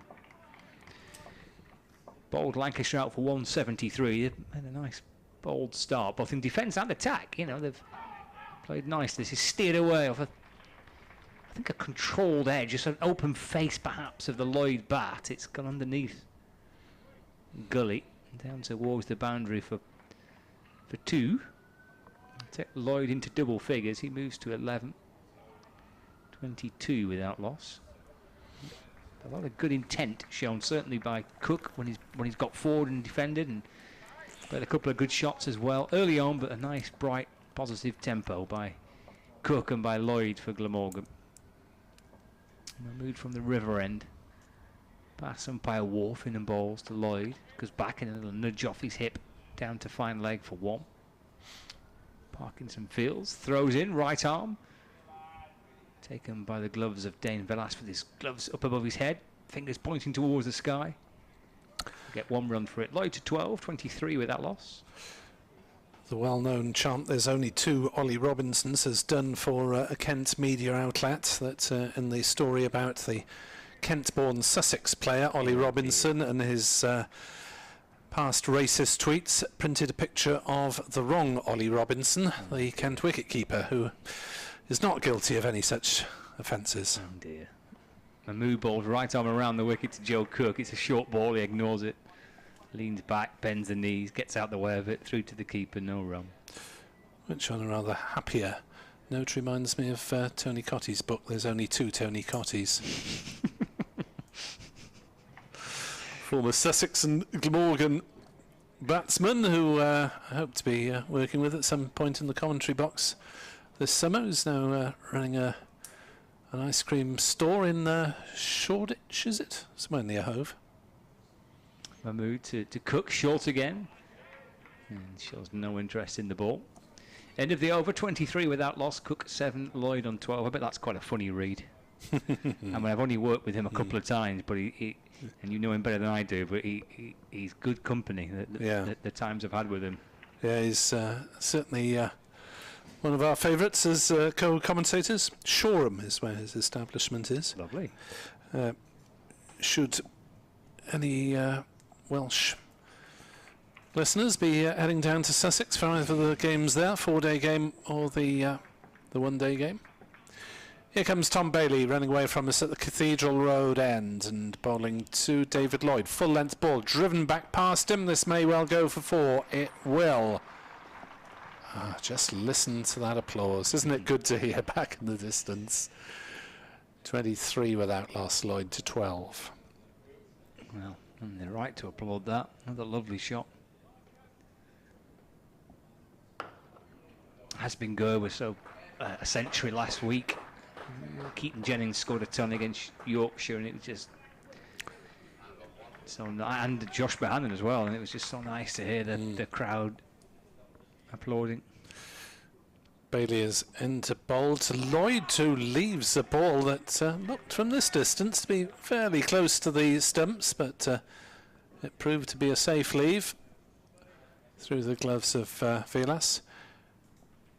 Was it just a home crowd in last week, or were there folk from over the Pennines as well? Definitely, yeah, there were a few Yorkies in there. 1 or 2 Yorkshire flags were draped over the hotel balcony, so they'd put themselves in for a couple of nights.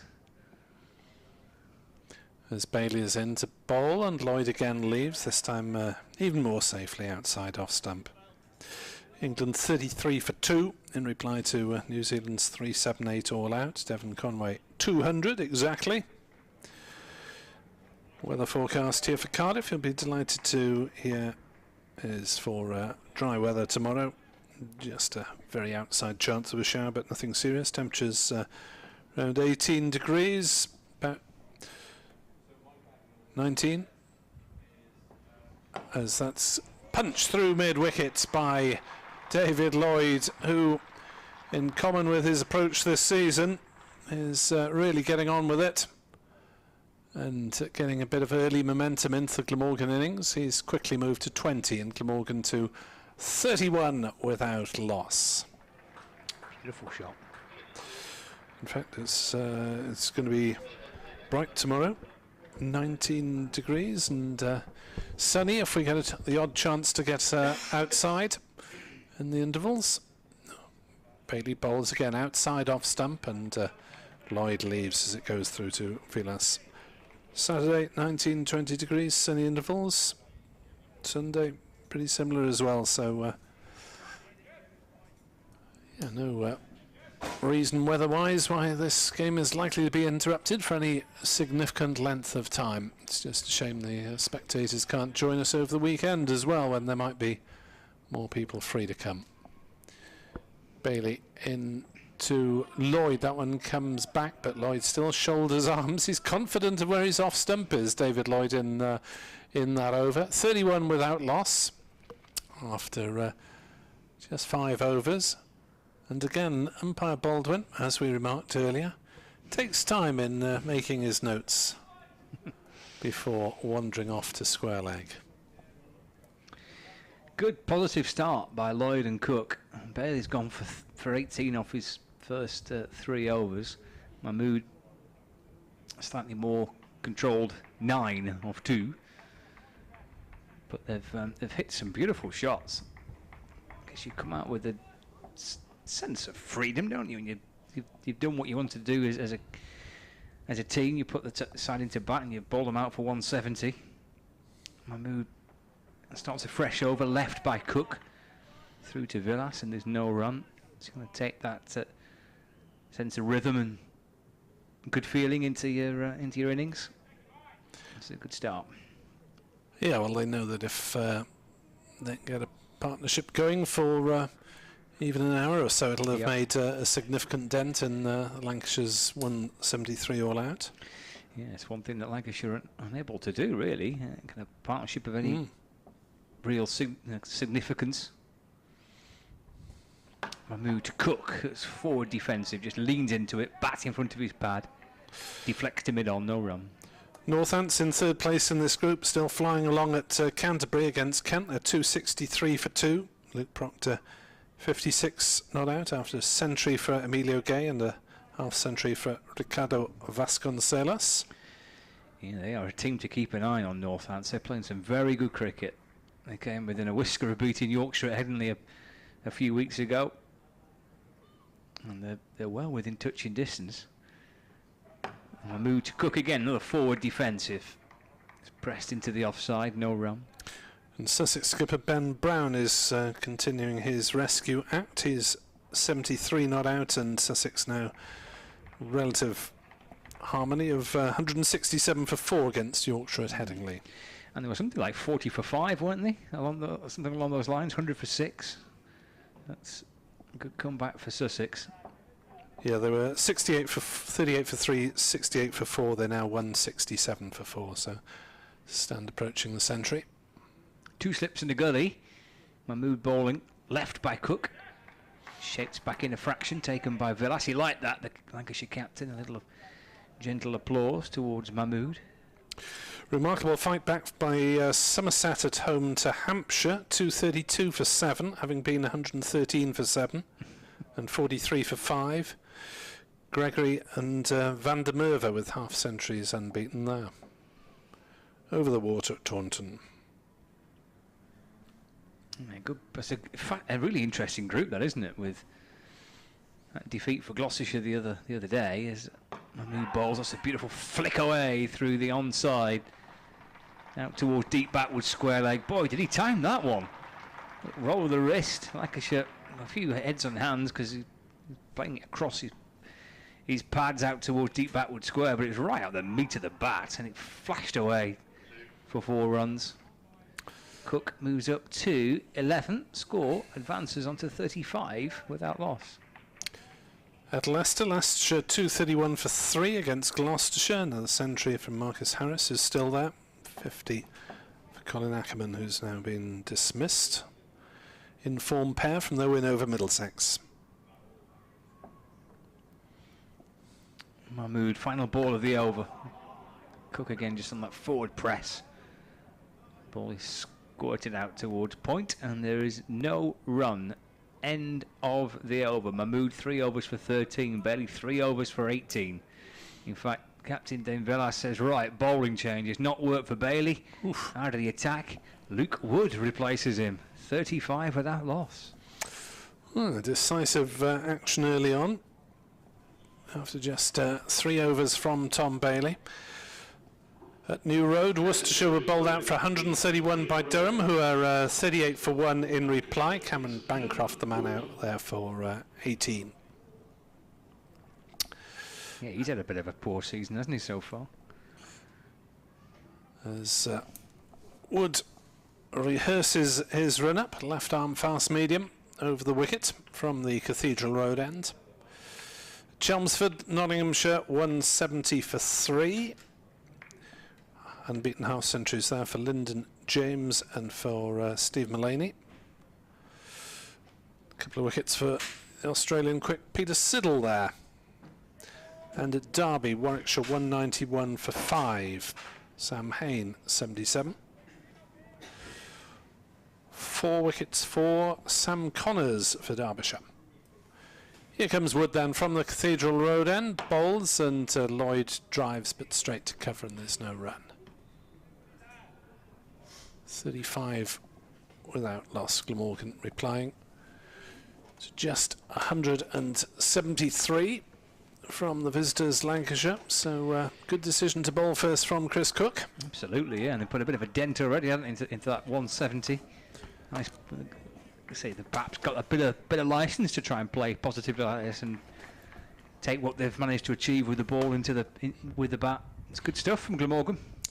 Wood is into bowl and Lloyd is defending up to mid-off, and there's no room. Momentum, you see. The dreaded catchword of sporting interviews.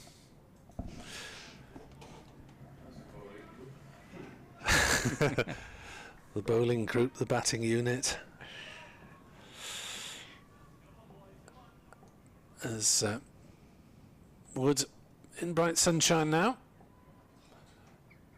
is into bowl to David Lloyd. Shortish, but pulled away by Lloyd down to backwards square. They'll pick up just a single because it's hit fairly firmly and pretty much straight to the fielder. David Lloyd on to 21, not out. Morgan on to 36 without loss in reply to 173 posted by the visitors. Top scorer was slightly unlikely Tom Bailey.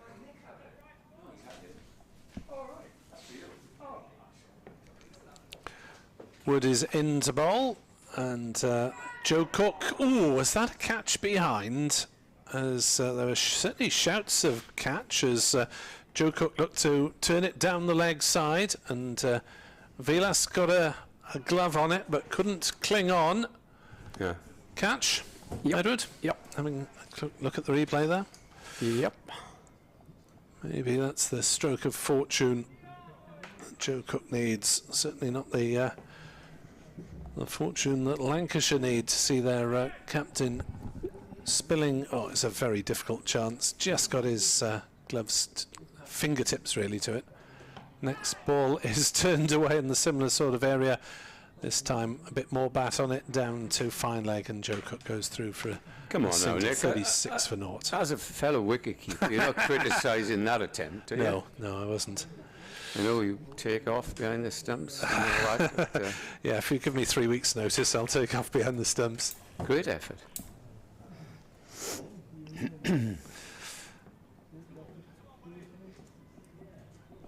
37 without loss. As Wood is into David Lloyd, and Lloyd leaves that outside off stump. Just look in the buys column for last Saturday, Edward. What, your performance? You had a very, very good 9 not out, you're telling me? No, it was a terrible innings. I batted terribly, but I didn't concede any buys, so there we are. That's a moral victory at my sort of level. Just look in, Nick, just to change the subject. Please do. 35 was Glamorgan's previous best for the opening partnership against Lancashire. Just going through the books here. And All right, I thought we'd had a... Yeah, we've had a half century against Northants, 54. Was it? That's Salmon and Lloyd, yeah. Salmon and Lloyd in the second innings up at Northants, This and is 66 in the first right. innings, in fact. Salmon and I Lloyd in stand that match. corrected. So, but I take your general point in that Glamorgan have not got off to the best of starts. Are they happy with this start? 37 without loss in the opening. Here we go again, the score, but I've voiced my alarm. 7 overs, Edward. 7. Top right. Yes, I know. But I've spoken to 2 members of the staff. I'm not mourning, as you well know, and I don't like to mourn, but I find great difficulty in reading it, and they're going to adjust it. Not for me, but I'm just wondering. Well, you haven't said it's not any good, or good, and you've been straining it, Webb. So It's a slight strain for me, but young Scott, who's got a few years on both of us, hasn't had any trouble, so... Yeah. Well, I only need glasses for reading, but I find this distance one. Anyway, we've got a monitor here. 37 without loss, a very positive start this by Glamorgan. Lloyd, as always, leading the way. And it's good to see Cook just getting a few runs. There's conversation now between...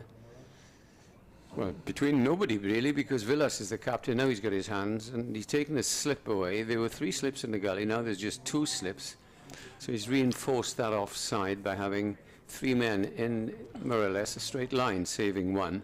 A short leg, that's for the short ball. Yes, that was the delay. I think Jennings getting a helmet on and other protective equipment, which he's just adjusting. Fine leg, and a mid-wicket who's now been called up to orthodox square leg, so expect a few short deliveries, Joe Cook. First ball of the over coming. Round the wicket comes Saqib. It's played, positive shot, up past the bowler. There'll only just be the single in it. There's a tumbling stop there. I think it might be Davis on that far side. And they go through for a single, 38 without loss. Well, it's certainly been one of the better days so far of Glamorgan's season. I mean, there've been a reasonable number of decent days, certainly compared to last season's efforts in the Bob Willis Trophy. But maybe a good day so far for the crowd to come back in. Yes. In comes Mahmood over the wicket to the right-handed Lloyd, and it goes through to Villas. No shot offered. 38 without loss. Cook's on 13, and Lloyd, by the more aggressive, he is on 21. And the run rate, would you believe, is 5.18. But it's very early days because they've got 4 potent medium pace and fast bowlers. So we're watching now. We have watched Bailey, and Mahmood, of course, and then Wood, and then Lamb, and then you've got the spin of Parkinson as Mahmood comes in, and that's bowled him. No shot. No shot played. Ball nipped back in, and Glamorgan lose their first wicket, and leaving outside the off stump. And Lloyd will be disappointed with that misjudgment because he was going along very well. And Glamorgan are 38 for 1. Well, a self-inflicted wound for Glamorgan, and if memory serves me right, not the first time that David Lloyd has been out with a leave. In fact, first innings of the season up at Headingley, he left a ball from Matt Fisher that hit his off stump, and he left one to Saqib Mahmood there. Likewise. And now it will be Marnus Labuschagne, who is very, very short of runs. So the scene is set, and he's going to be facing some useful bowlers here, as I've just mentioned, and he will be joining Cook in need runs. Who would have dared say that before the season started and he arrived? But he did have a very poor LBW down at Canterbury a fortnight ago, but he's just sort of got 11s and 12s and hasn't really. He's been LBW a couple of times, and LBW for 11 twice to Darren Stevens in both matches between Glamorgan and Kent. But the second one was well, it was about as out as Sam Billings's was earlier in the day, and that wasn't out either. No. So Glamorgan 38 for 1 after a promising start, and Labuschagne strides to the wicket. And it's not beyond the realms of possibility, Nick, of course, that he could be facing Mahmood in the winter, because I know you've got Overton, I know you've got Robinson, but on those hard grounds, and he is, I've always rated Mahmood since I first saw him. He hits the deck so hard. He's a tall young man, and this will be a test for Labuschagne, especially as he's, as you probably know, when you're in, Nick, you stroll to the crease, see a ball, you hit it for 4. And when you're not, you go in, you think every ball is going to get you out. Yeah, I'm more on the second bit of that equation. 3 slips now then for Mahmood, who is going to be attacking Labuschagne. 2 slips, and they'd gone on the bill on the defensive, but now having taken the wicket of Lloyd, that misjudgment, it'll be Mahmood to bowl to Labuschagne from that far end. That's the river end here at Sophia Gardens, and he is coming in now, passes the umpire, bowls to Labuschagne, who does that exaggerated leave. And now, if he was bowled leaving, there would be some joy, but surely his judgment is going to be better than that exaggerated leave he does. Yeah, that was, looking back at the replay of Mahmood's delivery, it was an excellent one. There was a significant nip back because there wasn't actually any of the stumps visible with Lloyd's pads in front of it, but managed to get it. Mahmood racing in now, bowls to Labuschagne, again thinking of it, and again leaving outside the off stump. Be very careful here, because as you just said, Nick, that ball that got David Lloyd nipped back. Now Michael Hogan, a couple of years ago, was a terrific exponent of that. There'll be 2 or 3 outswingers, and then the batsman would leave, and then he'd leave the next ball. The grip would have changed, and the off pole would go out of the ground. So Labuschagne has got a test here.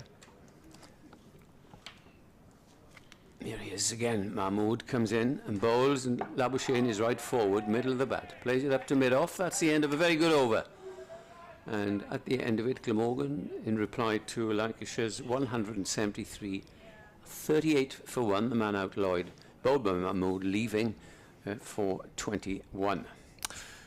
Steve West, is it a decent strip which should be 300 plus?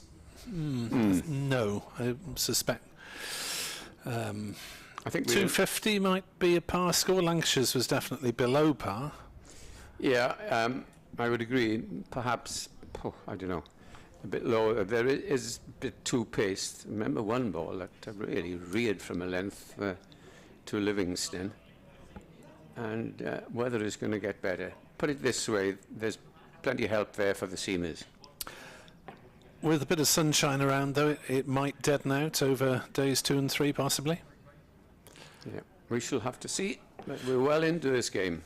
As Wood is running away from us to bowl, and Joe Cook plays defensively on the offside, and there's no run. You do get some wickets here that don't deteriorate, just get deader as the game goes on, and easier for batting. Whether this is one of them, we won't know. Bit of sun is on the strip is good for Glamorgan's cause. It's also good for Matt Parkinson's leg breaks too. Dry and pitch, nice and bouncy, get some turn. Well, he should be in rhythm after his performance against Yorkshire, as Wood bowls a short delivery that Cook sways away from. Well directed, and Cook did take evasive action in time. Parkinson's performance in the second innings, 3 for 61 in 41 overs. Yeah, I watched most of that. Yorkshire were finally winkled out. Terrific. He didn't. It reminded me a bit of Shane Warne. He hardly bowled a bad ball. But Cook played that ball well, didn't he? Just quick, rising at his face. He kept his eye on it, which was good. 38 for 1 Glamorgan in reply to 173 from Lancashire's. Wood bowls, and Joe Cook drives slightly streakily on the leg side. He was looking to play it straighter, but he'll get a single out to square leg, and Glamorgan move on to 39 for 1. Cook to 14, and Marnus Labuschagne on strike, and we'll have to look lively because he certainly keeps everyone on their toes. Whatever they're doing, relatively quiet in the field, as he had very little to do actually. Yeah. We're right in saying that public address and announcer referred to him as Labuschagne today. I think he did, as opposed to as opposed to the South African version. Yes, I think so. Anyway, here he is, Marnus Labuschagne facing up to Wood, and playing that one to point, and there's no run.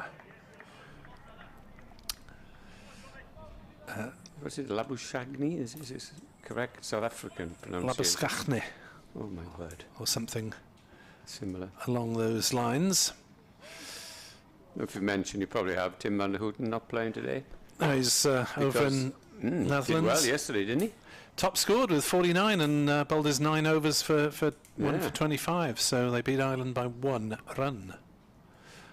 As next delivery from Wood is left by Labuschagne just outside off stump through to Vilas, exciting the Lancashire infield. What is the rule, or do the Netherlands have to ask Glamorgan permission, or do Glamorgan say, well, yeah, you have first shot? I think there's or do a they bit say of give and take in the relationship, I was believe. surprised when you play the top side, to me, with top side in the country, and he's in good form at bat and ball this year. He didn't play in this game. But there we are, as you say, give and take, help each other out. As Wood is in to bowl, angled away by Labuschagne. There's a slight misfield, he wants a single, but then decides against as he pushed it down into the gully. Almost a misunderstanding there. Further games between the Netherlands and Ireland in Utrecht tomorrow and on Monday as well. So 3 limited overs internationals between those two countries, and you presume there one of the more important ones, accumulating ranking points or something, because he doesn't always play for the Netherlands. No. So yeah, I think there's a bit of give and take in the relationship. Yeah. Yeah, most counties, of course. Tim Murtagh for Ireland. Was he finished now, Tim Murtagh? Sterling played. He may have retired from Ireland. And he got top score. Yeah. Anyway, let's watch Mahmood round the wicket, ball into Joe Cook. Balls to him, and Cook drives up to mid-off. Parkinson fields, and there's no run. Read this morning, Michael Atherton saying of the games played at Lords have been sort of bowler-friendly. Against Middlesex, one game, he said, a county in crisis. Well, certainly some well, they lost 6 uncharacteristic out of 7, performances from them. Yeah. 1 win, 6 losses and 1 draw. Just 60 points from 8 games. Here's Mahmood coming round the wicket. Balls to Cook, and Cook leaves, taking on the half volley. Now that was an example of a bit of a two-pace pitch, because he's had them flying Villas up at his shoulder. Now that was on the second bounce. So there's definitely a two-pace pitch. Yeah, there's a bit of low bounce from the River Taff end, isn't there? Yeah. Yeah, Middlesex with fewer points per game than anyone else. They've got a couple more than Derbyshire. How are they doing today? Are they playing today? Where are we? Don't think they are, they? No. Sakib Mahmood is bowling from the river end here to sunny Sophia Gardens, sun-kissed Sophia Gardens. He's moved short leg back to backward short leg. Alright, a leg slip, but he's not back as far as the authentic slips, if you know what I mean. So this could be a short area. Could, of course, be. Now he is going back. He's in the leg slip position. This could be the full ball, just double bluff. A double bluff, as you say, or it could be one that's around his ears. In comes Saki, bowls short, taken above his head by Villas. There's a gasp from the field. He is quick. Is that a no ball? No, it says 1 for the over, or 2 for the over. I never understand these. 2 for the over first class, one in the crash bang. Which we will be enjoying next week here. Yeah. Hopefully accompanied by a few thousand people, but we don't yet know. Okay. Government announcements due from Cardiff Bay tomorrow, I believe, yeah. Just trying to work out what Sakib is doing. Is he just trying to... He's in bowls. Well, I'll give him the benefit of the doubt. He just pulled his bat away. Well, he is mixing them up. He's not just bowling ball after ball. He's trying the short delivery. He's trying the bouncer. And just as I say, hasn't hit the bat in this over. I'm not Nick going to say, well, Joe Cook looks well, I've said it now, more composed than usual, but he's coped up to yet. Young player, not easy. 2 slips and a leg slip. Keeper standing back. In comes Mahmood and bowls, and that's well judged. He pushed forward and then withdrew his bat, and it goes through to the keeper. Things certainly quietening down after the departure of David Lloyd, with Lancashire dragging it back after Glamorgan got off to a little bit of a fly-up.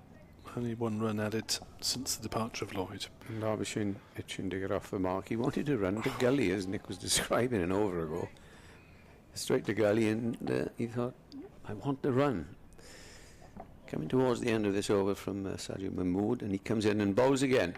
And this has hit him amidships, hits the top of the thigh pad from here. We're behind the batsman. That's the end of a maiden over, and Glamorgan are 39 for 1, and Labuschagne yet to score. And Joe Cook is the other batsman. And the man out, David Lloyd, bowled by Mahmood for 21. Yeah, 2 players in very different places in their career. Labuschagne among the top 3 Test batsmen in the world, and Cook battling to try and make it in county cricket, but they're both short of runs in the last few games. So Lancashire will see the suggestion of a chance. Of course, Jimmy Anderson had Labuschagne caught behind in his first innings back for Glamorgan, first innings for a couple of years. As Wood from the Cathedral Road end bowls and beats Labuschagne, angling the ball across the body of the right-hander, and Labuschagne played at that one and was beaten. I tell you what, Nick, many counties would like to have Luke Wood playing for them as an opening bowler, because he is quite rapid and he's got a different angle coming in left arm.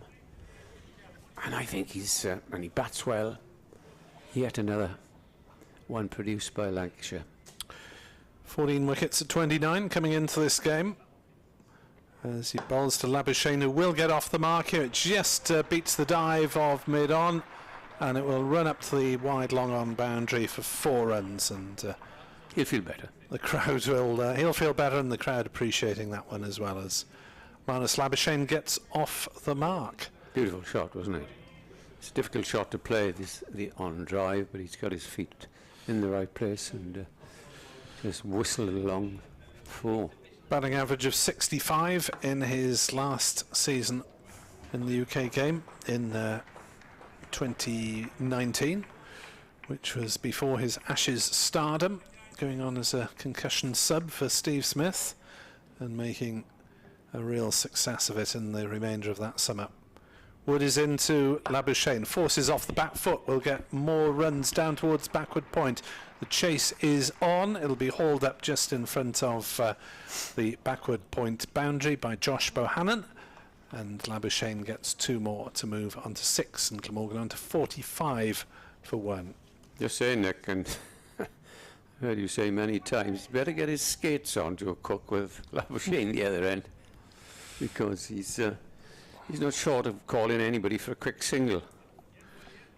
He's always desperate for that extra run.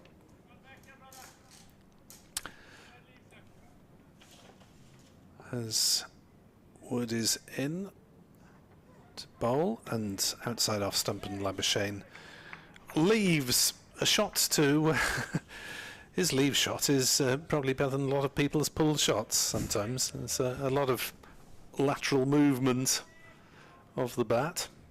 Now, he was out to LBW a number of times, if I remember, 2 years ago, and he's been out to LBW a couple of times this season.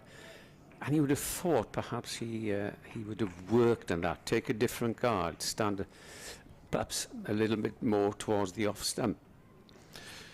In comes Wood again to Labuschagne, and he plays that one. It's a no ball, and I think he heard the call because he smashed it away backwards a point for 4 more. So Labuschagne has picked up 10, plus the 2 extra runs for the no ball, and that will be, I think, the Glamorgan 50 up when the board changes. Tell you what, Nick, the fellow at point, I'm so glad he didn't go towards him, not for Labuschagne to be out, but he didn't know where it went. He was just looking, and if that had come straight at him, there would have been problems. Anyway, there's a 3rd man being put down there now. As player Pompey says, hoping that Marnus can kick-start his Glamorgan season. Well, he's got 10 runs off this over. It's not quite a kick-start as yet, as he'll get another single here down to fine leg. Labuschagne onto his danger total of 11, 52 for 1. Tell you what, Cook was ambling then because Labuschagne was looking for a second, so we better keep his wits about him. Not Labuschagne, but Cook. You heard the rumour, or was it just supposition, that Labuschagne might open for Glamorgan in 2020? Well, it's certainly an option, isn't it? If I wouldn't. If Selman is not picked. Yeah. Oh, I wouldn't. There we are. As Wood is into bowl to Joe Cook, short ball outside off stump though, and Cook just leans back away from it. There was a short leg in for that final ball, but he wasn't called into action. 52 for 1. You wouldn't go with Labuschagne, why not? No, I'd keep him just a little bit. Let's have a man who's expendable. Okay, you've got David Lloyd. I would still, I don't know quite what Sellers has done wrong, Salmon. has done wrong, because the last game of last season you were up at Worcester when you got Yeah, a he played very very, well. very fine 50. Then you got a 35 before that. And you can just tell him, right, you go and you play your shots. If you're out, okay, expendable. Then you go Labuschagne 3. Then you go Ingram 4, vice versa, Cook 5, Carlson 6. Now that's not a bad top 6 with an expendable opening batsman. But I'm not the coach and I don't pick the side, Nick. Anyway, it's the best form of the game at the moment. It's 4-day cricket as we're watching.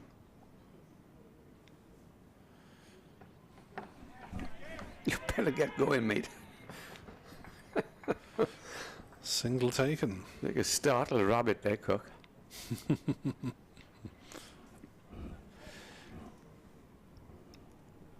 It was full start this Glamorgan, especially against a modest total. Saqib Mahmood now not happy with the ball. He lobs to umpire Wharf. Yeah. Throws it back to Alex Davis. Okay.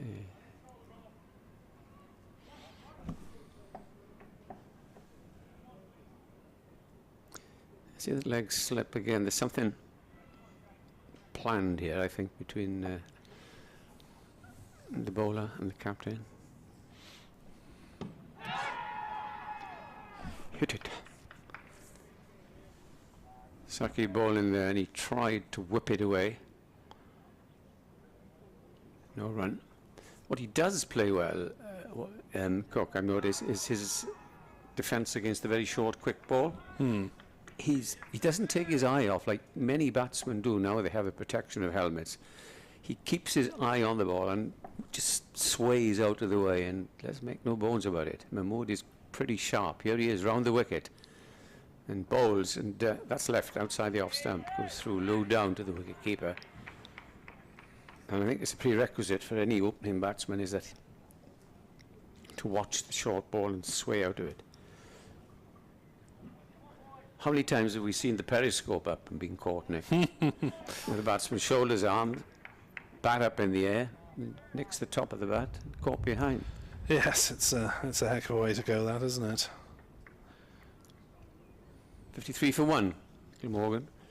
As Mahmood from the far end comes round the wicket again and bowls, and this is, I wasn't going to say wide of the off stump, but Mahmood puts his hands on his head, as does the man at first slip, as does the man at leg slip, so that might have been rather close. So just have a look at the replay there. Very modern, up-to-date we are here with the monitors and the new scoreboard. We haven't showed it as yet, so Saqib in, pass umpire Wharf on his way in bowls. There it was again, left well, and it went head high this time to the captain, Villas, behind the stumps. Yeah, Lancashire seemed to believe that Joe Cook might be susceptible to the short ball, didn't they? Because there have been quite a few aimed in his direction. At the moment, he's not taking the bait, is he? Trying to hook it or whatever. Well, there's no time pressure in the game whatsoever, is there? So no reason why he should feel the need to get on with it unless he thinks it's useful in terms of run scoring. There's plenty of time left in this game. Huge amount of time. As we approach the end of Saqib's over, he bowls, and this time Cook comes forward. Gun barrel straight, and that's the end of the over. Villa seems to be motioning to Saqib. That could be the end of his fiery little spell, and he's having a tap on the back, and I suspect they will have somebody like the other Seamer Danny Lamb coming on, but we wait and see. Yeah, so 6 overs, 1 maiden, 1 for 15. Saqib Mahmood, a decent spell indeed for the visitors as Lancashire try and get back into this game. Glamorgan 53 for 1, 120 runs in arrears. England's third wicket partnership still battling away. England lost a couple early on. They were 18 for 2 with Sibley and Crawley back in the hutch, but Rory Burns is on 34. Joe Root has been in over the hour for 15 now. England 54 for 2 as Wood bowls, and Labuschagne just flicks it through the leg side, and once more one for the crowd to enjoy as he sent that one through mid-wicket for 4 runs. His third boundary now, and beautifully timed, each one. And I suppose the crowd have been told, enjoy it while you can, because you'll only be here for today, which I think is a bit cruel. But hopefully there'll be some 2020 to enjoy from Labuschagne, and then just one more home championship game for the crowd to enjoy him before he departs in late July.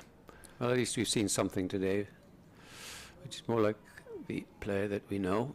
As he drives straight, Joe Cook gets out the way, mid-off. Davis gets a hand to it, but they'll come back for a second run, and he has to hurry to Joe Cook. He was home, but as you say, Edward, Labuschagne is an extremely adventurous runner, and that really probably should have been Joe Cook's call to get back to the non-striker's end, because the ball was hit straight back past the bowler.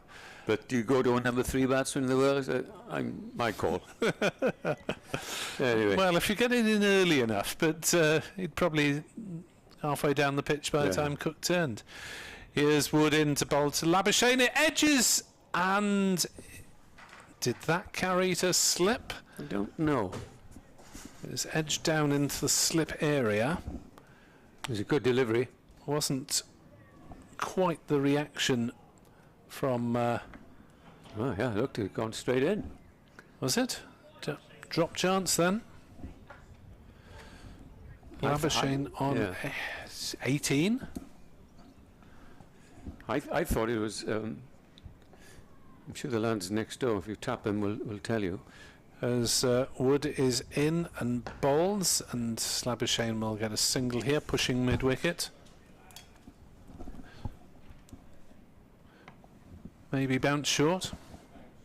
Bounce short of the fielders. I thought he'd gone in. There we are. We're quick consultation with the Glamorgan media team next door. Yeah. And Glamorgan going nicely, but not untroubled at the moment. They're 60 for 1. Well, Clark must have thought his head was in his hands, or his heart was in his hands. But you've got to say, if you don't think you're going to make it, say no. Wood is in to bowl to Joe Cook, who tries to work on the leg side, is hit on the pad. No appeal. Ball rolls out on the offside. Joe Cook has 14. Marnus Labuschagne has 19 of 17 balls, 3 boundaries. And Lancashire will be keen to get him quickly. Otherwise the game could go away from them. What a good day's cricket we've had, Dan. The spectators for the first time for goodness knows when. 623 days, eh? Yep. As Wood bowls, and Joe Cook plays just wide of short leg, who has a mock shy at the non-striker's end, knowing that Labuschagne would probably be a metre or 2 down the wicket. But Jennings didn't bother to release the ball. Just put yourself, Nick, and you're still playing the game. I haven't played for years, but put yourself in Joe Cook's shoes now. As you said, world-class batsman, and you think, well, whatever he says, I've got to obey. But even as you're facing the ball, you think, do I call him for a single? Do I not? And I think they should be said, right, we'll both do the calling, if you don't mind, Mr. Labuschagne. Well, yes, a calling is meant to be delegated as to where on the field the ball is, isn't it? No matter who's batting. I think Sakib's going to have another over. He's bowled well. He's bowling to Labuschagne with 3 slips. He comes in and bowls, and Labuschagne drives out to cover. They used to say in the old days, Dennis Compton and Bill Edrich, their running between the wickets for Middlesex in England was a basis for negotiation.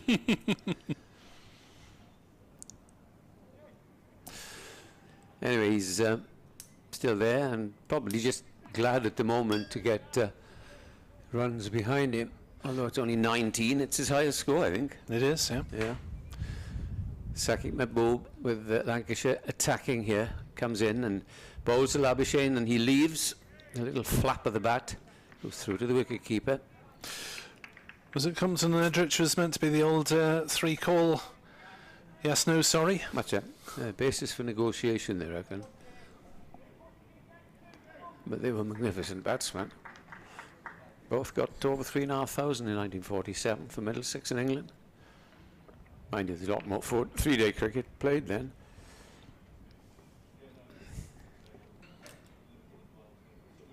Mahmood comes racing in. Bowls to Labuschagne. Labuschagne gets a thick outside edge and he's going to get 4 runs, but nowhere where he intended. It's gone down to third man. I think that's his 4th boundary. Yep. But not the best of shots. He turned him round. He's good. Yeah, he went past third slip all along the ground, but not where he intended. And he's gone very quickly on to 23, and Glamorgan have gone up to 64 for 1. We're in the 14th over. And they're going at 4 and over, would you believe? So, the overs is Mahmood. This is his 7th, isn't it? Yeah. So If he doesn't take a wicket, you would think that he might just have a break. well, it's been an excellent spell, but Yeah. must be tiring slightly if he's going to have another spell maybe towards the close of play. Well built for a fast bowler as he comes in. Bowls close to the stumps and appeal for LBW, not out, says umpire Alex Wolf. Just tried to whip it down, and it didn't see Mahmood appealing, it was Villas was the one. He did walk across just a little bit. Yeah. They just take the one leg by. And Labuschagne has a little word with the umpire Alex Wolf. Something on the lines. You're a very good umpire, Mr. Wolf, and I really like playing when you're in charge. But why wasn't that one out? Left-handed Cook, the field changes as Mahmood goes back to around the wicket from the river end, comes galloping towards us and bowls, and Cook is forward, nullifying any chance of movement off the seam, pushes it back down the pitch. Well, if Labuschagne does get going, it'll also take the pressure off Joe Cook and mean that he can pretty much play at his own pace without worrying about keeping the scoreboard moving. Got 100, didn't he, at the start of the season against Lancashire seconds at a place called Crosby. So he knows a bit about playing against Lancashire. As Mahmood comes in again and bowls, and this time a good-looking shot, but straight to mid-on, and again there is no run. What's your position now, Nick? Have you got a report or anything now? No, but it's probably my time to take a break. Yeah, my next radio report is at 6 o'clock on this line, so I'll maybe stick my head outside and enjoy the sunshine, if that's allowed these days. I do allow it, yes. No, you meant if the authorities allow it, obviously. So, Glamorgan, off to a good start here in reply to their Lancashire first innings total of 173. They have moved very swiftly on to 65 for 1. And if you've just come in from the garden or from the beach or from work or whatever, the story of the day is that Lancashire were put in by Chris Cook, the Glamorgan captain, and then dismissed for 173. A few players getting into double figures, but only one really going on. Bailey, of all people, number 9, played well. Attacked bowling, he got 31, top scorer. Luke would make 28. Michael Neser took 3 for 46. Hogan 2 for 30. Wheel 2 for 46. Douthwaite 2 for 16, and Lloyd 1 for 24. So it was a combined effort by the seamers, and Tom Bailey is back in the attack. He bowled at the start of the innings, but he's coming in now, and he'll be bowling to Marnus Labuschagne, who's on 23. And my good friend Scott Reed is back alongside me and ready for action as Bailey, big sturdy young man, big shoulders, is in now and bowls to Labuschagne, and Labuschagne leaves outside the off stump. Your observations, Mr. Reid? Well, this is impressive, I think, from Glamorgan. I think it's been helped by the fact that they clearly were pleased with their work with the ball today, putting Lancashire into bat, bowling them out for 170. I haven't seen the ball doing a huge amount, have you? I haven't, no. And they've played well, they've played positively. I think Cook has played really nicely, got off to a good start, and it just allows them just to settle into their innings now, I think. Bailey is up and bowls, and Labuschagne leaves again outside the off stump, goes through.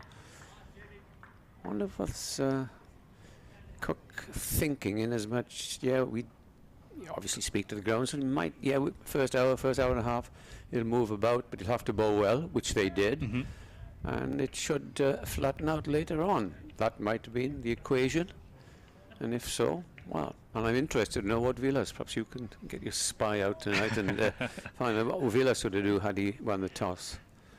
But it's Bailey coming in, bowls, and this is driven past mid-on, the 4th time he's done that, and that's going to run away for 4 more. That's his 5th boundary. Anything drifting down that leg side, he's onto it like a shot, isn't he? And that was flamboyant, wasn't it, as well? Lovely shot. Out comes a second slip. 4 of them have gone down there. 1 through point, so he's on the attack. He's moved on to 27, 69 for 1.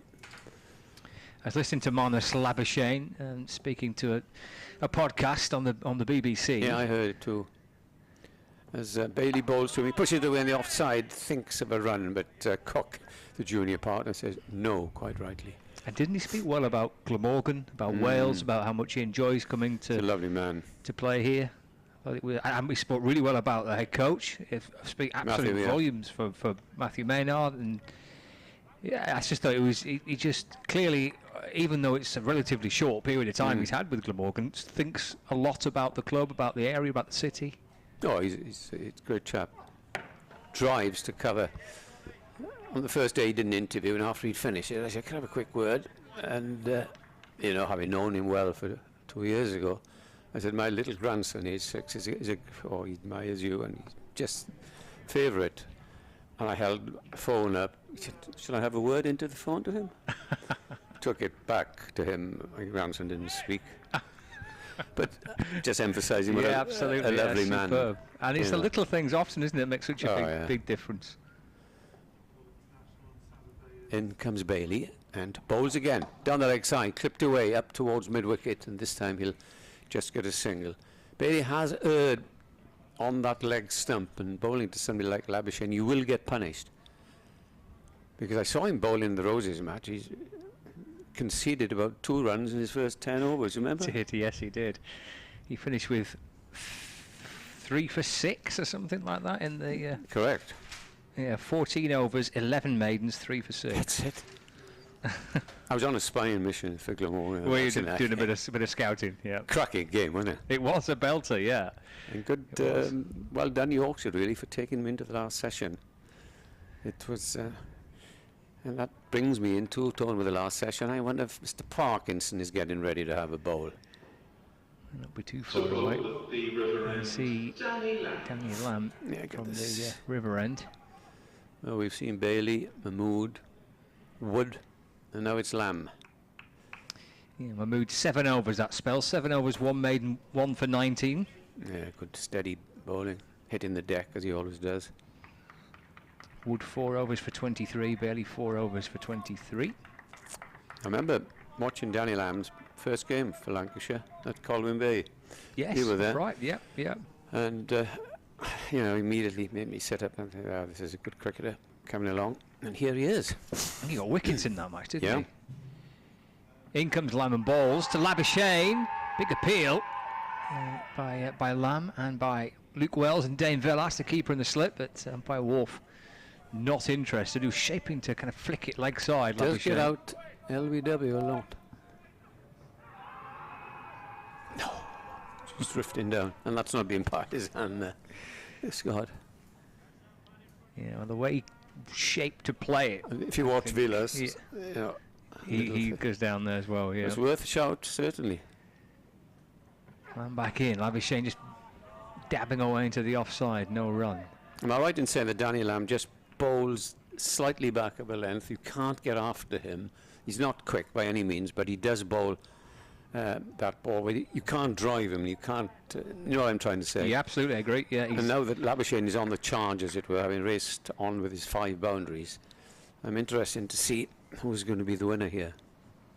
One slip in place as land balls to Labuschagne. It is a fraction fuller. He punches back down the pitch. I tell you what, if he deflected that, Cook would have been out by 3 yards. He didn't make any attempt to get back. In the end, Lamb just stopped it, didn't he? But he was some way down. Yeah. Yeah, the length in which Lamb balls, he's quite straight, got wicket to wicket as well. He's quite difficult to get away. He's had a good season so far with bat and ball. This is fired in down the leg side, however, to Labuschagne, taken by Dane Villas, no run. They're not sure, Scott, where he had a 5-4 up at Colwyn Bay. I think he did, In his first game. I think you're right. Local boy again?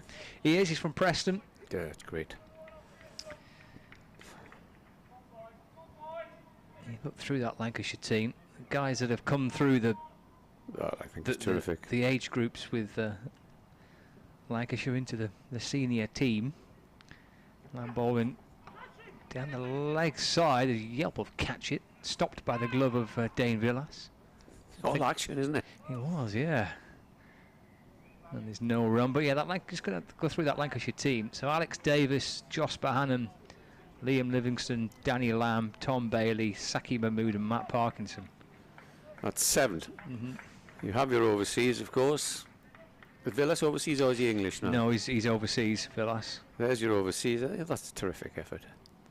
I'm in and balls, and flick down to fine leg. That'll be 4 for Marnus Labuschagne. He has been a bit leg side in the over as Danny Lamb, because the appeal was turned down for it going down leg side, and a couple fired down which have been stopped by the keeper. That was just onto the pads of Labuschagne. He clipped it down towards the boundary. He moves to 32, and Glamorgan 74 for 1.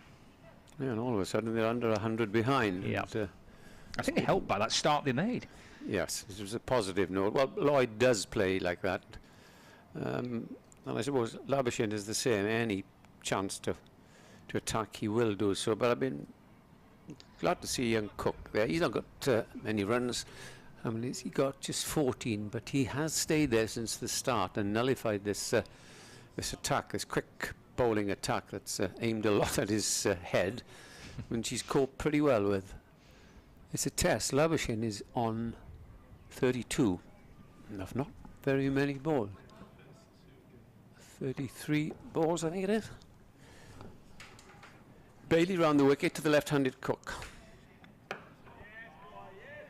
And it just plays defensively in the line of leg stump. 74 for 1. Just go back to that Labuschagne interview, which I heard. He was not only speaking volumes about Glamorgan, about being in Cardiff and Wales in general, but also about the county championship, which is lovely to hear. The way he kind of referenced that actually as being a big part of his where he is now in the international game.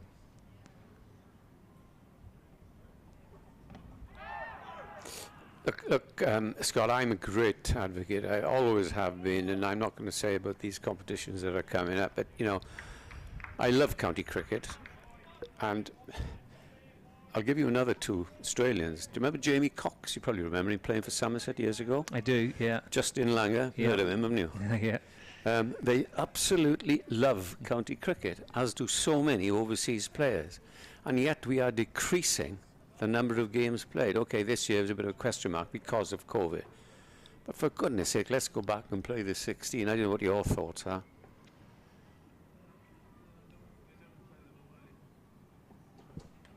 Bowled him. Yeah, he bowled him. Just coming up there. I thought it was your time to commentate, but Bailey coming around the wicket. He played down the wrong line, did Joe Cook, and he departs 74 for 2. And he stuck around, played pretty well, and watched Labuschagne and Lloyd attack. But they rather needed that wicket, did Lancashire, and he departs. There's Cook. And Glamorgan, as I say, 74 for 2. Yeah, he did stick around, but he was quite positive, wasn't he, in everything he did, yeah. Cook. He's quite positive in defence and in attack, but you're right, Lancashire needed that. Bailey probably needed that. It's a good comeback from Bailey. He got a bit of tap in his first 3 overs, and he was quickly taken out of the attack by the captain. He's come back in, and he's got the breakthrough of Cook. Useful little partnership of 36, of course. Labuschagne's the main instigator of that.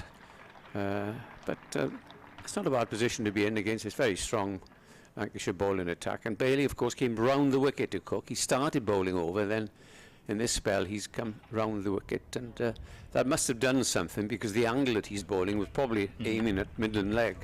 So he's probably straightened that, but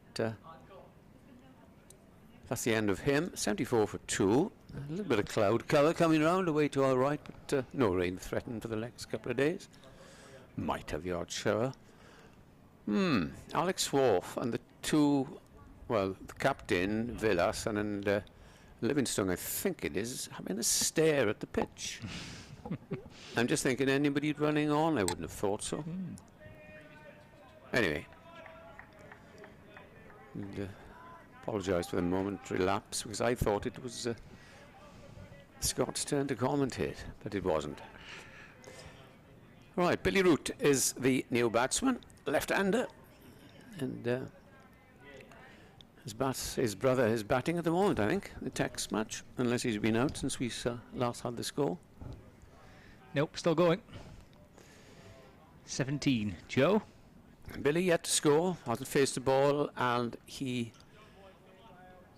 will face Bailey, who remains round the wicket from this end. In he comes and bowls, and appeal for LBW, and he's out first ball.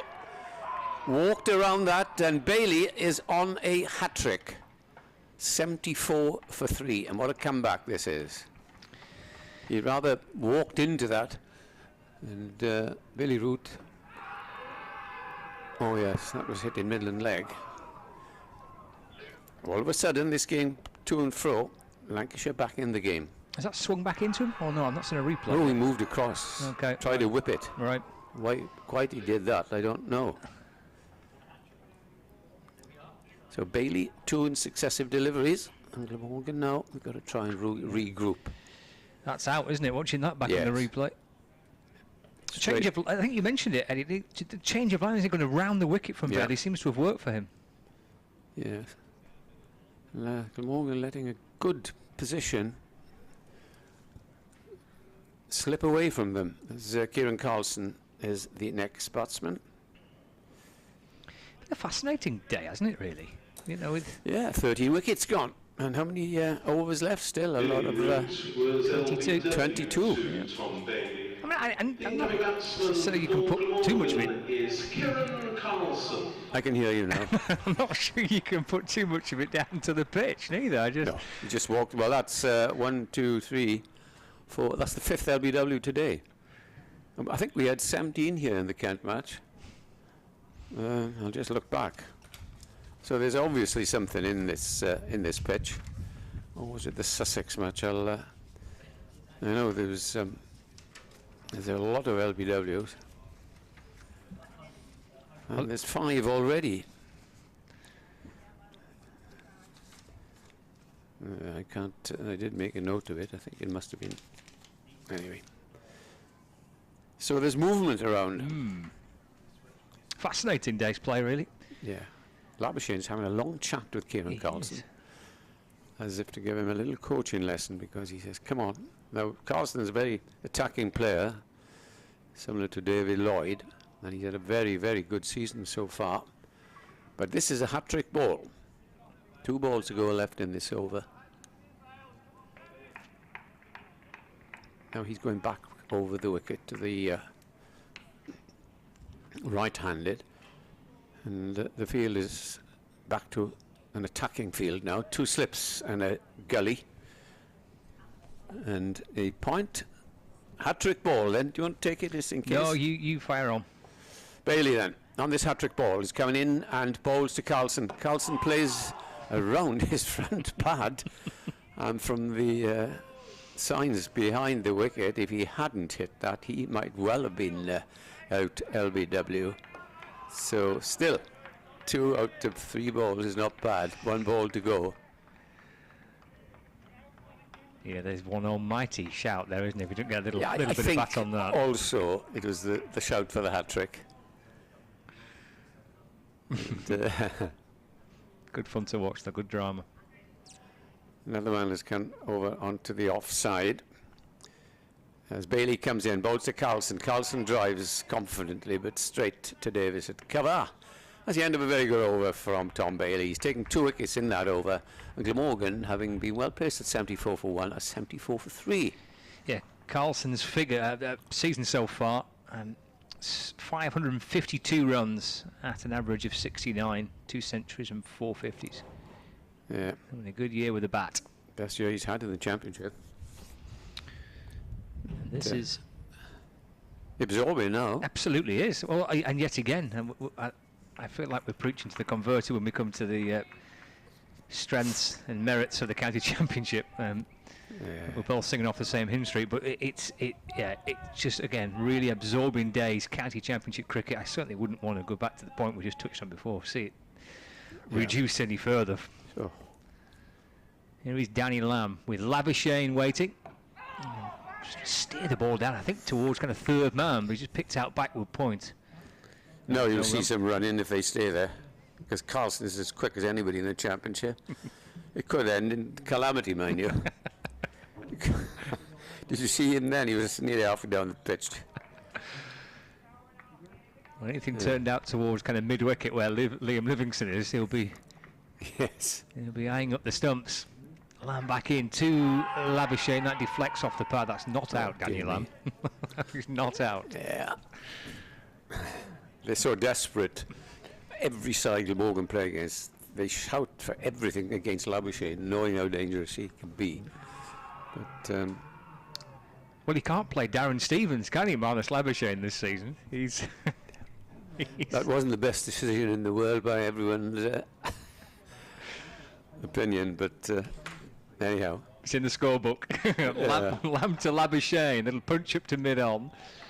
And there is no run.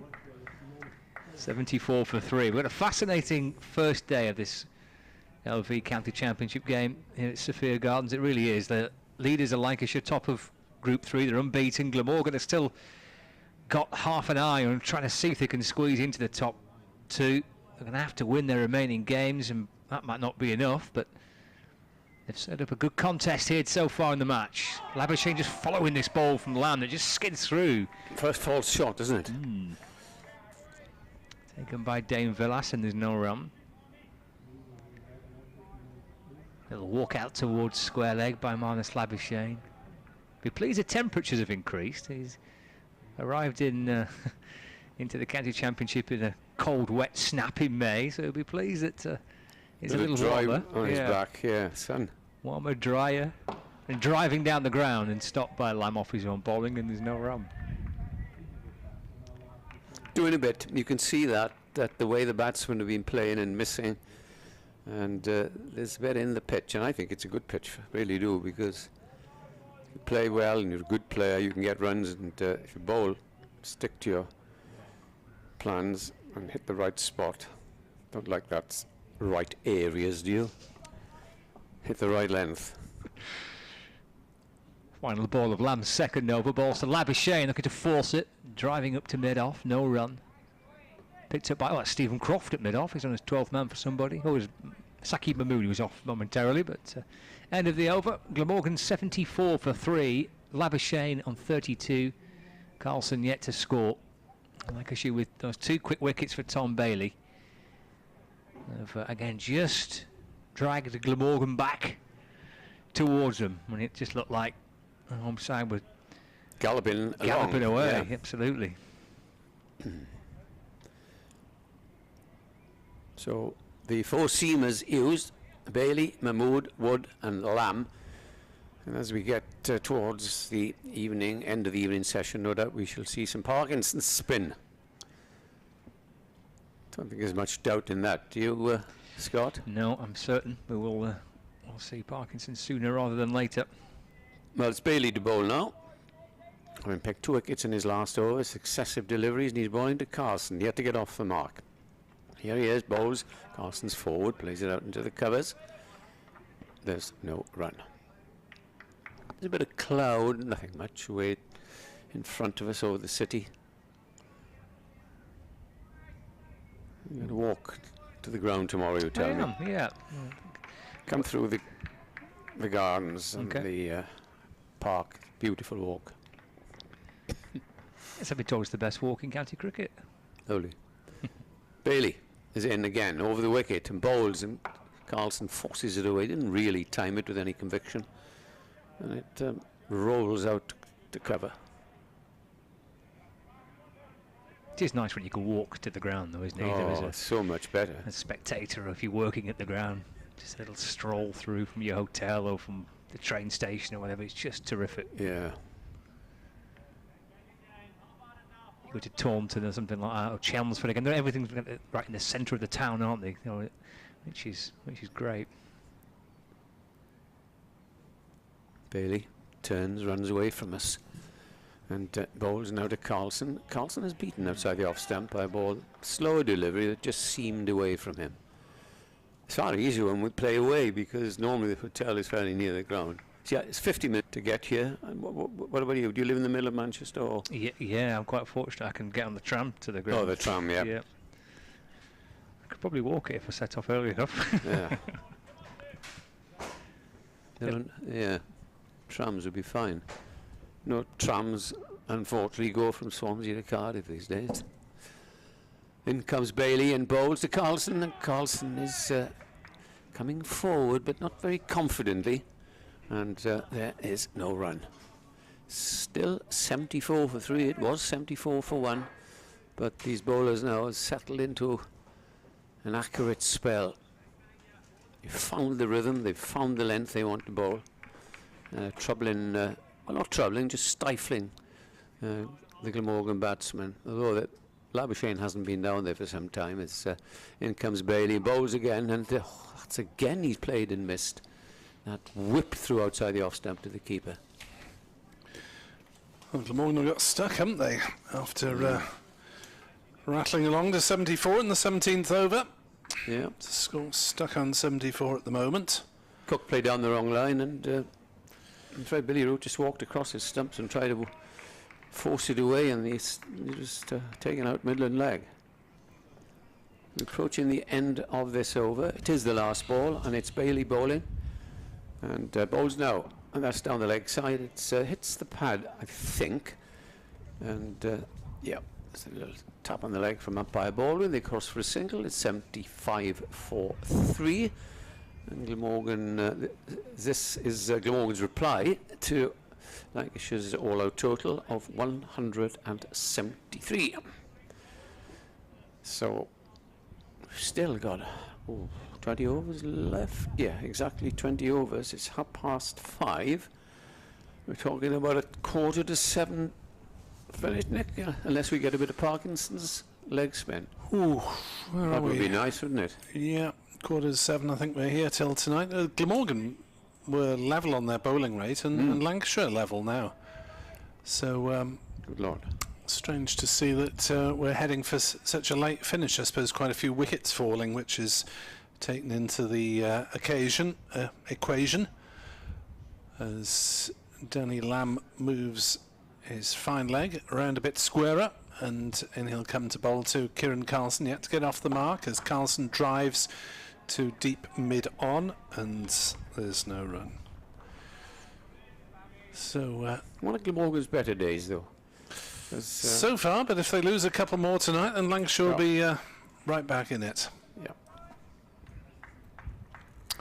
I'm sure with 19 overs left, 20 minus the one ball, Lot can happen. We'll have very big aims of taking wickets as Carlson drives straight to cover, and there's no run. There's a couple have come off the middle for Kieran Carlson, but haven't hit the field as yet.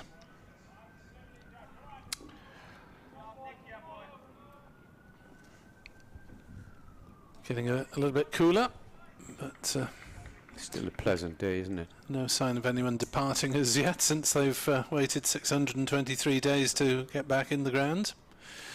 Lamb in, bowls to Carlson, forces off the back foot, hits it firmly, but again straight to cover. Yeah, hitting it well, Carlson, but finding the field. Story on the BBC website. Former umpires John Holder and Ismail Dawood, who played for Glamorgan as part of his career, have withdrawn their claim of racial discrimination against the England and Wales Cricket Board. They had announced intention to sue the ECB. As Lamb bowls to Carlson, who plays it uppishly towards mid-on. Again, no run. Again, frustration for Carlson. But mediation talks took place last week, attended by ECB Managing Director of County Cricket Neil Snowball and 100 Managing Director Sanjay Patel. No payment has been made by the ECB to either man. As Lamb bowls to Carlson, who plays it off the back foot and goes through for a single. And Labuschagne had given up there. That was a ridiculous run. And why Labuschagne responded, I'll never know. He just tapped it straight to cover and set off. And why Labuschagne responded as a gap. Really shouldn't have. Labuschagne was about 2 metres out. Had that given one up, hit. as you say. He'd given up. And there's a little word of apology, I presume, from Kieran Carlson and the punch of gloves in Can you imagine if he'd been run out there? Carlson would probably not bother to go in the dressing room tonight and walked home. Well, since Labuschagne has got to 30 for the first time this season, he's on strike and facing up to Danny Lamb and driving to mid-off. And there is no run. One off the over, shouldn't have been, and Lancashire had that hit. Would have really been back in the game. Right, it's language of heaven time, Nick. Okay, Edward Bevan departs as Scott will come back in. I've got a chat with BBC Radio Wales at about 6:15 as we juggle our commitments on this first day with spectators in Cardiff since September 2019. So, yeah, that racial discrimination claim has been withdrawn as Tom Bailey is in to bowl to Kieran Carlson, who bowls a no ball. Well, that one slipped, I think, because it was a slow, high, full toss that Carlson looks somewhat bemused at as the ball looped past chest height. That one out of club cricket, that one. And a couple more runs on the Glamorgan total, on to 78 for 3. Bailey into Carlson again. That's a better delivery and played by Carlson to Davis at cover, no run. So John Holder and Ismail Dawood were invited to contribute to the ECB's review of officiating. Dawood has declined. Holder, it seems, will take that up. And that, of course, in the wake of the lack of black and minority ethnic umpires over recent years. There's Bailey and bowl to Carlson, who defends back the bowler. Bailey kicks it up in the air, and Jennings completes the fielding. As there haven't been a new ethnic minority umpire appointed for 29 years. That was Van Burn Holder, who retired 11 years ago. But former England fast bowlers Dean Headley and Devon Malcolm have since been added to a list of match referees. So hopefully the game will move forward constructively from that. As Bailey bowls and Carlson drives and gets a thick edge down to third man to get off the mark with a single. Sorry, he'd already got a single with that ridiculous run in the last over. Moves on to 79 for 3, so Carlson almost stitching up Marnus Labuschagne big time. Lancashire unable to take advantage of the opportunity. Getting a bit overcast now, and have to make the point that we're not allowed to use floodlights for championship games here because of local planning regulations. There's Bailey into Labuschagne, who plays to mid-on, no run. 79 for 3. As umpire Wharf decides, for some reason, to go for a little jog from square leg to point. Now, He's waving vaguely at one of Lancashire's 12th man. What is being required? Play is going on with Wharf at point. Bailey in to bowl and turned on the leg side by Labuschagne. They run the first one very fast, but it's not fast enough to come back for a second as the throw comes fizzing into the gloves of Dane Vilas. 80 for 3 Glamorgan. Umpire Wharf is waiting for something to be delivered. Little parcel or something. Cheeky sandwich. Cheese toasty to pass to Marnus Labuschagne. He's keen on them, I hear. After being reprimanded for having one in his pocket during a test match. Did he? Yeah. I didn't know that. Yeah, it was... a cheese sandwich? Yeah. In his pocket? A cheese toasty, I believe. Well, you know, just in case he's peckish. As Bailey's in to bowl, and Shot. that's beautifully driven by Carlson. Labuschagne says, we're not bothering to run for that, son, as it's cracked away through the covers for 4, and that'll make Kieran Carlson feel a little bit happier about life. He's moved on to 6 and Glamorgan on to 84 for 3. Yes, stick that in the search engine. I put Marnus Labuschagne sandwich. Yeah, might come up as cheese toasty. Oh, it's been described as an incident. Yeah, Justin Langer, the coach. Oh, it's cheese and ham. Cheese and ham, was it? There we are. I didn't tell you the whole story, obviously. During the test series against India.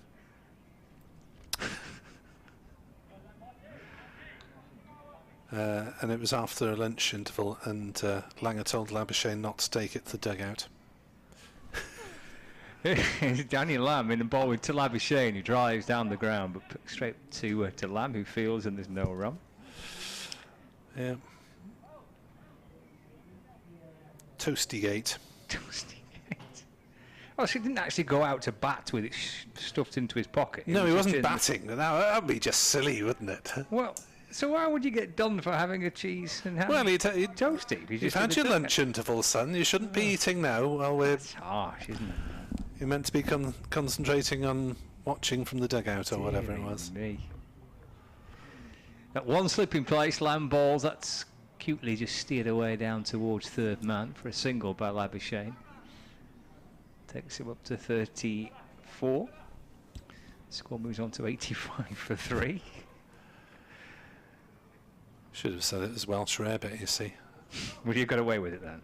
Well, I said it's a tradition among people who've played in Wales that they have to carry a Welsh rarebit round with them. Does a Welsh rarebit include ham? I thought it was just cheese. It's just cheese. Okay. I wonder what type of cheese it was. Dunno. Won't be top of my list of questions the next time I interview. Well, you see, it would be right at the top of mine. Here's Lamb bowling to Carlson. Oh, that's edgy. It's over the top of slip down towards the third man boundary for 4 runs.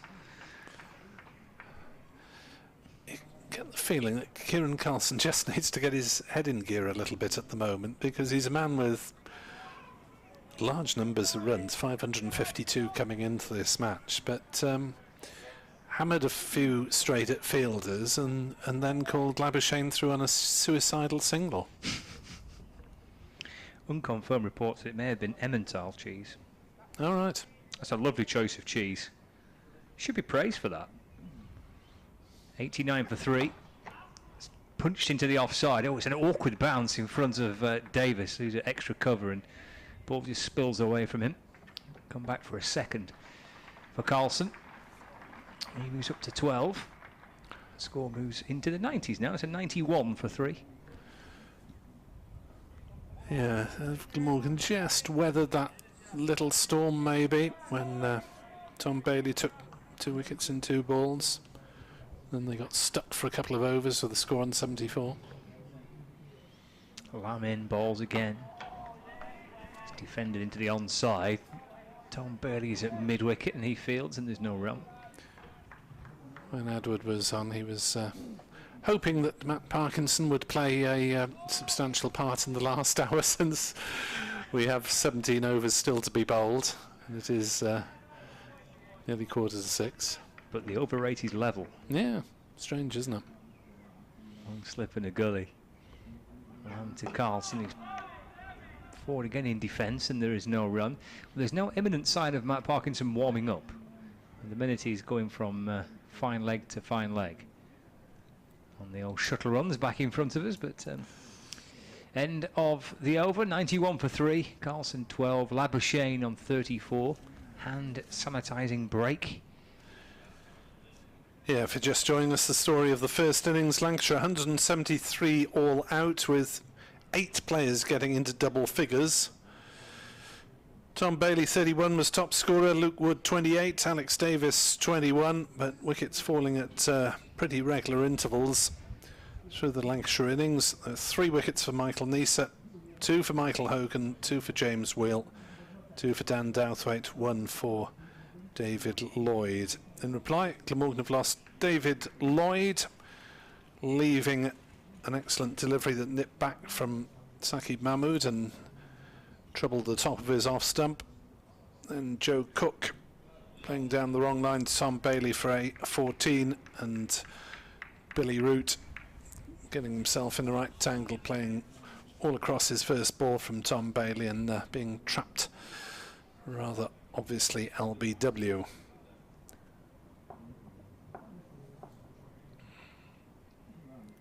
Here comes Bailey to bowl to Labuschagne, defends to Keaton Jennings at mid-off, and there's no run. These conditions might just favour Lancashire seamers a little bit as it clouds over. We had sunshine for much of the afternoon, but it's now a bit cooler and almost completely overcast. Only a bit of hazy blue sky visible. Full pitch ball is driven by Labuschagne. They think about a single, but it was almost stopped by Alex Davis at cover, so they couldn't run straight away. And in the end, decided not to.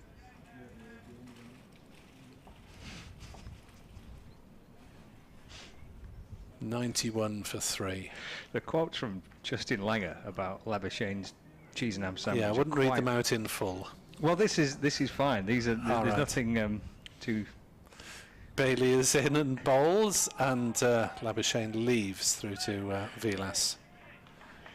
There was a word for the male member was involved in one of them, I believe. So Langer says you're walking on against India. We're trying to win a test match, and one of our players walks on with a toasted sandwich in his hand. I spoke to the player about it at length yesterday. I said, "How do you reckon it looks, mate? It's not something we should be doing." Bailey into bowl, full length ball driven by Labuschagne, and they will go through for a quick and safe single. In fact, Labuschagne turned for a second because it had bobbled away from Alex Davis in the covers there as he went to throw. 92 for 3, Labuschagne to 35. Dear, somehow managed to miss this story. But, so right at the start of the year, wasn't it? Yeah, that's quite superb. Very exciting Australia-India series. As that's pushed away on the leg side by Carlson. No run. That'd be quite mild to some of the things that get taken onto the field at club cricket level. Exactly. Cricket.com.au have tweeted a video of someone playing cricket in Australia actually eating a sandwich while fielding. In a domestic one-dayer. Actually, it was in the Big Bash. All right. As in comes Bailey and bowls, and that's struck Carlson on the pad, and he's given him. Well, Carlson looking to work on the leg side, and a third strike for Tom Bailey, who is hauling his team back into the game. As Carlson got in a bit of a mess, he was looking to work on leg side, so I thought it might have just been going down. What was your thoughts on seeing the replay? Yeah, I think that could be a close one. That I have to have another little look back on it. the umpires. Well, you can certainly see off and middle. I think it's perhaps enough doubt in that for him to have given it not out. Yep. But he's got a better view than me. Indeed, but the tendency that we've seen this season of umpires to give decisions out, which maybe they wouldn't have in the past, seems to be continuing as Bailey wins a second LBW shout, and Glamorgan in 92 for 4, and Lancashire just keeping themselves in this match and giving themselves still a chance of getting some sort of first innings advantage.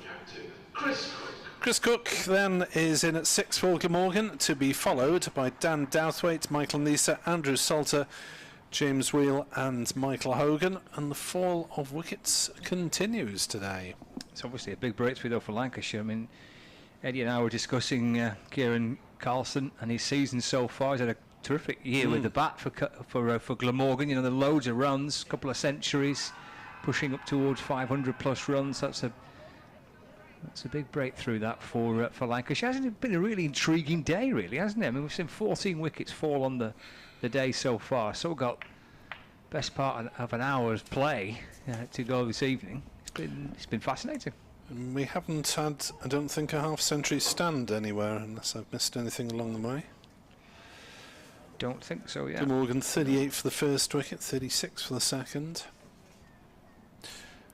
Lancashire, their stands were in the 30s as well. Yeah, there's a few starts, haven't there? Been a few partnerships started. It's a flick away from Labuschagne through square leg for a single as Danny Lamb continues from the river end. Labuschagne moves to 36 and Glamorgan now 93 for 4. England starting a partnership, 90 for 2. Now in reply to New Zealand's 378. Rory Burns 53 not out. Joe Root, who I believe is related to the Glamorgan player, on is he? 29 not out. No one's ever mentioned that. I wasn't aware of that. Just thought they just happened to have the same name. Yeah, nice for Billy's brother to get a game though. Lamb to Cook, shuffle across his stumps and safely plays that away into the offside, and there is no run. 93 for 4 then Glamorgan. 14 wickets have fallen so far on the opening day. Lancashire all out for 173. Tom Bailey had a bit of fun with the bat. Top scoring for Lancashire with 31. He's now got 3 wickets as well. Lamb to Cook. Right in behind it and defends. And there is no run. So Lancashire have got 2 slips. Luke Wells and Keaton Jennings, first and second slip. Fine leg is Matt Parkinson. Josh Bohannon just backward of point. Alex Davis at extra cover. Liam Livingston's at mid-off. Saki Mahmood mid-on. Bailey mid-wicket and Lamb at square. Sorry, Wood at square leg as Lamb comes in and bowls to Cook. And just helped away down into the offside and there is no run. Chris Cook's stance is getting slightly odder. It's always been a little bit of legs apart, but really pointing towards mid-wicket at the moment. And again to Cook, back and across, and defends into the offside, no run. Certainly a play with a lot of gears. Chris Cook can bat very grittily in the red ball stuff. Can hit a white ball very hard indeed when required to do so. She will be next week. Lamb to completely over balls. It just comes back in a fraction to Cook, who defends, and there's no run. End of the over. 93 for 4. Cook naught. Labuschagne on 36. Other games in this group, Group 3 of the County Championship. Northants 330 for 5 now against Kent at Canterbury, with Darren Stevens picking up a couple of wickets. In fact, Northants lost 3 for 4 at one point. but they got off to such a flying start. Vasconcelos 66, Emilio Gay 101, Luke Proctor 81. They're heading for a big total at Canterbury there. Northants third in the group, challenging second placed Yorkshire, and Ben Brown Sentry has held up Yorkshire, who had Sussex 4 for 68. They've battled back 225 for 5, with Ben Brown 112 not out. Getting slightly on the gloomy side now here at Sophia Gardens. Glamorgan on 93 for 4.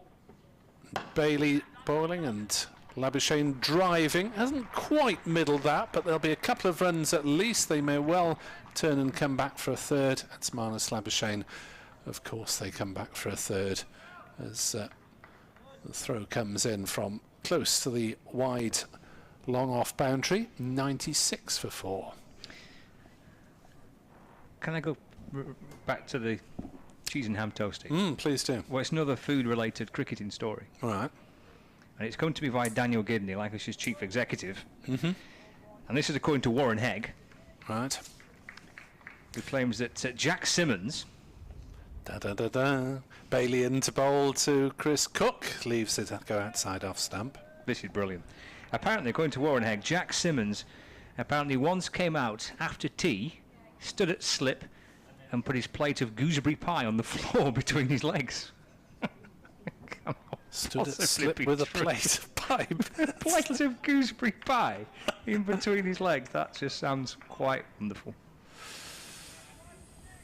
More of that needs to happen, actually, not less of it. Coaches should be encouraging it to happen. As Bailey bowls and Cook gets very squared up on the back foot, and there's no run.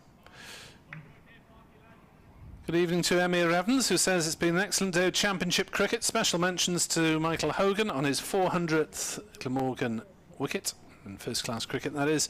What a servant, and great news he's here for 2022. As Hugh Ledger on Twitter says his test kit never turned up for admission for this game.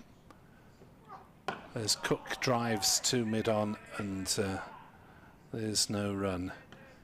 So do we believe this story about Jack Simmons and the gooseberry pie? I want to believe it. I want to believe that he also had a bit of kind of squirty cream in his pocket as well, that he just kind of squirted on in between deliveries. I mean, I'm prepared to believe that it might have happened in a charity match or something like that. I want to believe that it's true. I can't believe that Warren Hegg would have used a bit of artistic license for a story.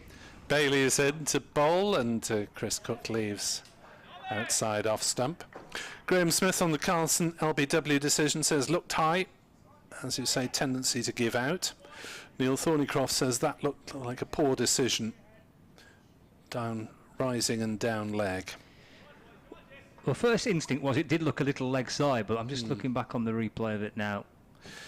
He's not the tallest of chaps, Carlson, and he did get in a bit of a muddle, but I didn't think it was out. And Chris Drew has provided an offering in song, or it would be in song if I could sing it. It's a good one, this. I shall read it.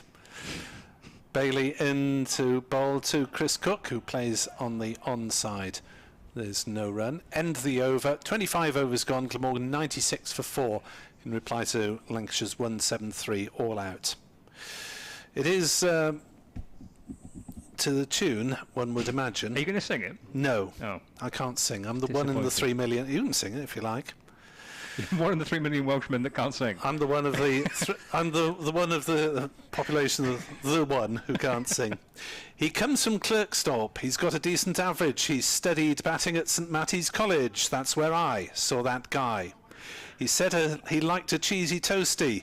I said, in that case, I'll buy a Breville Ponto. He said, fine. And then in 30 seconds' time, he said... I'll go on to verse 2. Oh, there's a second verse? There's a second verse. Well, it could be the chorus, I suppose. I have to consult Jarvis Cocker on this one. In the style of Pulp's Common People. Labuschagne waiting as Lamb comes in the balls.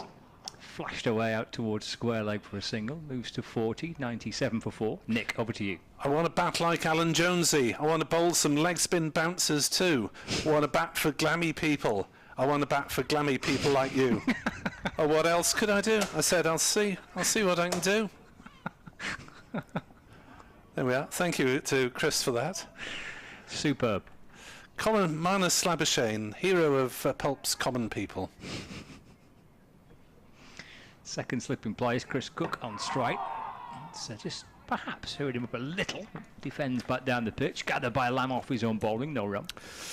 But since Marnus Labuschagne, as we found out earlier, was unaware of the work of the Stone Roses, yes, he was, Pulp being only a few years later, Marnus Labuschagne might be unaware of the work of Sheffield's finest as well. Lamb to Cook, who plays forward in defence, and there's no run. But many thanks for that, Chris. Stone Roses perhaps slightly more niche than Pulp, maybe. It was a bit more kind of Brit poppy, weren't they? And they may have been picked up in Australia. Oh, Michael on Twitter is wondering what sandwiches you had on Monday at Chester. Oh, they were lovely sandwiches at Chester on Monday. This was for the Rachel Hayo-Flint Trophy game.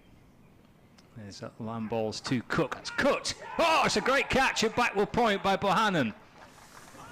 Leaning back, looking to cut the ball down towards that kind of wide third man backward point boundary, and Bohannon takes a terrific little catch to his left-hand side. That would have come to him pretty quickly, and he made no mistake. And Cook departs for naught. Lamb with his first wicket, Bohannon with the catch, and Glamorgan on 97 for 5. Yeah, well, this game really seesawing back towards Lancashire in this evening session, with Glamorgan now losing 4 wickets in the space of 23 runs. And what can you say? It wasn't a terrible shot from Chris Cook as he looked to get off the mark. He lashed into it, got a pretty full bat on it. It's the 12th delivery he'd faced, and really a quite superb catch from Bohannon. Low, hit hard, and to his left, and Cook just looking in disbelief. Probably thought he'd got off the boundary, off the mark with the boundary once that one left the mark, but off the bat. Was caught by Josh Bohannon off the bowling of Dan Lamb.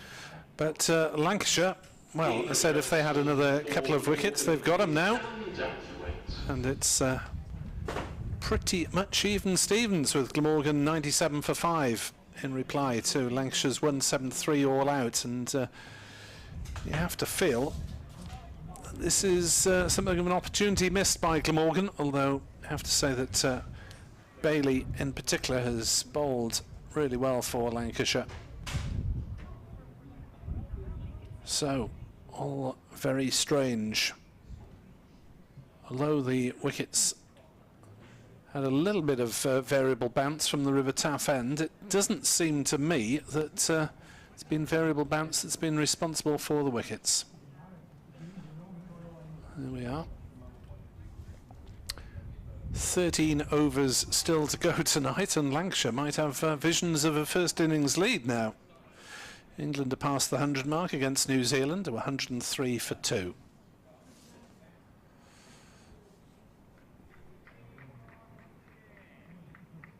Dan Douthwaite, averaging 37 this season. Lamb bowls as Bill for LBW, and the ball runs down to fine leg for a leg by. No signal from umpire Wharf that I noticed anyway. So a little bit of inside edge involved. Douthwaite is off the mark. So he's already done better than Billy Root and Chris Cook managed in this innings. 98 for 5 in what is close to gloom, I would say, as Lamb is in to bowl to Labuschagne. Defends to mid-off. England 104 for 2 in reply to 105 for 2 in reply to New Zealand's 378 all out. As Edward Bevan rejoins me on commentary here on BBC Sport Online.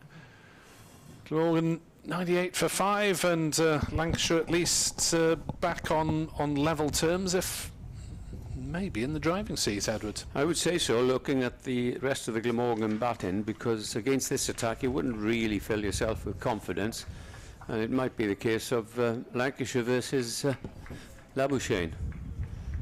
But it's not particularly batted well again. You know, Billy Root walked in front of one, Cook had a short ball he could have put anywhere, and Carlson had a rather dubious decision, I gather. As in comes the first ball to Douthwaite by Bailey, having an excellent spell. He just nudges forward. Yeah, these the two opening bowlers have been really on the money, haven't they? Bailey now 3 for 35 in his 10th over, and Saqib Mahmood 7 overs, 1 for 19, bowled with real hostility. Yeah. And Danny Lamb benefiting from that excellent catch. Here's the next ball and hits him on the pad. Baldwin has given, umpire Baldwin has given 1, 2, 3, 4, 5, 6 LBWs in this game so far. Be an update for BBC Radio Wales listeners shortly. Yes, he's Possibly will be here on Saturday. They all been from the one end, the LBWs. Bailey is in to bowl, yep. And everyone. Douthwaite pads up. Ball through to Vilas. The only decision that umpire Wharf has had to give was Livingston caught standing up off Lloyd.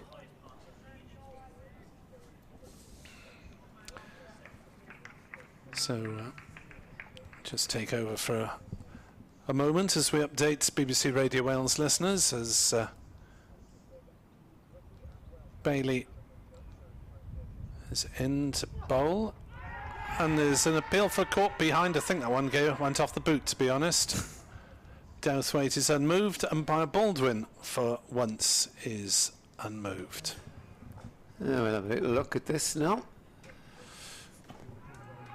Here we go then with a radio update. Glamorgan struggling at 98 for 5 in reply to Lancashire's 173 all out, so it's been a day of tumbling wickets, no big partnerships, and everything really depending now for Glamorgan on Marnus Labuschagne, their Aussie star, who's on 40 not out, his highest score of the season so far. Earlier, Michael Neser, 3 wickets, led a good Glamorgan bowling performance in front of spectators for the first time in more than 20 months in Cardiff. Lancashire 173, Glamorgan 98 for 5. There's Douthwaite facing up to Bailey, who's caused most of the damage, striking the stumps of Joe Cook and then winning LBW shouts against Root and Carlson. Bailey in. Taylor bowls Douthwaite.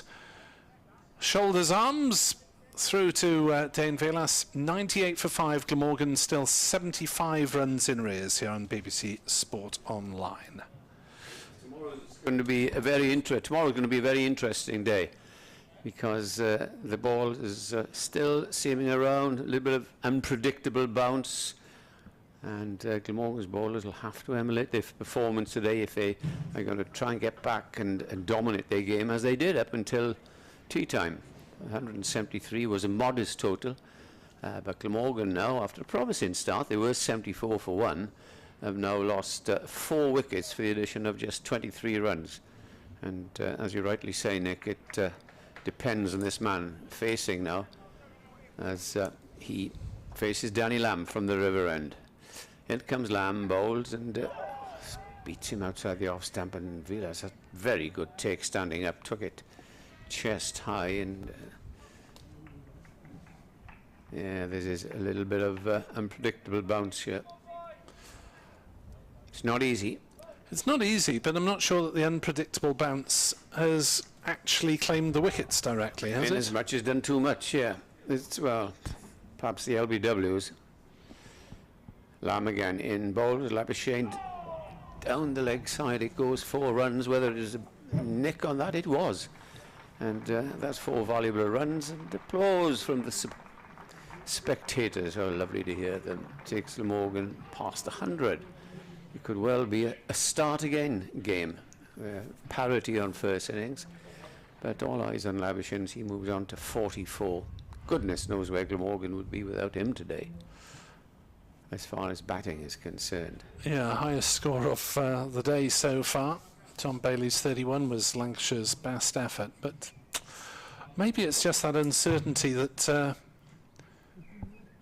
leads to the batsman's dismissal on other deliveries, not necessarily the ones that have in other words, a little bit what low. you say, Nick, is it's an untrustworthy pitch. Gets in the heads a little bit, but on the other hand, the balls that have kept low have been from the River Taff end, and all those LBW decisions, as you say, have been from umpire Baldwin standing at the Cathedral Road end. Yeah, interesting. Anyway, it will be Danny Lamb to continue, 102 for 5 as he comes in and bowls a Labuschagne. Oh, Labuschagne is out. I think it was LBW. Did it dart back and hit him on the pad? He's out. That's the important thing. And, well, he's not happy. He is looking at umpire Wharf. Let's have a good look at this. I think it was an LBW decision given, but we will have a look as soon as we get the replay. A huge blow that. Yeah, the keeper standing up is blocking our view there. Yeah, it was it just played on? No. I thought for a moment the off bail had gone, but no, it's an LBW decision because it didn't end up in the hands of the keeper. Marnus Labuschagne was LBW to Danny Lamb for 44. Now, I must say that it looked out from here because it nipped back, and yet again an LBW decision, and yet again an LBW decision off for Marnus Labuschagne, and Glamorgan now are in a rather spot of trouble because you would not associate the remaining batsmen of getting well, they might get 20s, they might get 30s, but they were not going to, against this attack, appear to get substantial scores. You've got Michael Neser, Andrew Salter, Michael Hogan and James Wheel, who are capable of 20s, but it's 16th wicket to fall. 2 bonus points. For Glamorgan is Michael Neser. The off bail did come off at some point in that process. Whether it was knocked off by the wicket-keeper, I'm not sure. But Labuschagne, I think his belief was that he'd got outside off stump and that he'd been hit outside off. I don't think it was that much outside off stump, Nick.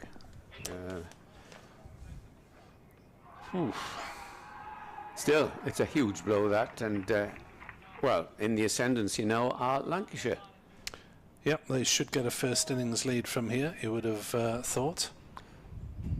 The new batsman is Michael Neser as he faces his first ball. Oh, and that nipped back and kept very, very low.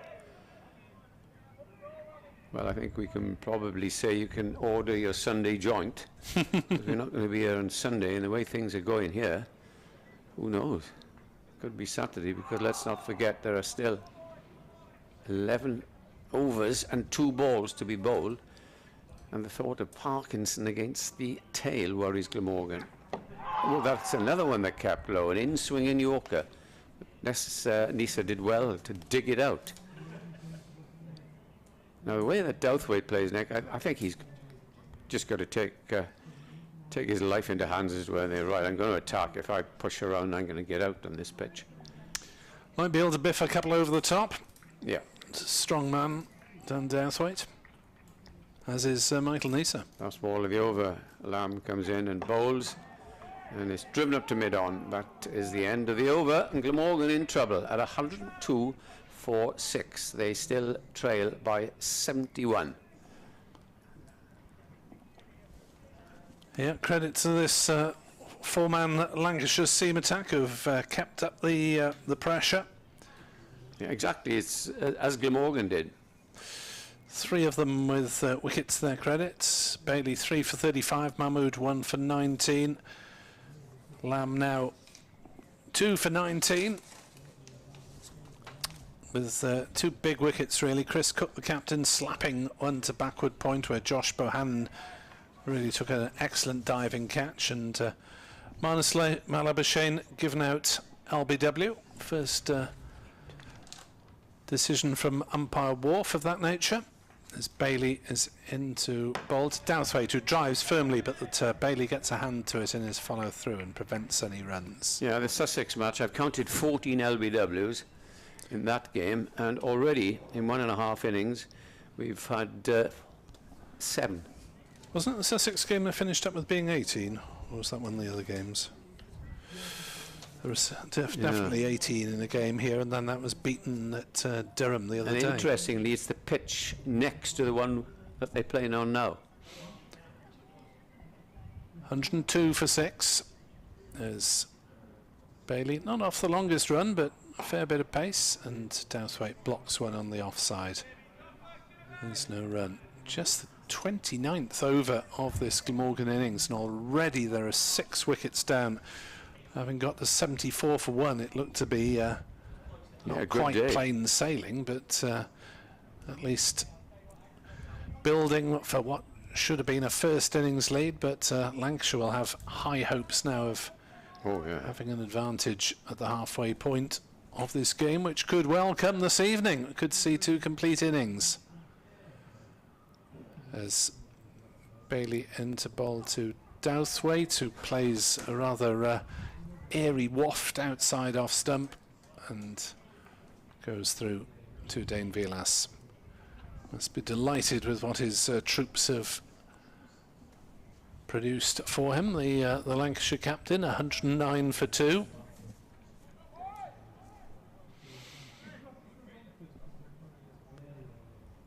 $102 for 6. Bailey in dipping light is in to bowl to Douthwaite, who drives and will get 4 runs. He's beaten mid-on. I thought that might be stopped there, but very firmly struck by Dan Douthwaite, as his attacking shots tend to be, and nothing that Parkinson could do about it at mid-on. No, it's a good shot, that, and he does hit the ball hard and generally beats the infield. And if anything is on offer, I think at 102, or was it 106 for 6, you've got to just play some attacking shots. This game in the balance at the moment. Douthwaite moves on to 5. Bailey into bowl to him again, and he defends that one. Back down the pitch, no run. Other games in this group: Northants 3, 56 for 5 against Kent at Canterbury. After an excellent start, there were 2:35 before the second wicket fell there, with runs from Vasconcelos and Proctor and a century from Emilio Gay. And a Headingley Sussex 2:47 for 5, century from Ben Brown, who's still going there, as Douthwaite plays this on the leg side and will take a single out to square leg in front of that grandstand. Sparsely populated, a few have departed, I think, after the dismissal of Labuschagne. I've certainly seen enough wickets. Amazing. I'm just looking at the Lancashire batting order here. In a sort of modest score of 173, only 2 failed to get into double figures. Yep. Whereas Glamorgan, there's only 1 player who stood out, and he's departed. Yeah, Marnus Labuschagne's 44, the top scorer of the game. David Lloyd, a brief flourish for 21 before he rather unwisely left one that struck his off stump. Mid-off and mid-on, go a little deeper, and played against Douthwaite before. I think he got a few runs at OT against them earlier on in the season, but it'll be Danny Lamb to bowl. And he certainly has played his part. He's got a couple of wickets as he comes in and bowls to Douthwaite, who moves forward. And I wouldn't be surprised if Villas will come up to the stumps because he's batting well outside his crease, but he remains back for the moment. One ball short of 10 overs remaining this evening. It's been full of incident this first day.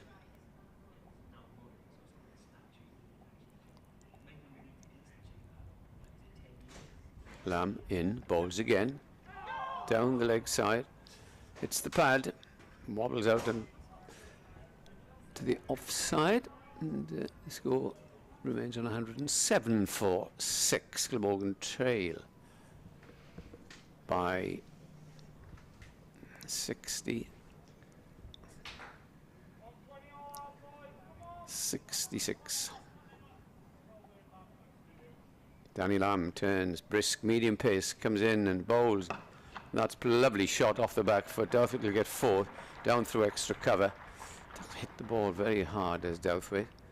And he is an attacking player by nature. Some, 40 minutes of him, Nick, and then, well, it's not Nick, it's Scott who's back. Just saying, Scott, a day of full of incident. Just a bit, yeah. It's been a busy one, hasn't it? There's been lots going on. It's been a fascinating day.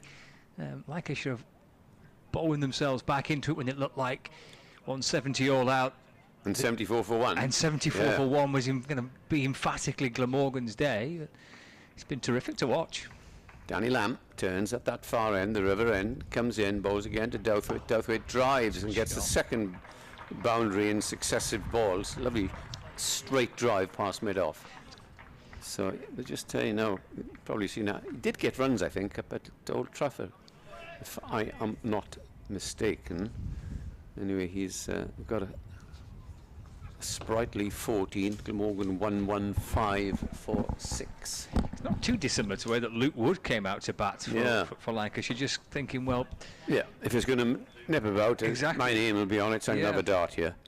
You're right. He got 61 in the game in Manchester. He was LBW to Jimmy Anderson for 61. Jimmy who? 2 4s in successive balls. Will Lamb make up for that as he comes in and bowls again? And this draws Douthwaite forward on the front foot and plays it up to mid-off. 115 for 6. I'm just telling Nick this could be a start again affair. With the parity between Glamorgan trail by 58.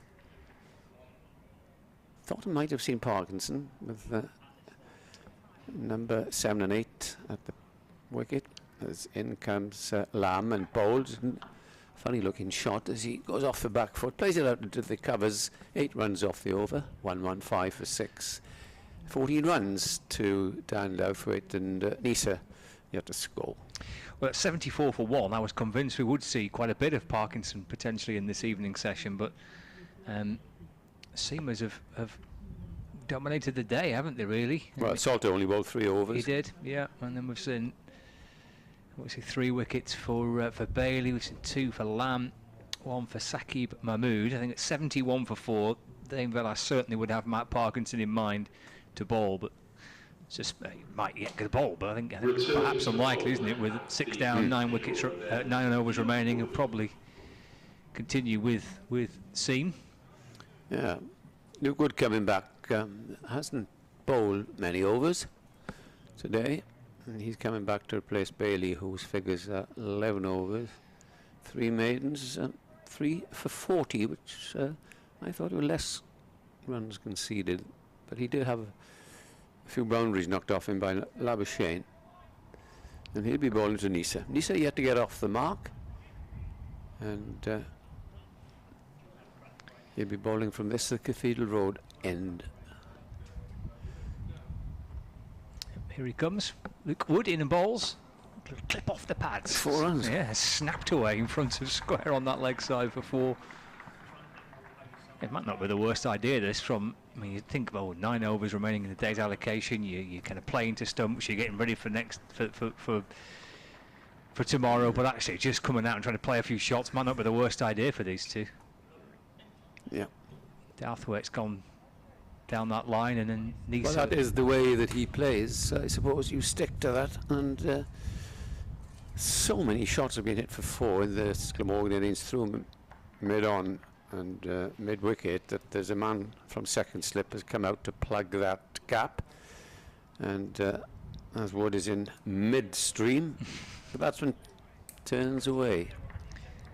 Yeah, Liam Livingstone has gone into that position at mid-wicket. So yeah, there's a deep square leg, fine leg, mid-on and shortish mid-wicket. So there are a lot of runs through that leg side today. There has. Here is Wood, left arm over. And Neser steers it safely out into the onside and there's no run. Neser took 3 wickets earlier on, 3 for 41. And every seam bowler we've seen today has performed pretty well and adapted to the conditions. You can get wickets who are bowler friendly, but they don't always doesn't always work if the bowlers are offline. But every seamer has done, as I say, has done his job. Well, at fine leg, Saqib Mahmood is doing a few stretches. So it might be a little burst from him before the close of play. Lam again, it's back of length delivery and Neser trying to pull it into the onside, but with no timing. Yeah, there is. I'm sure there's a bit of indifferent bounce, 2-pace pitch today. There have been a few dismissals. Davis's dismissal, but he played a good looking. Well, he was tucked up, but it was a short ball. It just didn't come on to him. Same with Chris Cook, who hit it straight to cover. Good catch though. Yes, it was. Josh Bohannon with a smart catch. Came to him pretty quickly. Flashed away by Chris Cook. Lam again, left arm over. Forced away off the back foot into the offside. Stephen Croft feels no run. Bowling left arm over, as you know, Lam. Wood, yeah, Wood is. Did I say Lam? Yes. Did I? Sorry. We all say. Sorry. We all, Miles away. Coming the end of the day. Sorry. It is most definitely Luke Wood bowling left arm over. Yeah. At a brisk pace too. Which we might well see from Mahmood with a brisk little spell before the close of play. Oh, he's not slow. No. Luke Wood in and bowling. And Neser defends back down the pitch and there's no run. The sun is peeping through it towards the end of the day and a few shadows appearing, but it's been a lovely day. Full of, as I say, full of incident. And Glamorgan now trying to get parity. What are they trailed by? 54. Well, if it's a low-scoring first innings for both sides, any kind of marginal difference on first innings could be. Yeah, it's an old saying, but you're absolutely right. Wood again. It's left alone by Neser. It's just pushed across him through to the keeper. No run. That completes the Luke Wood over. It does. And already Saqib Mahmood at fine leg is peeling off about 3 layers. It's not that cold, is it? Cold. And Mahmood looks like he's going to replace Danny Lam from the River Ends. It will be a little burst of pace from Mahmood at the close of towards the close of play on the first day. It's been a pretty breathless day. Been good fun to watch. Yeah, certainly. Mahmood has had a rest and he'll come back now. And how many overs we got left? 8 overs. Yeah. It's going to be 7 o'clock-ish, yeah. Well past my bedtime. He'll be bowling to Dan Douthwaite, and Douthwaite is not out 14. Hit a couple of nice boundaries of Lam in 2 overs ago, but he's been taken off now. So this will be an interesting contest.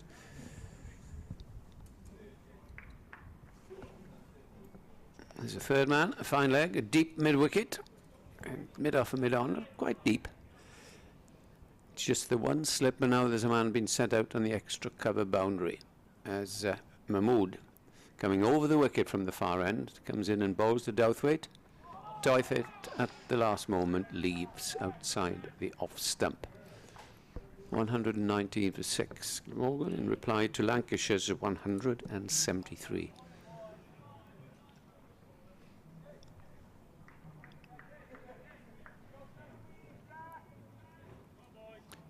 Just the one slip, then a third man and a deep extra cover. A cover and a mid-off, quite a thickly populated offside field, mid-on, mid-wicket, fine leg, and a short mid-wicket as Mahmood comes in and bowls, and that's a nice looking shot from Douthwaite out towards that extra cover boundary, and he'll get 2 runs. So he'll collide there in mid-wicket. 2 more runs takes the score to 121 for 6. Yeah, just that one slip, but if you look at the wickets that have fallen, Bohannon and Livingston were both caught behind. But the rest of the dismissals have either been bowled LBW or caught in front of square. And that'll tell you that it's moving around a bit. There's Mahmood in the 32nd over, comes in and bowls and draws Douthwaite forward and pushes the ball back down the pitch. Yeah, I enjoyed watching him bat and bowl, actually, Douthwaite, up in Manchester a few weeks ago. He looks like a really good cricketer, kind of wholehearted. He's a big, strong lad, isn't he? Runs in hard, hits the deck hard, bats with a lot of purpose. He looks like a good player to watch. Picked up by Glamorgan after he got 100 in his first-class game for the university across the road here, Cardiff MCCU. As in comes Mahmood and bowls a good length ball which draws Douthwaite forward. There's no run. And then he got 80 or 90 here in the second game against Glamorgan at the start of the season. Remember those games they used to have against universities? And they decided, right, we'll give this lad a go. He's just been, or just signed I think it's a 3-year contract. Did have a trial with Warwickshire a couple of years ago, but here he is waiting now for Mahmood, who bowls to him, and he plays forward, gets a run out to deep extra. The sweeper, and this brings Neser up for the first time, and he has 1 ball to face. He's not out 4, that boundary, and Douthwaite's on 17, 122 for the loss of 6 wickets. 3 bonus bowling points for Glamorgan, and Lancashire got 2 bowling points. I can't see a batting point at the moment between the 2 teams there, Scott. Which again tells you something. Yeah, 200 looks a long way off, doesn't it? In comes Mahmood to finish the over, and Neser is back on his stumps, plays it out to mid-on. That's the end of the over. 42 balls left in this intriguing contest today. And some people are thinking, well, I'm not going to get this for a couple of days again, a couple of weeks. I'm going to stay here till the last ball is bowled. Absolutely. Who blames them? Try and hide somewhere underneath the stand and be here tomorrow morning. Yeah. Well, it's been great. I mean, it's a shame that it's worked out the way it has. It's slightly hurried in terms of trying to get everything sorted for people to come in. But I'd just like to know why people are not allowed to be behind the wicket that side, behind the wicket this side. There must be an answer, but everybody's put into that stand. Yeah, everyone's in the grandstand. And the palaver, of course, of what we went through yesterday. And they had to go through something else, which I don't really understand. Well, no, but I suppose these, small steps in the right direction. I mean, to do things in a certain way for the time being. I don't think fans for the game between Lancashire and Yorkshire last week had to go through the testing process, but obviously things are different countries. Yeah. Absolutely, yeah, things have been done differently. So at least we're hopefully heading in the right direction. Fans back in.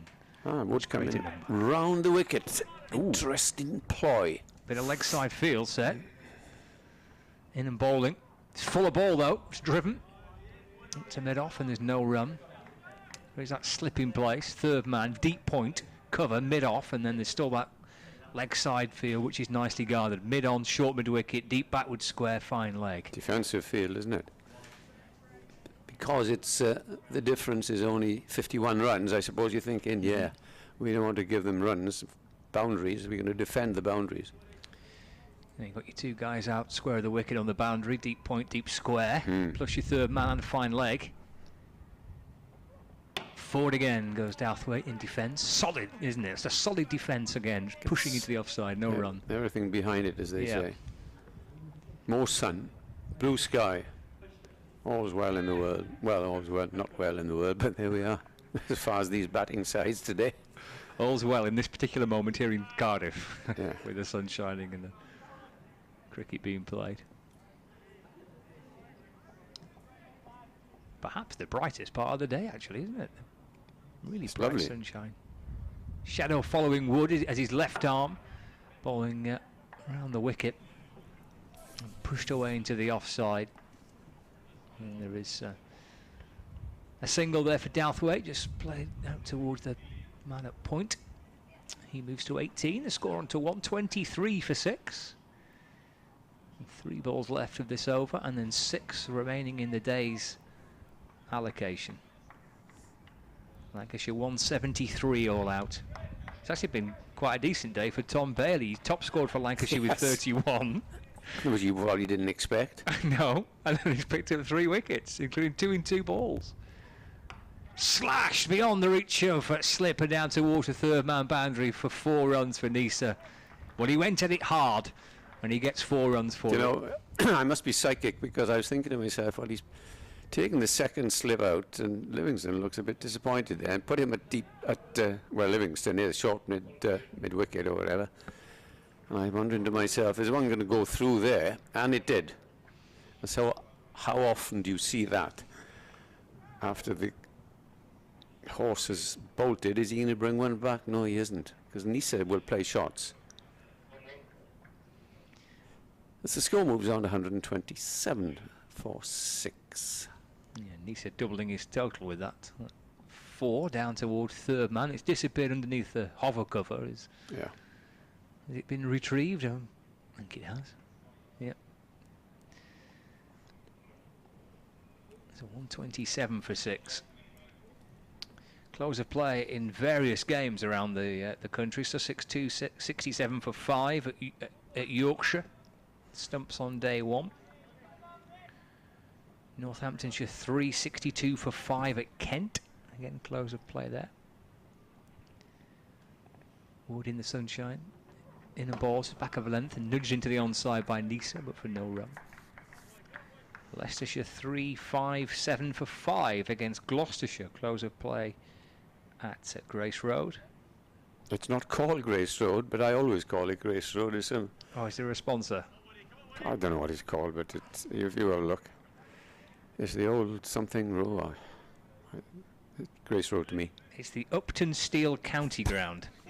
There we are. Apologies to the marketing. Sponsors, yeah. Yep. Upton Steel County Ground.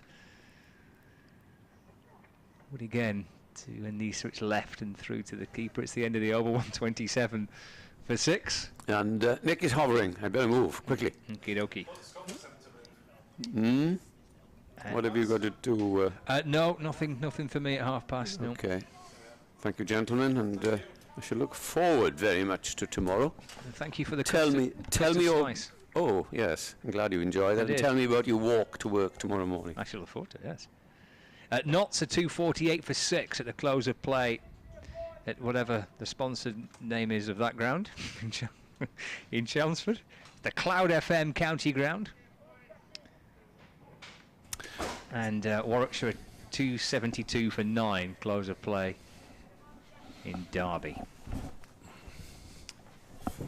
Mahmood running him.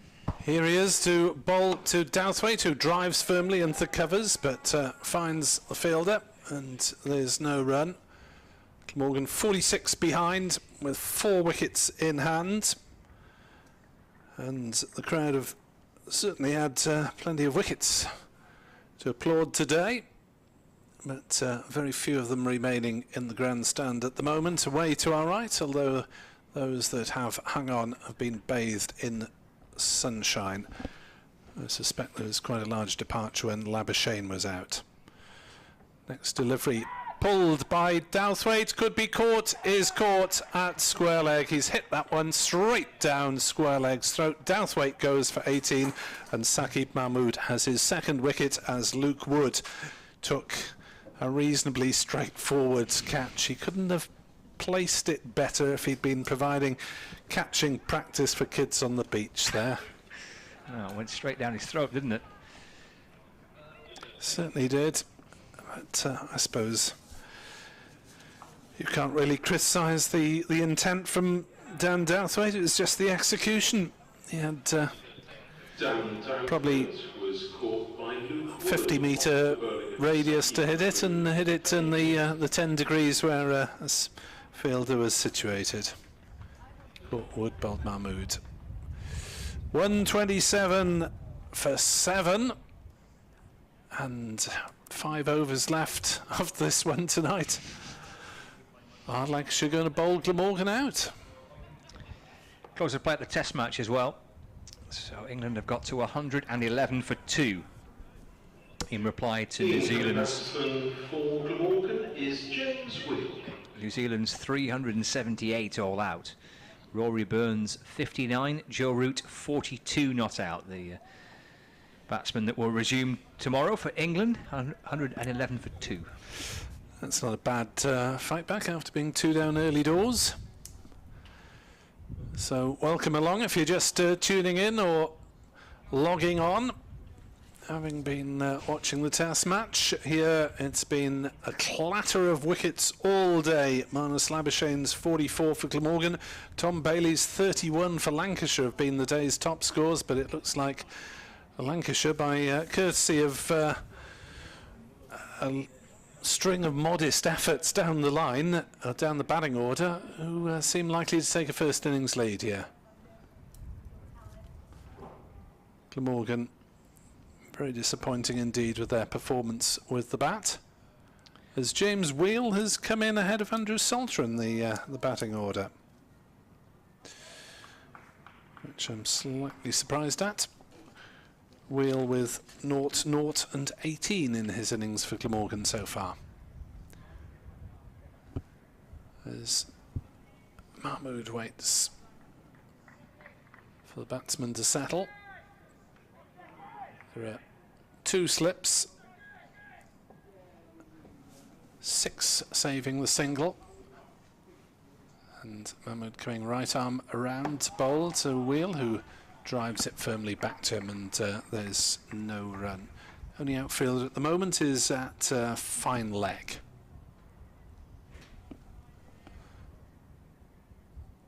So it's been a day of tumbling wickets. Glamorgan got to 74 for 1 in reply to 173 all out, and it looked to be their day, but Lancashire striking back and taking wickets regularly since that position. Mahmood bowls and Wheel plays that one safely enough up to mid-on. No run.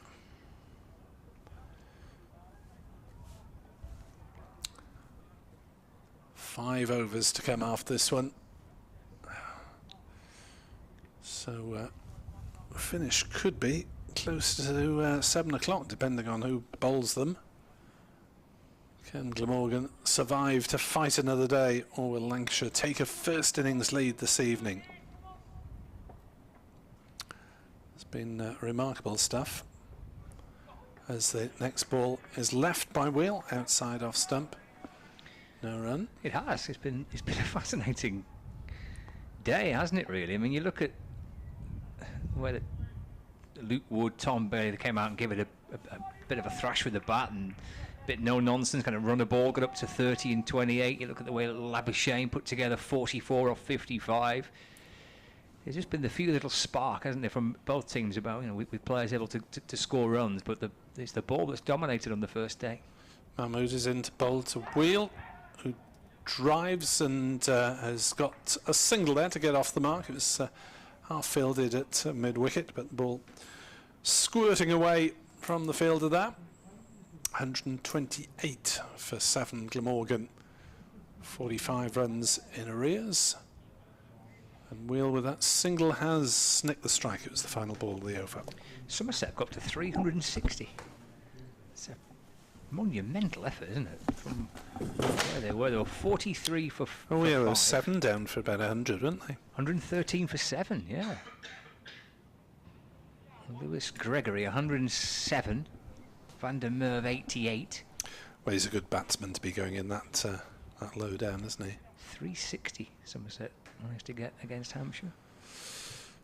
They're off for a bit of bad light in Taunton. Yeah, I think they went off. Well, they did go off earlier as well, so here it's been not the best light, but just about playable, as James Wheel takes guard from the trigger finger of the day, Paul Baldwin, who's given most of the LBWs apart from the Alex Wharf decision against Labuschagne. Yeah, that bright sunshine we had maybe 10 or 15 minutes ago.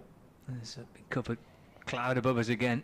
Wood in and balls, and that's forced away by Wheel through the offside for 4, actually.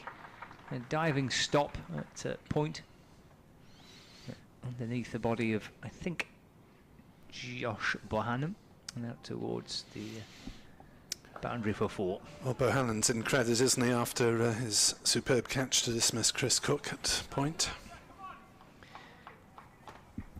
Wheel to 5, so 132 for 7. With one slip in place. There's a fine leg and a deep square, and the third man, mid-wicket, mid-on, mid-off, cover, backward point. Wood, his left arm over the wicket. Ball deflects out into the onside. Well, there was an appeal from behind, but there's nothing from the bowler, which gives you a bit of a clue that perhaps just angling down the leg side, which is where he's shaping to play it. James Wheel, leg by signal, no bat on it, so he remains on 5, but the score advances on by an extra run. Let's bring Neser back on strike. Wood from the Cathedral Road end. Full ball on off stump, and he brings his bat down and keeps it out. Just squirts off the bottom of the bat.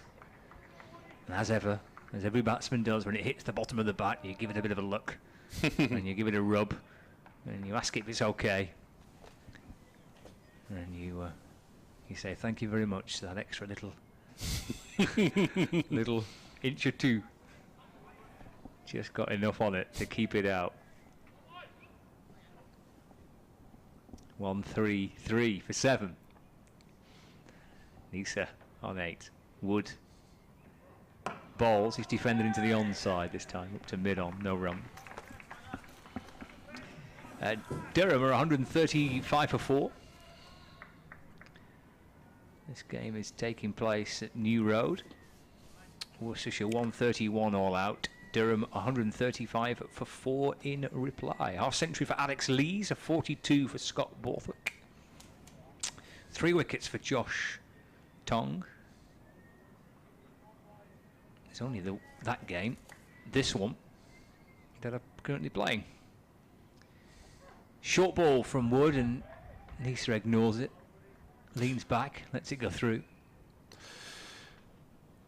Neil on Twitter, how many LBWs today? What are we up to now? 4 in the Lancashire innings and 3 in the Glamorgan innings, so 7 for the day. 6 to Mr. Baldwin and 1 to Mr. Wharf, I believe.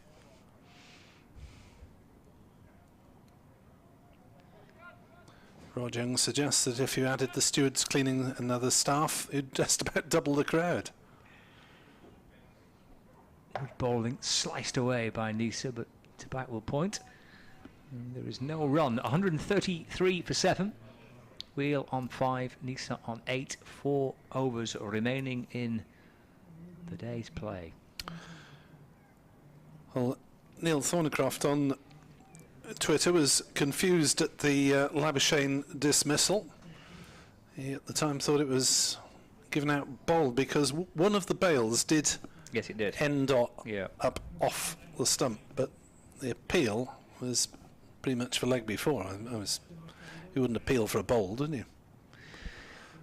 Yes, I think the official... Yeah, the official is down as LBW on the official scorecard, so that's the official situation. Mark Harry says, something has got to be done about the appalling trigger-happy LBW situation. As an umpire himself. Didn't like Carlson's or Labuschagne's. They're down in the book. Read 'em and weep. That's off an inside edge from James Wheel. Down to fine leg for a single. Read 'em and weep. I can't remember where that's... Not much sympathy from you, is there? Where's that saying come from? I don't know. I can't remember. Read 'em and weep. Sounds like a film or something. Yeah, it does sound like a film saying, but I'm absolutely useless on film scripts. 134 for 7. Neser on strike on 8. Wheel has 6. So Glamorgan look to limit the damage. Can you take over for a delivery? Well, of course start? I can. That's no problem at all. You clear your throat. Bit of energy drink required. Mahmood in and bowling. It's nudged away by Neser, just in front of square on the leg side for a single. And he moves to 9. 135 for 7. And James Wheel back on strike. Are you okay, Nick? Yeah, Excellent. hopefully. Yeah, just needed a quick sluice out of the vocal cords. Absolutely. Bit of a slurp. Yep. 135 for 7 as we approach the end of the day's play. 3 overs remaining after this one. Can Lancashire achieve bowling points in that time? Can they dismiss Glamorgan in that time? Mahmood bowls and Wheel gets another one off a thick inside edge, which he's using to some effect, and we'll get another single down to fine leg. Radio Lancashire would like an update. I shall be back Jolly good. momentarily. As we juggle our many commitments here in the BBC commentary boxes. 136 for 7. Glamorgan trail by 37. I think having been 127 for 7 when Dowthwaite went, if they were to scramble something level with Lancashire, then that would be a little bit of a comeback, since Lancashire looked favourites to take our first innings lead as Neser slashes at one outside off stump and sends it down to Jennings at third man. Go through for a single. Wicket takers 3 for Tom Bailey, 2 apiece for Saqib Mahmood and Danny Lamb. Luke Wood missing out a bit. 7 overs, not for 36, has not kept the same control as the other bowlers, but they've done pretty well. Glamorgan with good team bowling performance. 3 for Neser, 2 each Hogan, Wheel and Dowthwaite, and 1 for David Lloyd. 137 for 7. Day 1 of round 8 of the county championship. Another 2 rounds to go in July before the teams are split into 3 divisions. Mahmood in bowls, and Wheel takes a step down the wicket, and a mighty blow over long on. It's gone all the way. It's the first 6 of the Glamorgan innings, as that was a very no-nonsense shot from James Wheel, who's just whacked that one away, and it's gone several rows up in the River Taff end. Fielder in the far distance, poking around for the ball in those blue plastic seats, and the area that hasn't been replaced. A lot of the seats at Sophia Gardens have been renewed during this period of no crowds. 143 for 7, Glamorgan. Wheel moves up to 13. What can Mahmood do in reply? In he comes, bowls, and Wheel pushes into the offside, thinks about a single, but he's hit it straight to cover, so there's no single to be had there. End of the over. 3 remain in the day's play. 143 for 7. Glamorgan are 30 runs in arrears. Lancashire's batting earlier in the day. Jennings 3, Davis 21, Wells 10, Bohannon 14, Livingston 17, Vilas 12, Wood 28, Lamb 12, Bailey 31, Mahmood 4, Parkinson 6 not out. Michael Neser 3 for 46, Michael Hogan 2 for 30, James Wheel 2 for 46, Dan Dowthwaite 2 for 16, David Lloyd 1 for 24, Andrew Salter 0 for 7. Wood in to bowl, and Neser defends back down the wicket. Glamorgan in reply. David Lloyd 21, Joe Cook 14, Marnus Labuschagne 44, Billy Root no score, Kieran Carlson 12, Chris Cook no score, Dan Dowthwaite 18. Michael Neser 10 not out, James Wheel 13 not out. Tom Bailey 3 for 40. Saki Mahmood 2 for 33. Luke Wood 0 for 36. Danny Lamb 2 for 27. As Wood bowls, and that's driven into the offside by Neser, and there is no run. A long old day, considering that the over rate for Glamorgan was level and the over rate for Lancashire is level, so the time extra just due to sanitation breaks and also due to the number of wickets that have gone down today. So neither team, as things stand, risks losing a bonus point. Wood in, and that's hit out into the offside. They'll go through for a quick single, but a safe one, as Wheel was safely home by the time that Vilas demolished the wickets. 144 for 7, Glamorgan. Just 29 behind now, so looks likely to be a fairly even position at the end of day one. Glamorgan would be delighted if they can keep 3 in hand to give themselves just a little chance of getting into the lead, with Andrew Salter still to come, quite a useful batsman, plus the late swinging of Michael Hogan, where anything could happen. Wood is in to Wheel, left-hander's left-hander, there's an appeal for catch down the leg side, and it's given by umpire Baldwin. Vilas taking the catch, strangled down leg side, and Wheel is out for 13, and Lancashire claim their 8th wicket, and we are just in the 37th over of the day. So looks like being a slight Lancashire advantage at the end of proceedings. Wheel waiting for the decision to be come. There was a flick off something on the way. Wheel didn't want to look at umpire Baldwin, but he had to eventually. And off he went.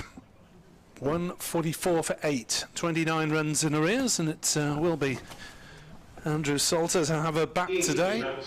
For Glamorgan is Andrew Salter. Wheel caught Vilas, bowled Wood, his first wicket of proceedings today. 15th of the season for the left-hander. He's got a batting average of 37 going into this match and a bowling average of 29. And if your batting average is higher than your bowling average, then that's a degree of success for an all-rounder. Wheel faced just 11 balls for his 13. Struck a 6. 144 for 8, 17 for that 8th wicket partnership for Glamorgan, which only lasted about 3 overs or so, as the wickets continue to tumble here at Sophia Gardens. Oh, they just, yeah. Breathless, a breathless day. Yeah, and it hasn't been great batting on either side. Been tight bowling, and yep. umpires willing to give positive decisions in favour of the bowlers. So Salter is at number 10 for Glamorgan, and Wood is in to bowl a short delivery that spoons up on the offside but doesn't carry to Bohannon at backward point. And Salter was rather taken aback by that one in this evening light, and didn't really play it hugely well. But he's still there, so. But he's still there. Managed just about to not to lob it too hard towards backward point, who might be in at gully, to be honest, with 8 down. Only 1 slip. As Wood, left arm around, bowls a short delivery that Salter sees rather better and ducks it underneath. 144 for 8. The light is not great. The lights on the scoreboard are looking particularly bright now, brighter than they have at any point today. And there are 2 overs left. Well, according to Peter Sargent, Read 'em and Weep is a meatloaf track. Thank you, Peter. Good heavens. Not one of my preferred artists. Is it not? Right, okay. Yeah, so I don't think I've got any Meatloaf records. I think my dear wife might have owned Bat Out of Hell at some point. But then I think there are probably more copies of Bat Out of Hell in the British population than actual people at one point in the 80s. Before your time. The Saqib Mahmood, penultimate over of the day, bowls a short delivery to Neser, who leans back and just drops his hands, allows that one to go through to the keeper. There's no run. Yeah, certainly it was almost obligatory for everyone to have one at one point, and only got away with not doing so because I knew several people who probably had more than one copy of it. Take it got to number 1 then. Well, it's in the charts for most of the 80s. Was it? Okay, wasn't it? For the most of the decade it was in the charts. Mahmood in to Neser, nudged away into the onside, no run. 144 for 8, Neser 11. We've got Saqib Mahmood bowling from the river end of the ground. 2 for 33. Actually, it was 77. I could have sworn it was the 80s. Well, it was probably still in the charts in the 80s. Sold more than 50 million copies worldwide. Nice.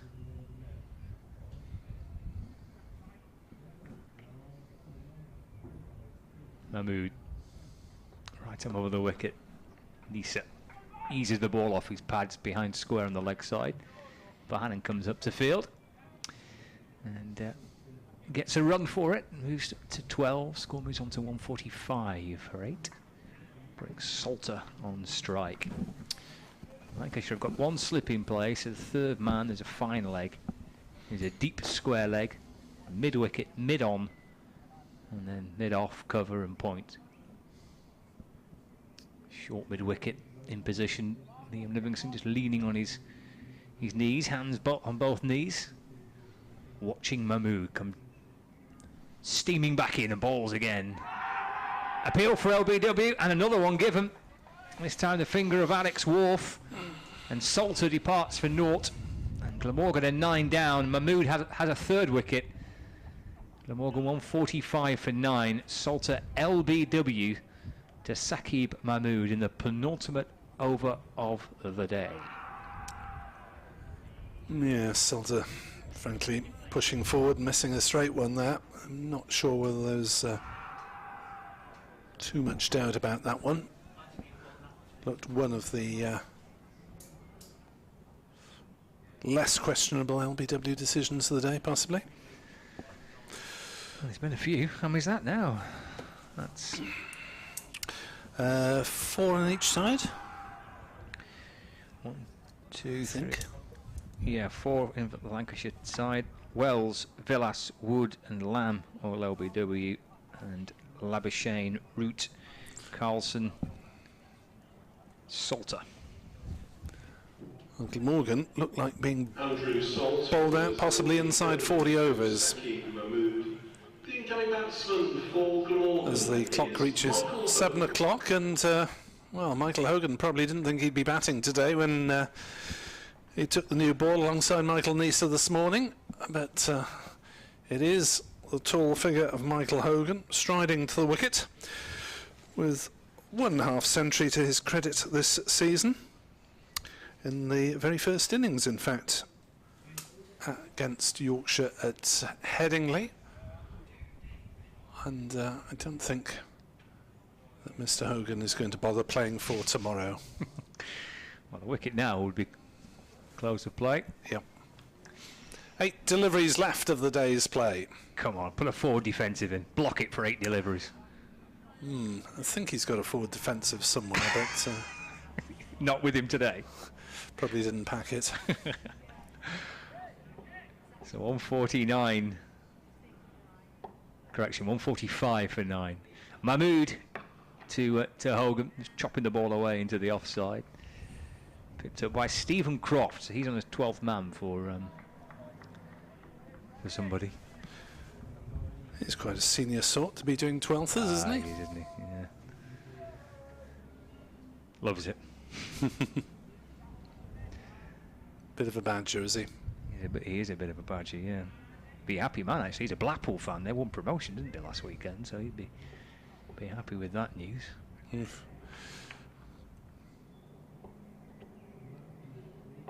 Final ball of Mahmood's day. And well, it's run down to third man. he wanted a run. Neser sends him back. Oof, oof, oof, oof. Bit harsh, isn't it? Little inter-Aussie argument there. End of the over, 145 for 9. Yeah, Hogan doesn't like really people farming the strike to keep him away from it. He's happy to stick a leg down the wicket and have a swing at anyone. Yeah, not sure if it's wise to mention football promotions in Wales with Swansea City missing out, Newport County missing out. And rather unfortunate evening for the Wales football team. Really sending off in Nice, going down 3-0 to France last night. Sending off in a friendly after half an hour wrecks the game, really, doesn't it? Especially when you got France on the other side of the pitch. I watched a bit of that last night, yeah. I thought it was quite a decent game. Yeah, I mean, Wales. It's a very good French side, yeah. Yeah, it was a very good French side. Wales were down to 10 men inside half an hour, and Wales did create a chance or two. Didn't really threaten that much, but might have pulled one back. Yeah, it could have been a lot messier than it was. Wales play Albania just across the city in front of 4,000-5,000 on Saturday, and there's quite a bit of chat going on and consultations in the Lancashire ranks as we go into the last over of the day's play. With Glamorgan 28 runs behind, but with just 1 wicket in hand. And Wood bowling to Michael Neser on 12 not out, and Neser defending on the offside. There's a very easy single there to deep mid-off, had they wanted it, but they don't. Michael Neser is taking this batting business very seriously. There's a slip and a short leg posted by Dane Vilas. Everyone else is on the boundary, or in the case of mid-on and mid-off, halfway back to the boundary, conceding a single if Neser wants it. But Wood is in to bowl, bowls a short delivery that Neser just ducks underneath. So it's been an excellent fight back by Lancashire in the evening session. Glamorgan have really fallen away quite badly with the bat, having got to 74 for 1 at one juncture. Lost 2 wickets in successive balls from Tom Bailey, and it's been a slide since, with all 4 Lancashire bowlers contributing. I'll give you the bowling figures of the other 3. As Wood is in to bowl to Neser. Short delivery slashed away by Neser, down to third man. And again, they decide not to take the single. Strange. Bailey, 11 overs, 3 maidens, 3 for 40. Saqib Mahmood, 11 overs, 1 maiden, 3 for 34. Danny Lamb, 8 overs, 1 maiden, 2 for 27. Luke Wood, 8.3 overs at the moment, 1 for 37.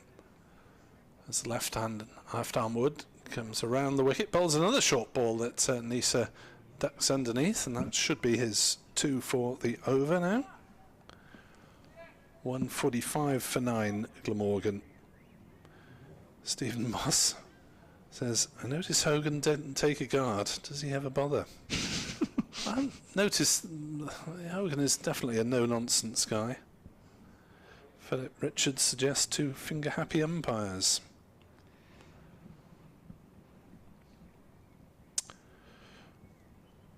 It is definitely a talking point in the game, as Wood is in to bowl the 5th ball of his over to Neser, who turns it on the leg side, and in fact through the dive of short mid-wicket. Shouts of catch it, but it was not caught and it was not fielded either. It's raced away to the ropes, and Glamorgan move up to 149 for 9, 24 runs in arrears here on BBC Sport Online. And Lancashire just shading a long day one here in Cardiff. Probably 100 or so have stayed until the end. Indeed. Let's hope they're all back and in greater number for next week for the T20. Indeed. Last ball of the day's play. Wood is in to bowl to Neser, who drives off a thick edge down towards fine leg. They will go through for a single, and that will be it for the day's play.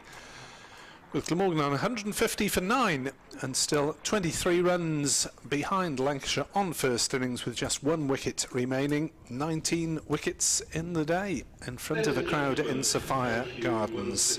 And Scott, Lancashire must be delighted with that evening session. I think they will be. Up until the point where Glamorgan was 70 for 1, and having bowled Lancashire out for 170, all was well in the world, wasn't it? For Glamorgan, it was a really good day for the home side, but they've wrestled themselves back into it. 2 wickets in 2 balls helps, obviously. Tom Bailey striking for Lancashire and dismissing Cook and then Root, and they've not looked back since, and they're in danger of getting themselves a lead. It might only be a slender one, but a first innings lead, which looked perhaps unlikely at 70 for 1, having been bowled out for 170, but a really enjoyable day's cricket. There we are. Scott and myself and Edward Bevan will be back from 11 o'clock tomorrow morning. Thanks very much indeed for your company, and we'll be back crowdless tomorrow, as this pilot event has only been for 1 day out of the 4. So Lancashire 173 all out, Glamorgan 150 for 9. Both sides have 3 bowling points from their day's endeavours, and we will be back tomorrow at 11:30. Thanks very much indeed for your company. Noswaith, a very good evening to you.